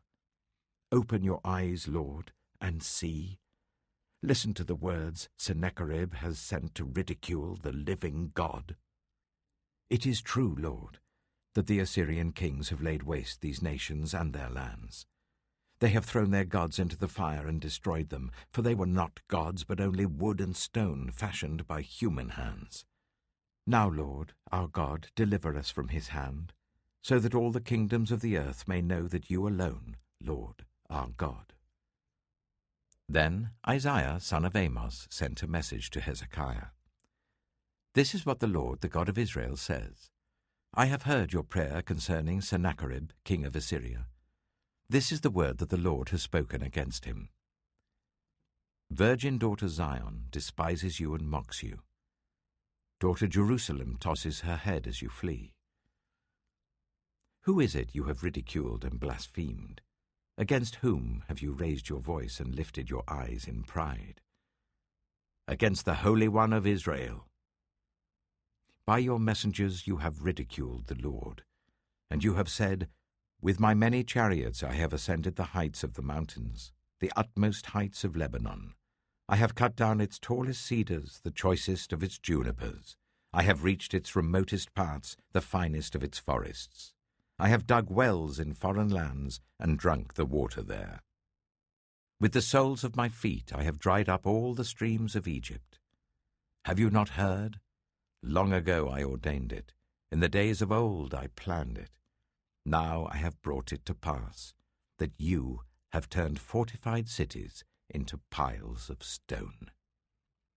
Their people, drained of power, are dismayed and put to shame. They are like plants in the field, like tender green shoots, like grass sprouting on the roof, scorched before it grows up.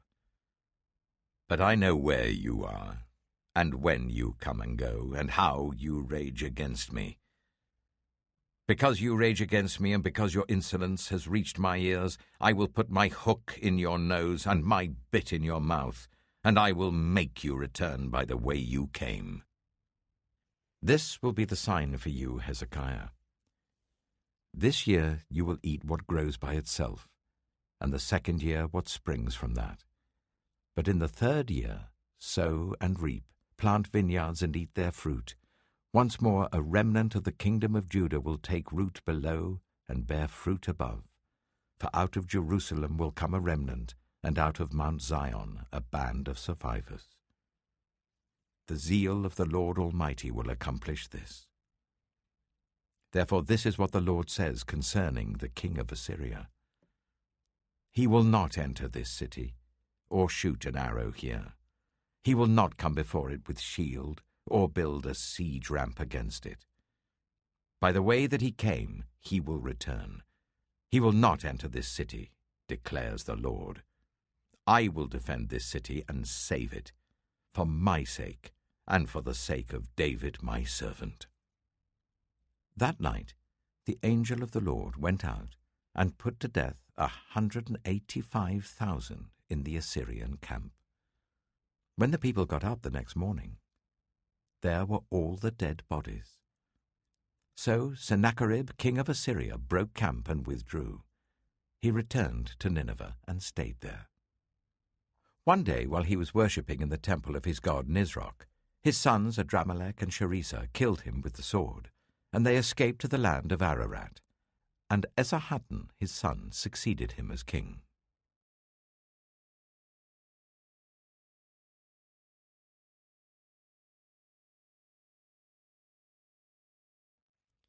2 Kings chapter 20. In those days Hezekiah became ill and was at the point of death.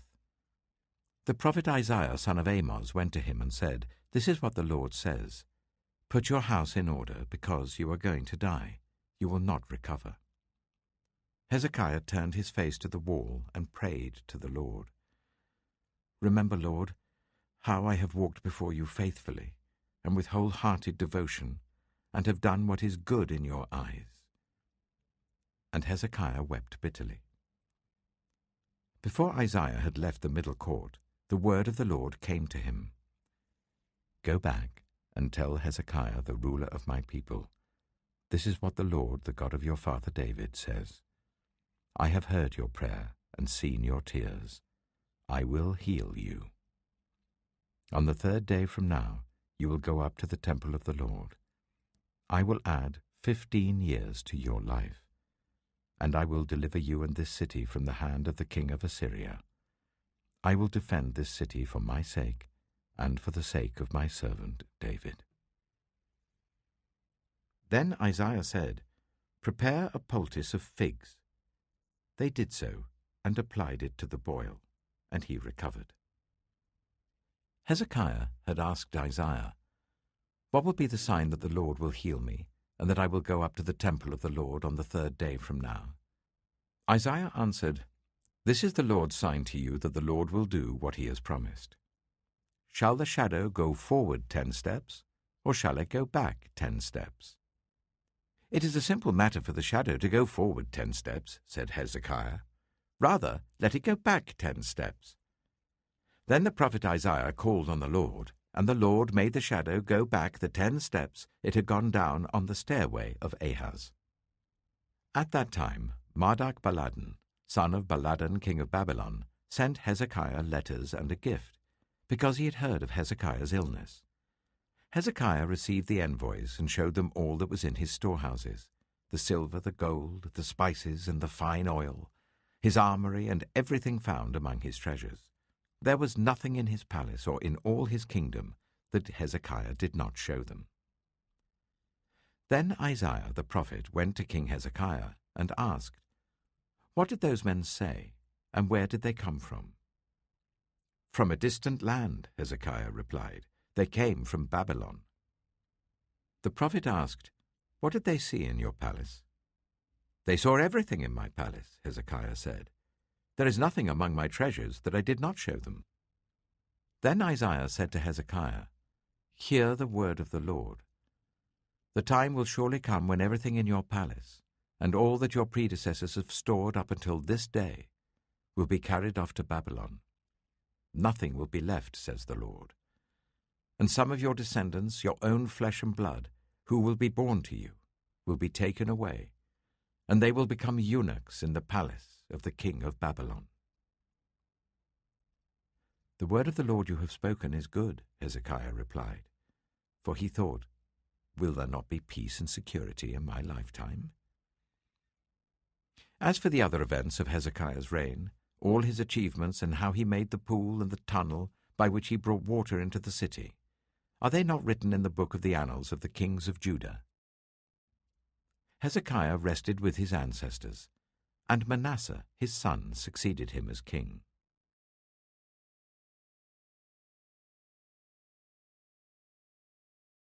2 Kings chapter 21.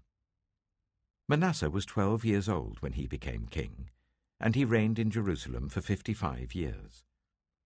His mother's name was Hephzibah. He did evil in the eyes of the Lord, following the detestable practices of the nations the Lord had driven out before the Israelites. He rebuilt the high places his father Hezekiah had destroyed. He also erected altars to Baal and made an Asherah pole, as Ahab king of Israel had done. He bowed down to all the starry hosts and worshipped them. He built altars in the temple of the Lord, of which the Lord had said, "In Jerusalem I will put my name." In the 2 courts of the temple of the Lord he built altars to all the starry hosts. He sacrificed his own son in the fire, practiced divination, sought omens, and consulted mediums and spiritists. He did much evil in the eyes of the Lord, arousing his anger.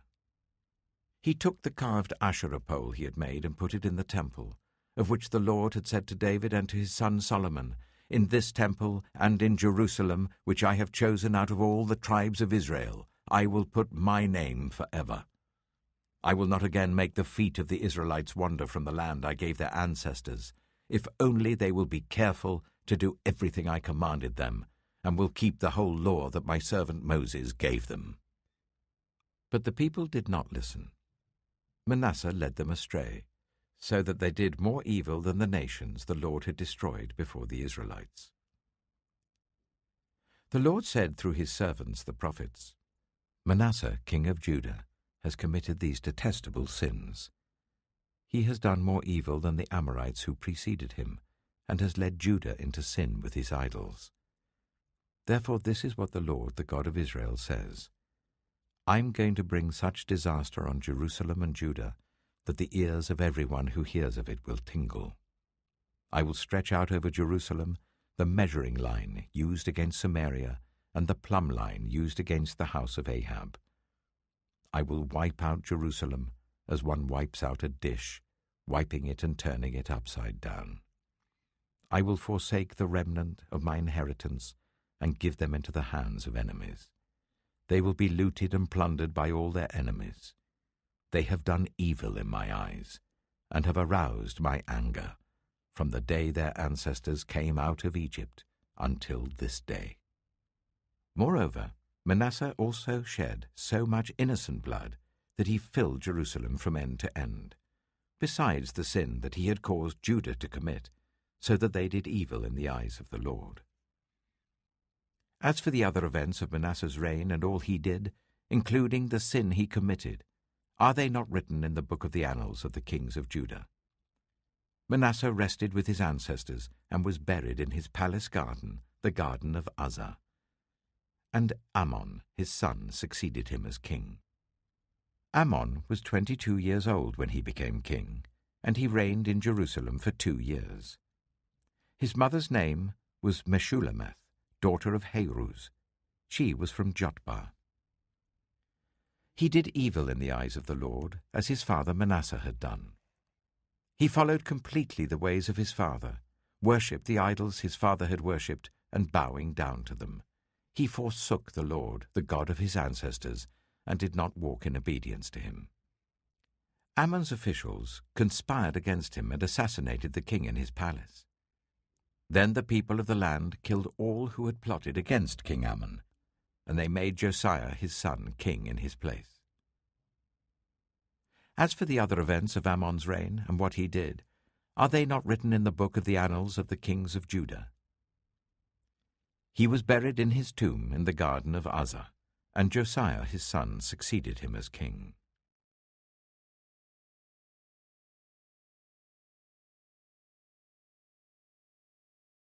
2 Kings chapter 22. Josiah was 8 years old when he became king, and he reigned in Jerusalem for 31 years. His mother's name was Jedidah, daughter of Adiah. She was from Bozkath. He did what was right in the eyes of the Lord, and followed completely the ways of his father David, not turning aside to the right or to the left. In the 18th year of his reign, King Josiah sent the secretary Shaphan, son of Azaliah, the son of Meshullam, to the temple of the Lord. He said, "Go up to Hilkiah, the high priest, and make him get ready the money that has been brought into the temple of the Lord, which the doorkeepers have collected from the people. Make them entrusted to the men appointed to supervise the work on the temple. And make these men pay the workers who repair the temple of the Lord, the carpenters, the builders, and the masons.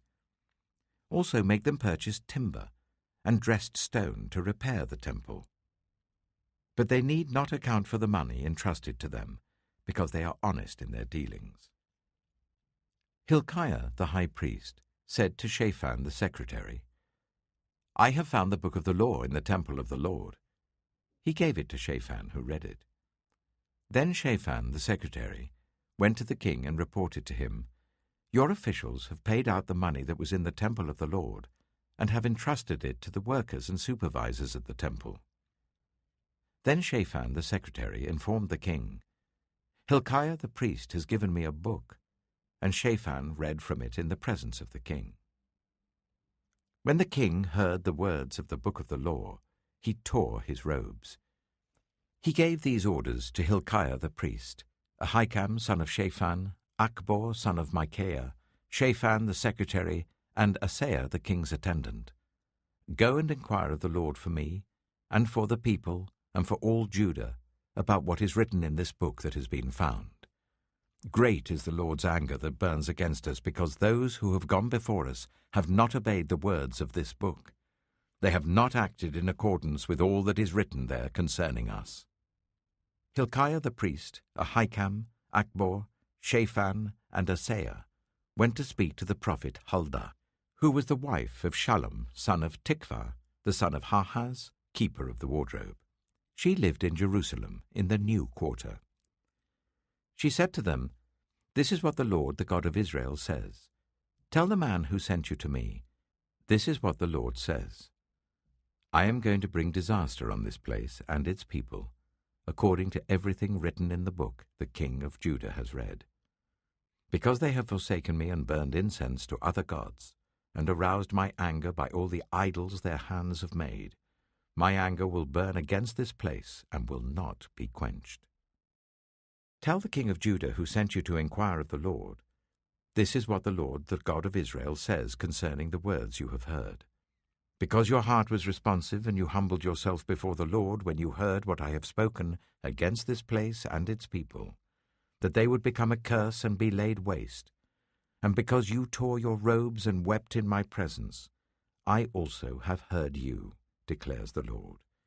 Therefore I will gather you to your ancestors, and you will be buried in peace. Your eyes will not see all the disaster I'm going to bring on this place." So they took her answer back to the king.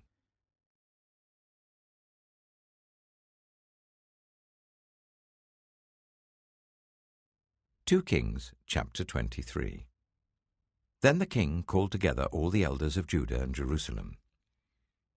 He went up to the temple of the Lord with the people of Judah, the inhabitants of Jerusalem, the priests and the prophets, all the people from the least to the greatest. He read in their hearing all the words of the book of the covenant, which had been found in the temple of the Lord. The king stood by the pillar and renewed the covenant in the presence of the Lord, to follow the Lord and keep his commands, statutes, and decrees with all his heart and all his soul, thus confirming the words of the covenant written in this book. Then all the people pledged themselves to the covenant.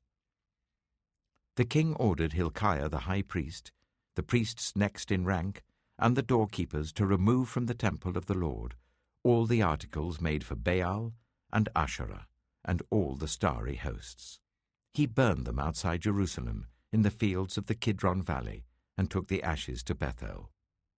He did away with the idolatrous priests appointed by the kings of Judah to burn incense on the high places of the towns of Judah and on those around Jerusalem, those who burned incense to Baal, to the sun and moon, to the constellations, and to all the starry hosts. He took the Asherah pole from the temple of the Lord to the Kidron Valley outside Jerusalem and burned it there. He ground it to powder and scattered the dust over the graves of the common people. He also tore down the quarters of the male shrine prostitutes that were in the temple of the Lord, the quarters where women did weaving for Asherah. Josiah brought all the priests from the towns of Judah and desecrated the high places, from Geba to Beersheba, where the priests had burned incense. He broke down the gateway at the entrance of the gate of Joshua, the city governor, which was on the left of the city gate. Although the priests of the high places did not serve at the altar of the Lord in Jerusalem, they ate unleavened bread with their fellow priests.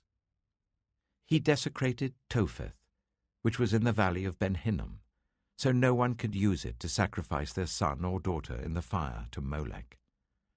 He removed from the entrance to the temple of the Lord the horses that the kings of Judah had dedicated to the sun. They were in the court near the room of an official named Nathan-Melech. Josiah then burned the chariots dedicated to the sun. He pulled down the altars the kings of Judah had erected on the roof near the upper room of Ahaz, and the altars Manasseh had built in the 2 courts of the temple of the Lord. He removed them from there, smashed them to pieces, and threw the rubble into the Kidron Valley. The king also desecrated the high places that were east of Jerusalem on the south of the Hill of Corruption. The ones Solomon, king of Israel, had built for Ashtoreth, the vile goddess of the Sidonians, for Chemosh, the vile god of Moab, and for Molech, the detestable god of the people of Ammon. Josiah smashed the sacred stones and cut down the Asherah poles and covered the sites with human bones. Even the altar at Bethel, the high place made by Jeroboam son of Nebat, who had caused Israel to sin, even that altar and high place he demolished. He burned the high place and ground it to powder, and burned the Asherah pole also. Then Josiah looked around, and when he saw the tombs that were there on the hillside, he had the bones removed from them and burned on the altar to defile it, in accordance with the word of the Lord proclaimed by the man of God who foretold these things. The king asked, "What is that tombstone I see?" The people of the city said, "It marks the tomb of the man of God who came from Judah and pronounced against the altar of Bethel the very things you have done to it." "Leave it alone," he said. "Don't let anyone disturb his bones." So they spared his bones and those of the prophet who had come from Samaria. Just as he had done at Bethel, Josiah removed all the shrines at the high places that the kings of Israel had built in the towns of Samaria and that had aroused the Lord's anger.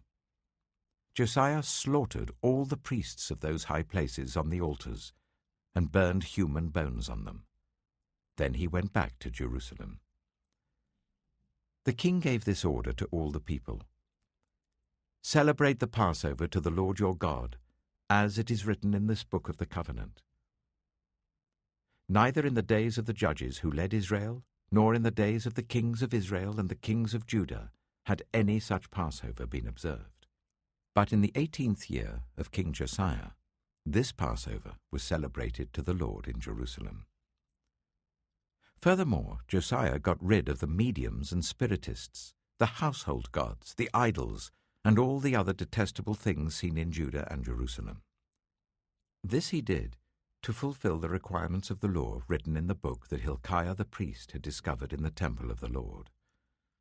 Neither before nor after Josiah was there a king like him, who turned to the Lord as he did, with all his heart and with all his soul and with all his strength, in accordance with all the law of Moses. Nevertheless, the Lord did not turn away from the heat of his fierce anger, which burned against Judah because of all that Manasseh had done to arouse his anger. So the Lord said, "I will remove Judah also from my presence, as I removed Israel, and I will reject Jerusalem, the city I chose, and this temple about which I said, 'My name shall be there.'" As for the other events of Josiah's reign and all he did, are they not written in the book of the annals of the kings of Judah? While Josiah was king, Pharaoh Necho, king of Egypt, went up to the river Euphrates to help the king of Assyria. King Josiah marched out to meet him in battle, but Necho faced him and killed him at Megiddo. Josiah's servants brought his body in a chariot from Megiddo to Jerusalem and buried him in his own tomb. And the people of the land took Jehoahaz, son of Josiah, and anointed him and made him king in place of his father. Jehoahaz was 23 years old when he became king, and he reigned in Jerusalem for 3 months. His mother's name was Hamutal, daughter of Jeremiah. She was from Libnah. He did evil in the eyes of the Lord, just as his predecessors had done. Pharaoh Necho put him in chains at Riblah, in the land of Hamath, so that he might not reign in Jerusalem. And he imposed on Judah a levy of 100 talents of silver and a talent of gold. Pharaoh Necho made Eliakim, son of Josiah, king in place of his father Josiah, and changed Eliakim's name to Jehoiakim. But he took Jehoahaz and carried him off to Egypt, and there he died. Jehoiakim paid Pharaoh Necho the silver and gold he demanded. In order to do so, he taxed the land and exacted the silver and gold from the people of the land according to their assessments. Jehoiakim was 25 years old when he became king, and he reigned in Jerusalem for 11 years. His mother's name was Zebidah, daughter of Pedaiah. She was from Rumah. And he did evil in the eyes of the Lord, just as his predecessors had done.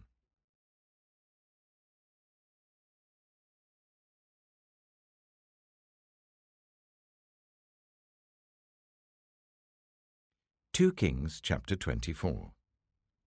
During Jehoiakim's reign, Nebuchadnezzar, king of Babylon, invaded the land, and Jehoiakim became his vassal for 3 years.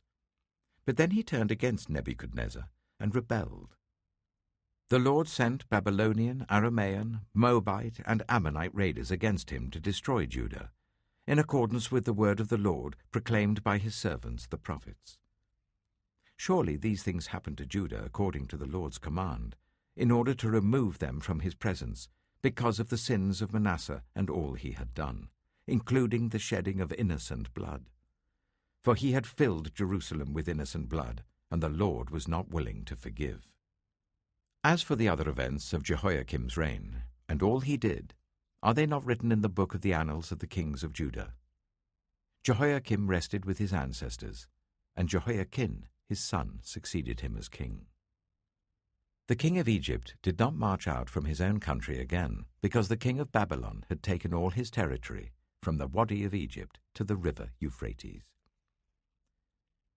Jehoiakim was 18 years old when he became king, and he reigned in Jerusalem for 3 months.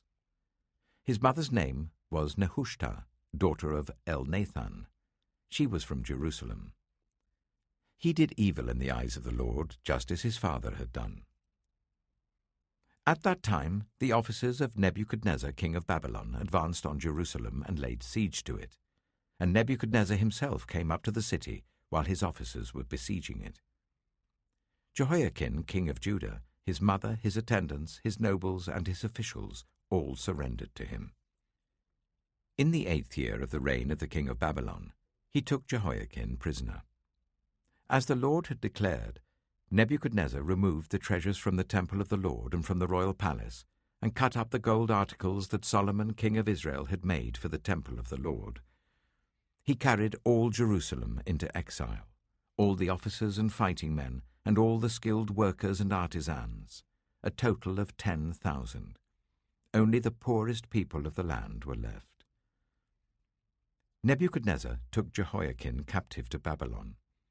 He also took from Jerusalem to Babylon the king's mother, his wives, his officials, and the prominent people of the land. The king of Babylon also deported to Babylon the entire force of 7,000 fighting men, strong and fit for war, and 1,000 skilled workers and artisans. He made Mattaniah, Jehoiakim's uncle, king in his place, and changed his name to Zedekiah. Zedekiah was 21 years old when he became king, and he reigned in Jerusalem for 11 years. His mother's name was Hamutal, daughter of Jeremiah. She was from Libnah. He did evil in the eyes of the Lord, just as Jehoiakim had done. It was because of the Lord's anger that all this happened to Jerusalem and Judah, and in the end he thrust them from his presence. Now Zedekiah rebelled against the king of Babylon.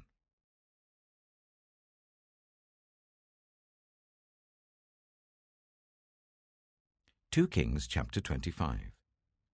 So in the 9th year of Zedekiah's reign, on the 10th day of the 10th month, Nebuchadnezzar king of Babylon marched against Jerusalem with his whole army. He camped outside the city and built siege works all around it. The city was kept under siege until the 11th year of King Zedekiah. By the 9th day of the 4th month, the famine in the city had become so severe that there was no food for the people to eat. Then the city wall was broken through, and the whole army fled at night through the gate between the two walls near the king's garden, though the Babylonians were surrounding the city. They fled towards the Arabah, but the Babylonian army pursued the king and overtook him in the plains of Jericho. All his soldiers were separated from him and scattered, and he was captured. He was taken to the king of Babylon at Riblah, where sentence was pronounced on him. They killed the sons of Zedekiah before his eyes. Then they put out his eyes, bound him with bronze shackles, and took him to Babylon. On the 7th day of the 5th month, in the 19th year of Nebuchadnezzar king of Babylon, Nebuzaradan, commander of the imperial guard, an official of the king of Babylon, came to Jerusalem. He set fire to the temple of the Lord, the royal palace, and all the houses of Jerusalem. Every important building he burned down. The whole Babylonian army under the commander of the imperial guard broke down the walls around Jerusalem. Nebuzaradan, the commander of the guard, carried into exile the people who remained in the city, along with the rest of the populace and those who had deserted to the king of Babylon.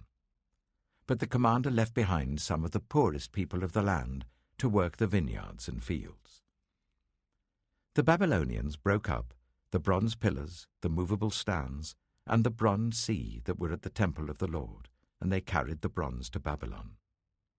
They also took away the pots, shovels, wick trimmers, dishes, and all the bronze articles used in the temple service. The commander of the imperial guard took away the censers and sprinkling bowls, all that were made of pure gold or silver. The bronze from the 2 pillars, the sea and the movable stands, which Solomon had made for the temple of the Lord, was more than could be weighed. Each pillar was 18 cubits high. The bronze capital, on top of one pillar, was 3 cubits high, and was decorated with a network and pomegranates of bronze all round. The other pillar, with its network, was similar. The commander of the guard took as prisoners Seraiah the chief priest, Zephaniah the priest next in rank, and the 3 doorkeepers.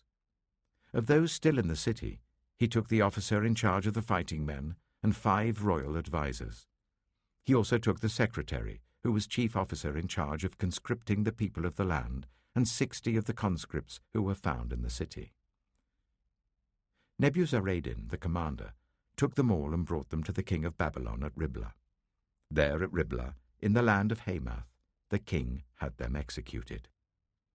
So Judah went into captivity, away from her land. Nebuchadnezzar, king of Babylon, appointed Gedaliah, son of Ahikam, the son of Shaphan, to be over the people he had left behind in Judah. When all the army officers and their men heard that the king of Babylon had appointed Gedaliah as governor, they came to Gedaliah at Mizpah. Ishmael, son of Nethaniah, Johanan, son of Kareah, Seraiah, son of Tanhumeth the Netophathite, Jaazaniah, the son of the Maacathite, and their men. Gedaliah took an oath to reassure them and their men. "Do not be afraid of the Babylonian officials," he said. "Settle down in the land and serve the king of Babylon, and it will go well with you." In the 7th month, however, Ishmael, son of Nethaniah, the son of Elishama, who was of royal blood, came with 10 men and assassinated Gedaliah, and also the men of Judah and the Babylonians who were with him at Mizpah. At this, all the people from the least to the greatest together with the army officers, fled to Egypt for fear of the Babylonians. In the 37th year of the exile of Jehoiakim, king of Judah, in the year Awal-Marduk became king of Babylon, he released Jehoiakim, king of Judah, from prison. He did this on the 27th day of the 12th month. He spoke kindly to him and gave him a seat of honor higher than those of the other kings who were with him in Babylon. So Jehoiakim put aside his prison clothes and for the rest of his life ate regularly at the king's table. Day by day, the king gave Jehoiakim a regular allowance as long as he lived.